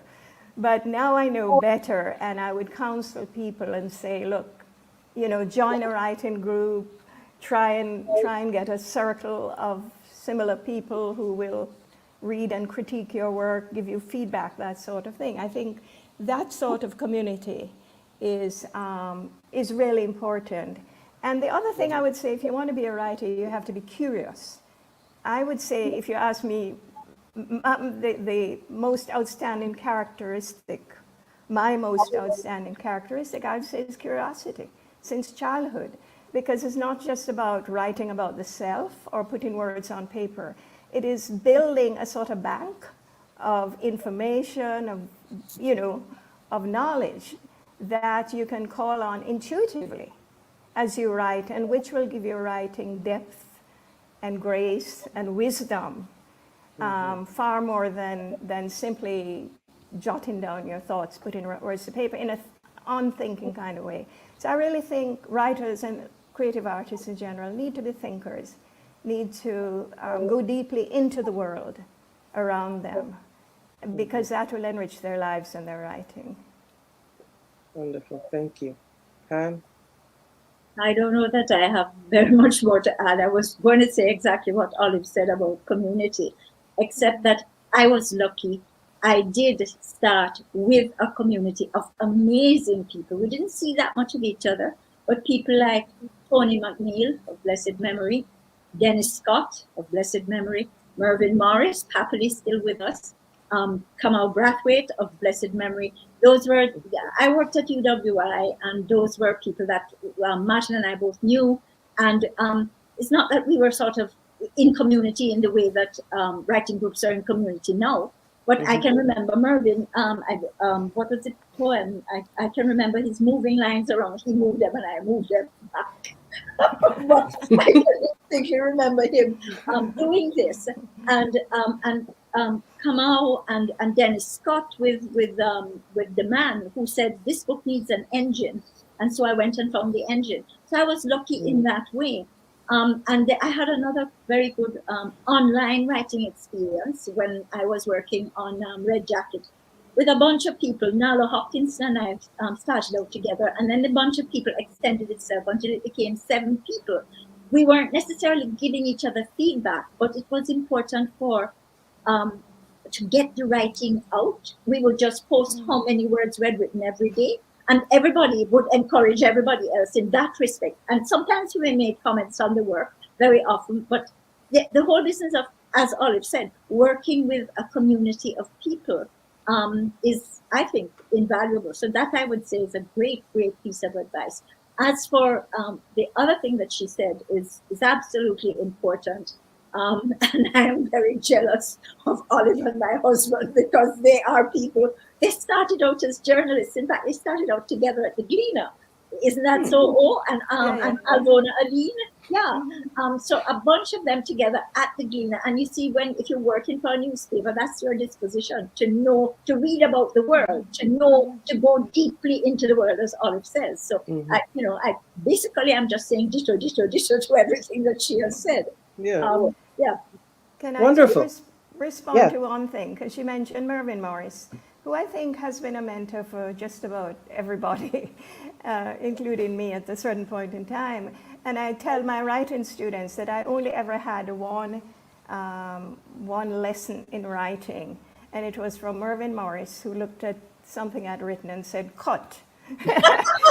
Mervyn is the master of the epigrammatic and the brief and the thing. Yes. But that taught me more than anything else. So yeah, that's my Mervyn Morris joke or anecdote. We all have one. We all have one. Can I add one thing for another writer from the Caribbean? A Sure. lovely Surinamese writer named Robin Dobrou, who said, sometimes something that you write is for the wastebasket. You must recognize it. Yeah. Don't think of it as a failure. Just think that this one is to feed the wastebasket. Yeah.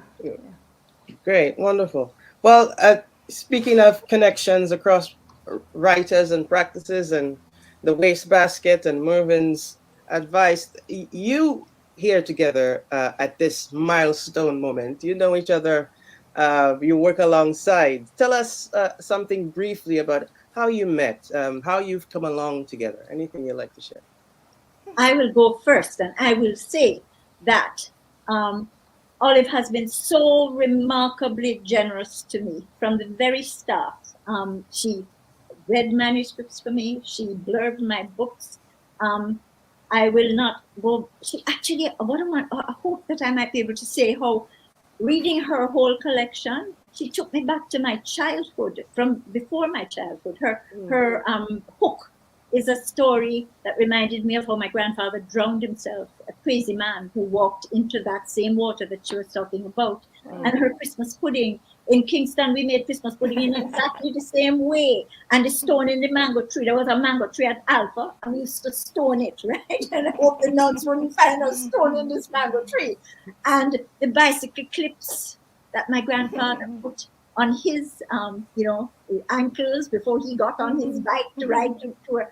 So a whole life of that, which is a gift really from Hurricane Watch to me, for which Miss O, I'm very grateful. Thank you. And no, but it's easy to say. And one time I was leaving my children to Olive, but now they have chosen They're all who they want with their mother when I'm gone. So it's easy for me to say good things about Olive.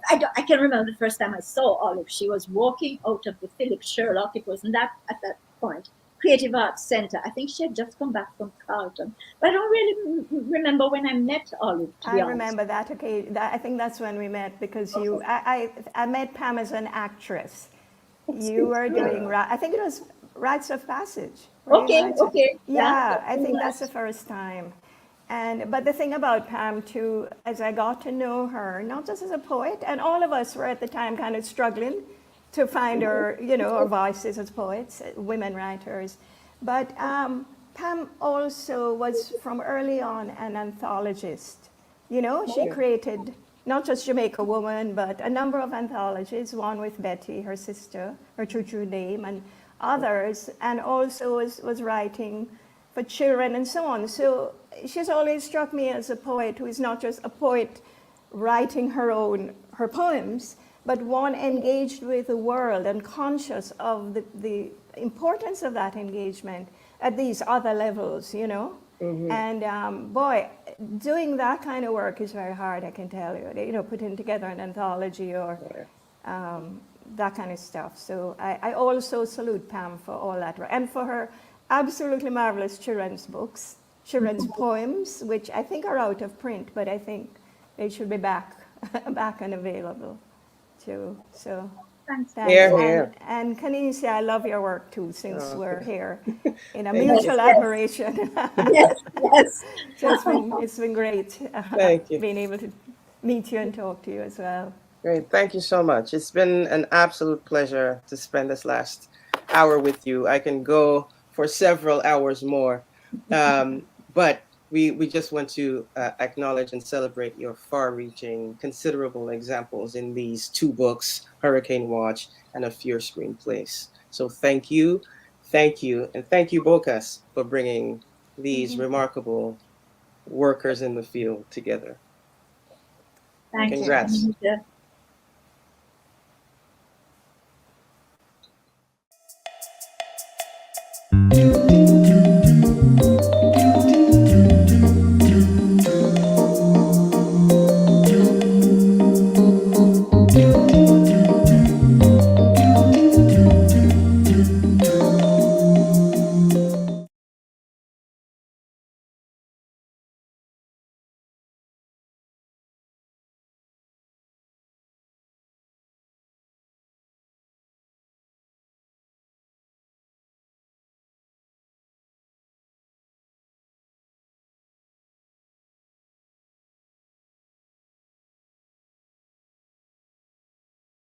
Hello everyone, and thanks for being a part of the 2022 NGC Bocas Lit Fest. 4 days to change the world. We're glad you tuned in and hope you enjoy the program. Thanks to all the authors, speakers, and performers who shared their words, stories, and ideas with us. Working with you is the most rewarding part of the festival, hands down. Although this weekend's festival is over, there's much more to come from the Bocas team in 2022, with a full year programming ahead, like 2 more seasons of Bios and Bookmarks, our author interview series. Plus regular workshops, our monthly BYOBB Book Club, the First Citizens National Poetry Slam, and the 2nd annual NGC Bocas Youth Fest in October. And don't forget the NGC Children's Bocas Lit Fest. This weekend we launched our new children's YouTube channel, and there are lots more fun events and activities to come for young readers in 2022. If you would like to keep up with Bocas news and announcements, you can sign up for our mailing list at bocaslitfest.com and follow us on Facebook, Instagram, and Twitter at Bocas Lit Fest. Another great way to support the Bocas community would be to sign up for Friends of Bocas. Your subscription will enable us to help readers and writers into the future. Our programs and projects are made possible through the loyalty of our title sponsor, NGC, and through the support of our other sponsors and partners. Thank you for your generosity and vision. And thank you to the Bocas team who make all of this possible, and to the board of directors working tirelessly behind the scenes. Thanks to our team's dedicated hard work, we've not just survived, but thrived through 2 years of the COVID-19 pandemic. The good news is that we'll soon return to doing the in-person events we all miss, and we're looking forward to welcoming you back to an in-person festival in 2023. Until then, keep reading, keep writing, and we'll see you again soon.